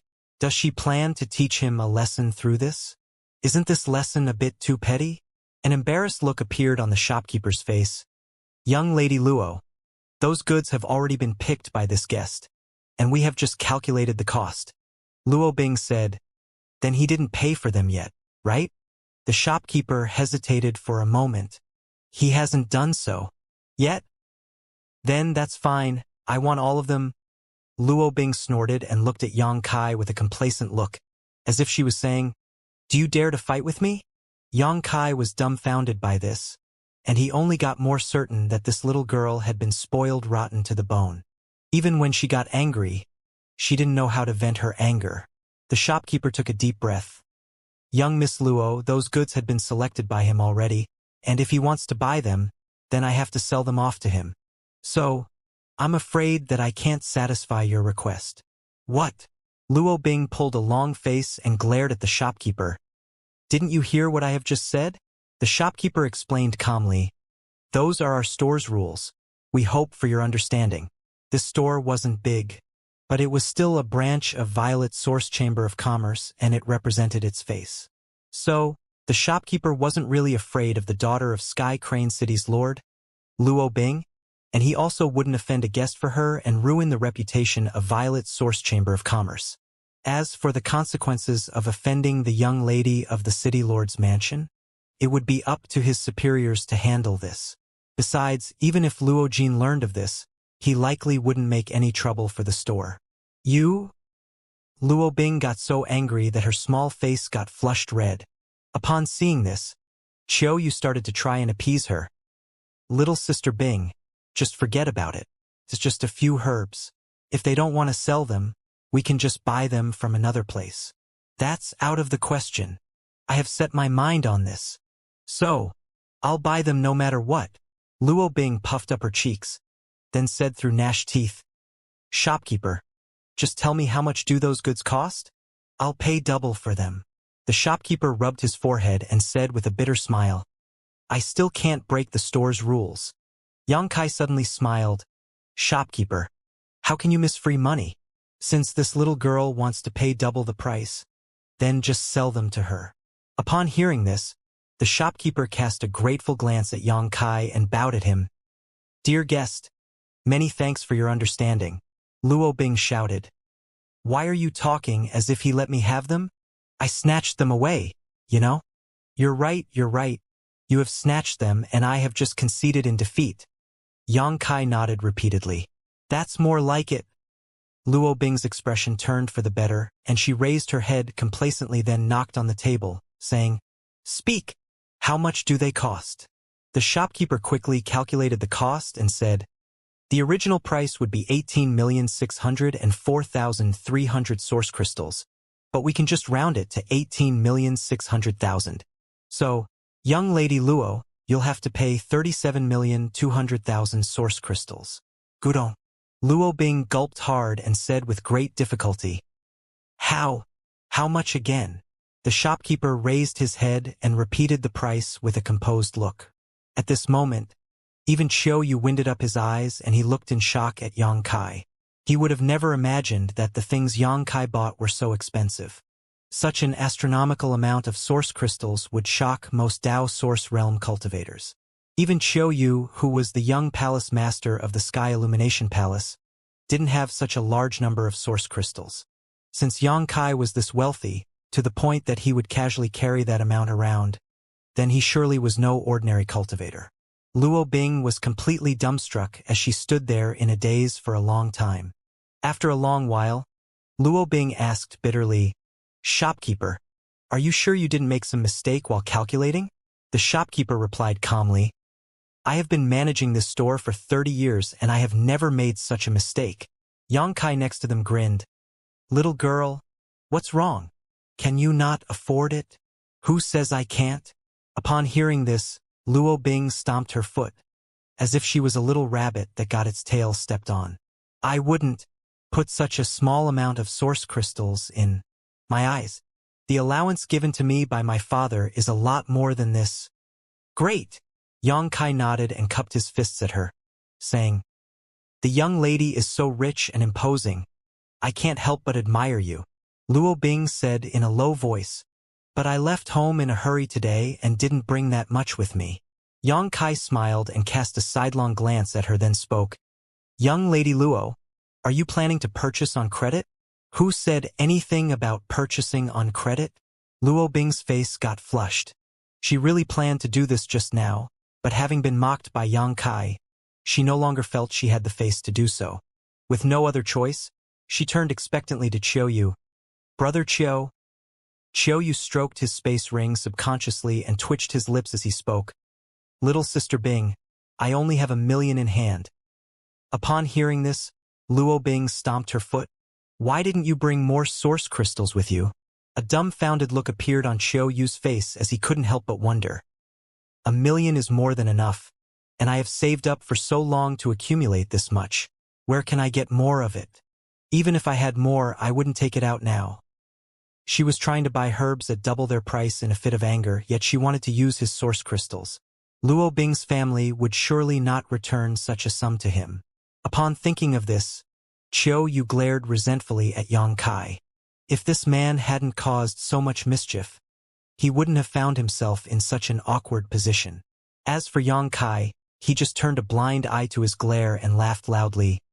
Young lady Luo, it seems you didn't bring enough with you. Then, I can only take these herbs for myself. Stop! Luo Bing shouted and jumped between him and the counter, using her body as a shield like she was protecting some precious treasure, shouting desperately at Yang Kai. Just wait for a little while. I'll go back and ask for the source crystals from my father. Would the city lord give such a sum to you? Yang Kai curled his lips. As long as Luo Jin didn't lose his mind, he wouldn't give Luo Bing such a large sum for her petty quarrel. At most, he would send some people after Yang Kai to teach him a lesson. Qiu Yu couldn't just continue to observe in silence. He stretched out his hand to pull Luo Bing and warned, Little sister Bing, don't make a scene. The city lord is completely focused on preparing for the wedding ceremony tomorrow, and he probably doesn't have time to meet with you. I'm not making a scene. I just want to make a purchase, Luo Bing said obstinately. Yang Kai shook his head and took the medicinal ingredients, then put them in his space ring. Shortly after, he paid the shopkeeper enough source crystals and turned around to leave. He didn't bother with quarreling with the two. Stop! Luo Bing ordered, but her shout was futile. Upon seeing that Yang Kai would shortly leave, she quickly pulled at Qiu Yu and entreated him. Brother Yu, please block him for me. I have to buy those medicinal ingredients today. Just forget about it. An irritated look flashed past Qiu Yu's eyes. He had already accompanied this insensible little girl for so long and he couldn't stand her temper tantrum any longer.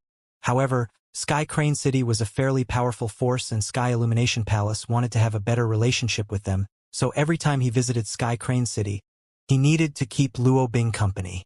If the city lord learned of this, it won't be a good end for you. What? What did I do wrong? I can take and do whatever I want in Sky Crane City, and if anything goes wrong, I'll take responsibility, Luo Bing said bossily.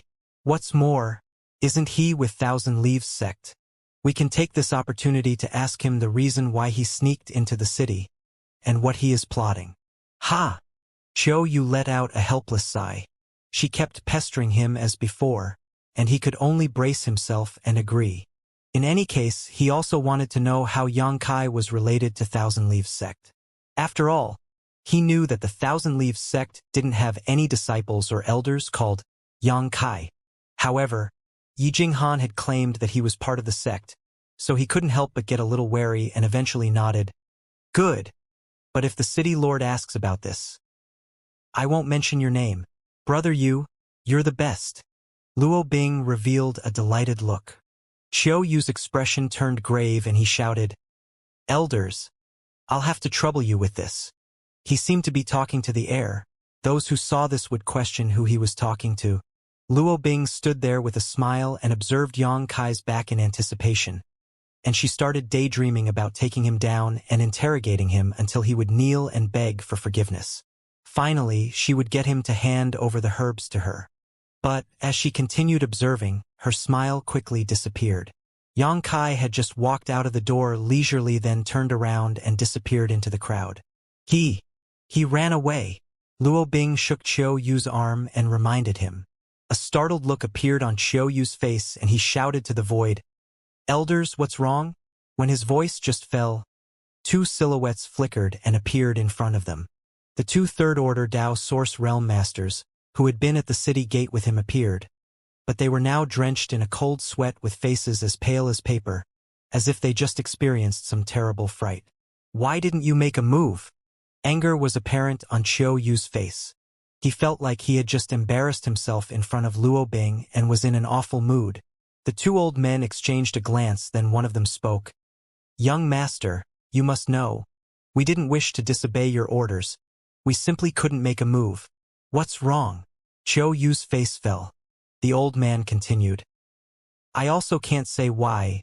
When we were about to act against that boy, we suddenly felt an ominous premonition, as though the shadow of death was looming over us. It was as if. Saying so, clear fear appeared on his face. The other old man added, if we had really made a move, we would now be corpses. Are you cracking a joke with me? Xiao Yu's jaw dropped as he glared at the two old men in disbelief. The old man who had spoken first responded, Young master, we have followed you for so many years and we have never disobeyed your orders. But this time, things are just not as they seem. That's right, please forgive us. The other old man pleaded. Xiao Yu observed them for long, then said bitterly, what you are implying is that he's hiding his true strength, and he's likely an Emperor Realm Master. Upon saying so, Xiao Yu couldn't help but gulp hard as cold sweat dripped down his back, his face turning deathly pale. The two old men were both third-order Dao Source Realm Masters, and even though they had already grown old, their power had only grown more refined and vigorous with time. No one other than an Emperor Realm Master could instantly take them down and deter them from making a move.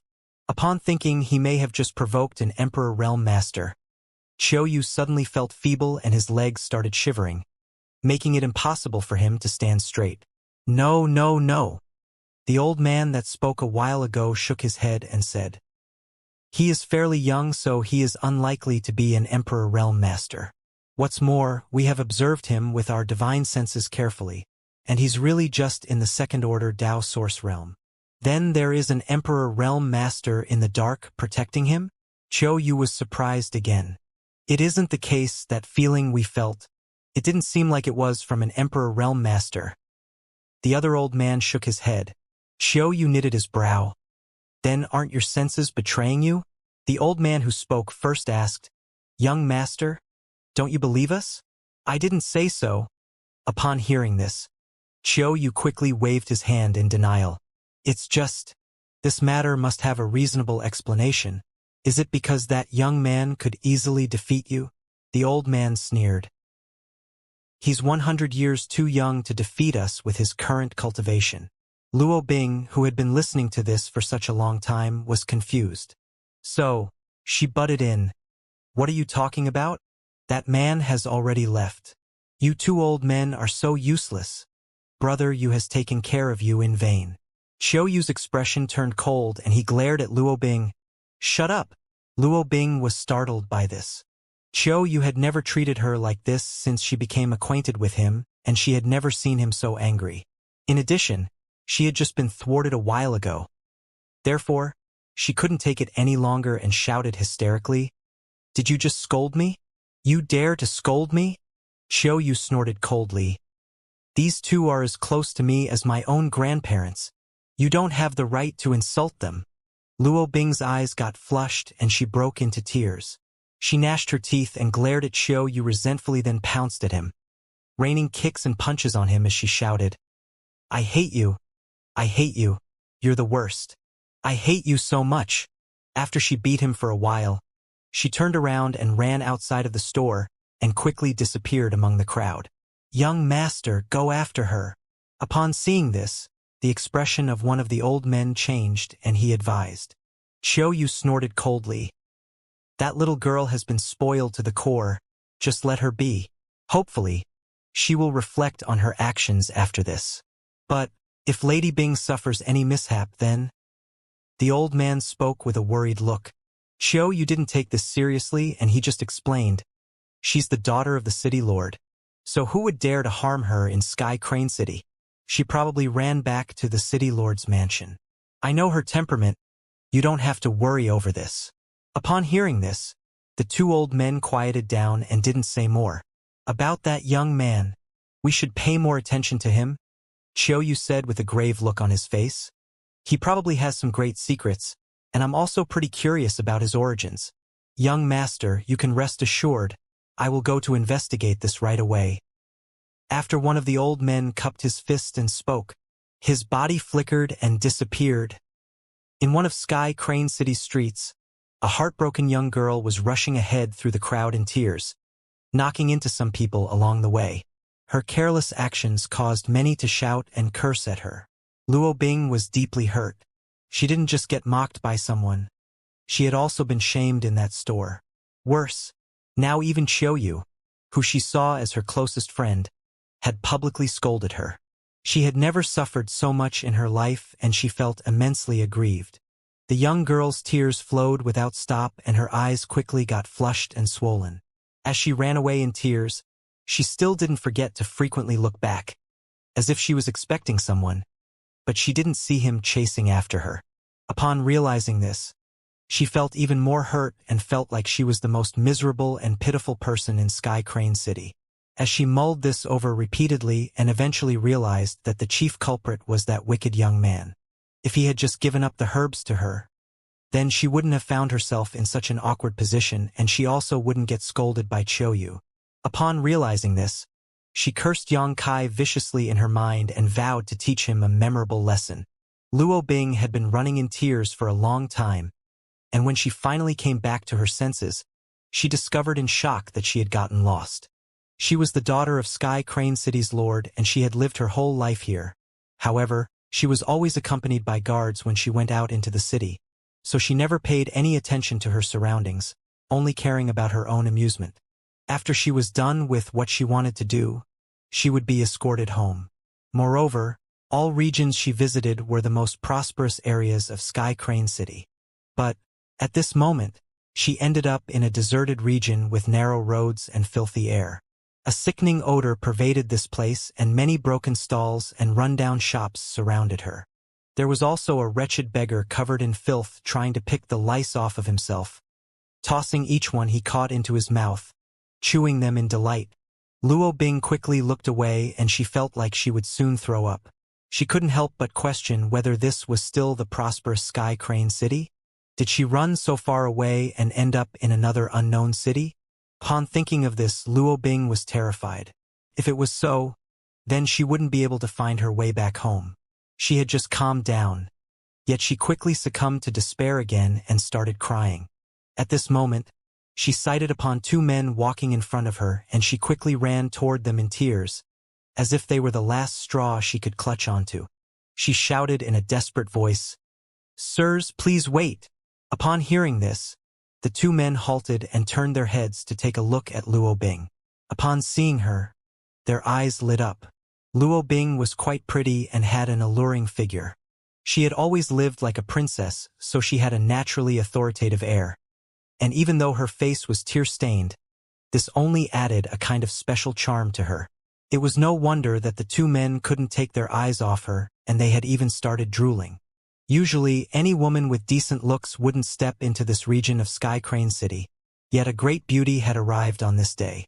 So, how could they resist the temptation? Upon checking the young girl with their divine senses, the two men discovered that she was just a third-order origin returning realm cultivator. They then exchanged a glance and could clearly see the eagerness apparent in each other's eyes. One of the two men, a slightly fat cultivator, revealed a friendly-looking smile and asked in a soft voice, "Little girl, what's wrong? Did you get lost?" Upon hearing this, Luo Bing's pretty eyes lit up and she looked in surprise at the fat cultivator, then spoke, "How did you know? I have gotten lost and don't know how to get back home." "Huh." The fat cultivator was taken aback. He had just blurted out whatever came into his mind, yet it actually hit the nail on the head. Besides, the young girl looked so delighted and innocent that it was obvious she wasn't putting on an act. He quickly understood that the young girl in front of him was the kind of sheltered flower that rarely left her home, and she didn't know the ways of the world. He just let out a cough and put on a compassionate look. "Young lady, don't be afraid. No one will hurt you with us here." Luo Bing wiped her tears, then broke into a smile, as if she had just been relieved from a heavy burden. "That's great. I knew there was still hope." As she smiled, she looked like a beautiful blossoming flower, and the two cultivators couldn't avert their eyes from her, gulping as their bodies started heating up. "You two hurry up and send me home. Once I get back home, I'll reward you generously." Luo Bing quickly recovered her bossy attitude and she started yelling at the two cultivators. The two men exchanged a glance, and the thinner one said with a smile, "Understood, we'll send you back home. Young lady, please follow us." Luo Bing nodded and waved her hand. "Lead the way."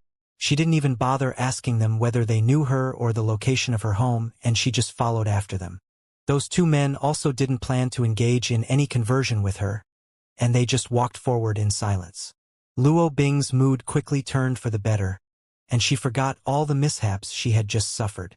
She had even started humming a tune like a happy little bird.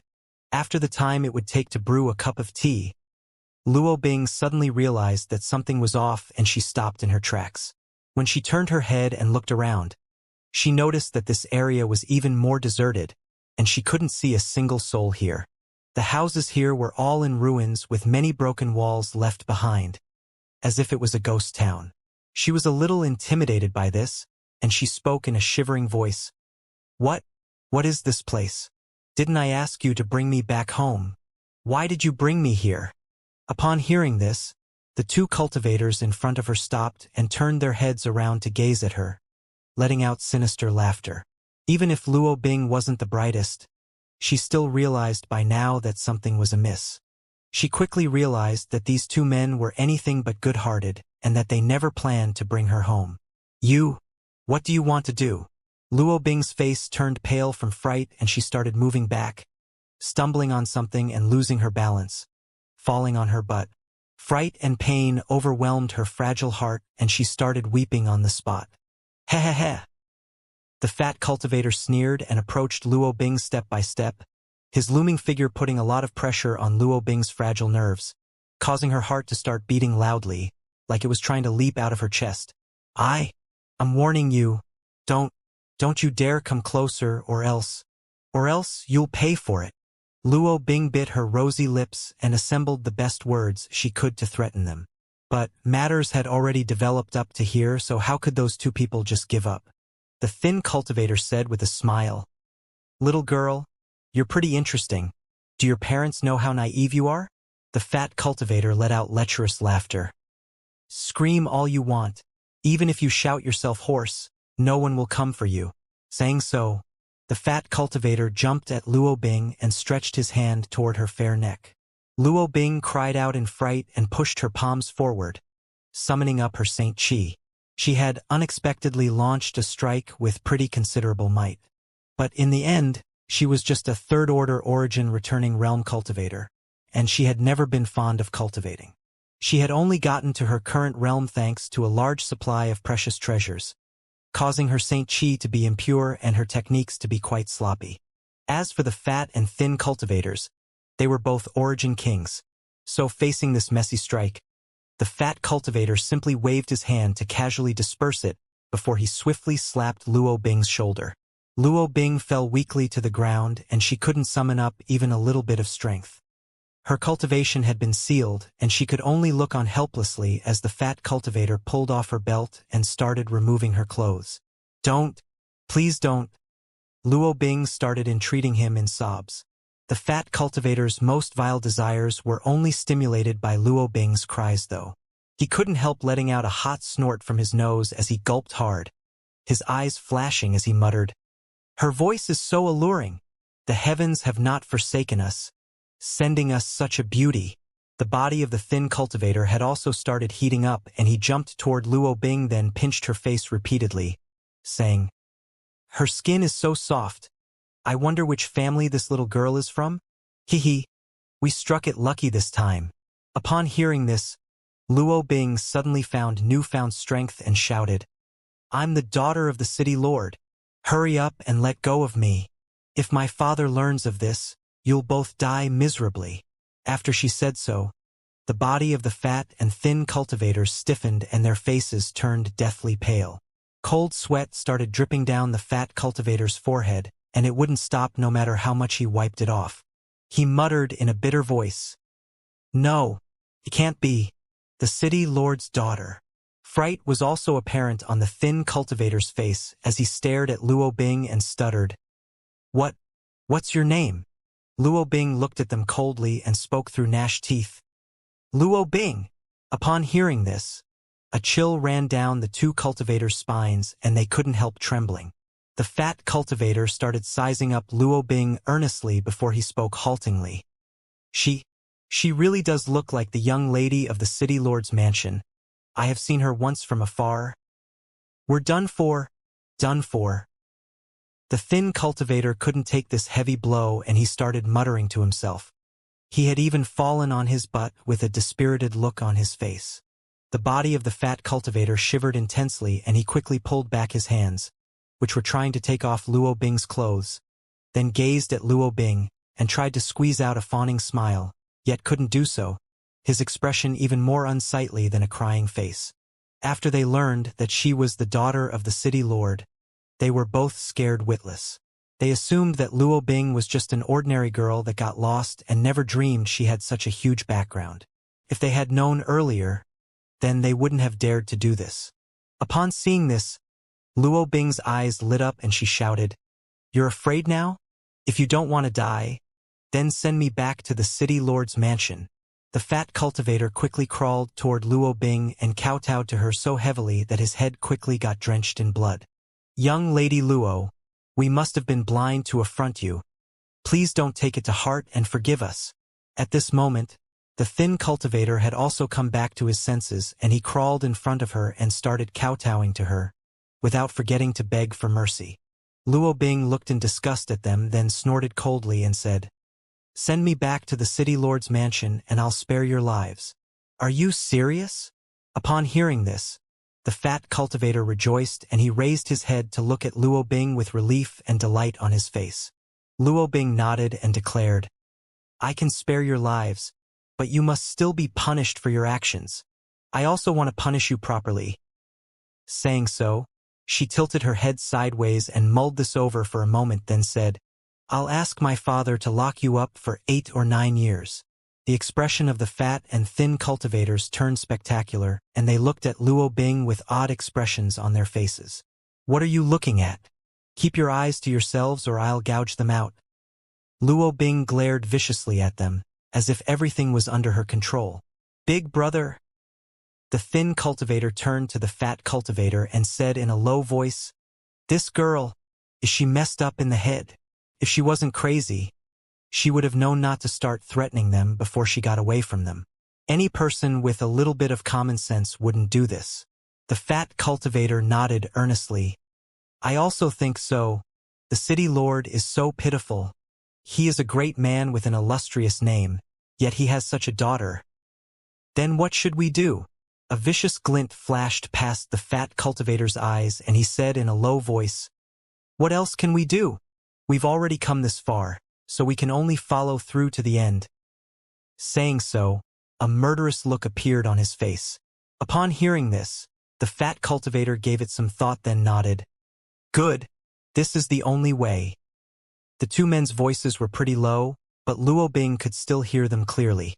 She assumed that she would shortly get away from them. Yet matters didn't develop as she had expected. Besides, from what they said so far, they didn't just plan to violate her anymore. They also planned to take her life. She got scared by this, and her face turned deathly pale, calling out in a fluster, "What are you planning to do? Don't do this. If you send me back to the city lord's mansion, I won't punish you. Okay?" "Too late." The fat cultivator sneered coldly in response. He had already made up his mind and was no longer afraid. The city lord was not a person to be trifled with, but they were now in a deserted region, so as long as they cleaned up the scene, any sins they committed could not be traced back to them. He quickly crawled toward Luo Bing and knelt in front of her. He could clearly smell her sweet maiden fragrance, and his body started heating up once more. He spoke in an indistinct voice and leaned closer to her, going after her lips with his large mouth. "She's so beautiful. If I can have her even once, then I won't regret dying right after it." "No, no." Luo Bing shook her head repeatedly, as she wanted to avoid his sickening face. But with her cultivation having been sealed and her movements restricted, she could only look on helplessly as his large mouth approached hers. She could already smell its nasty odor. Luo Bing's mind turned blank at that moment.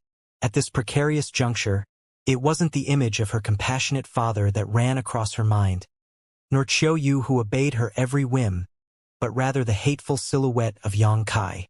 If it wasn't for him, then I wouldn't have suffered like this."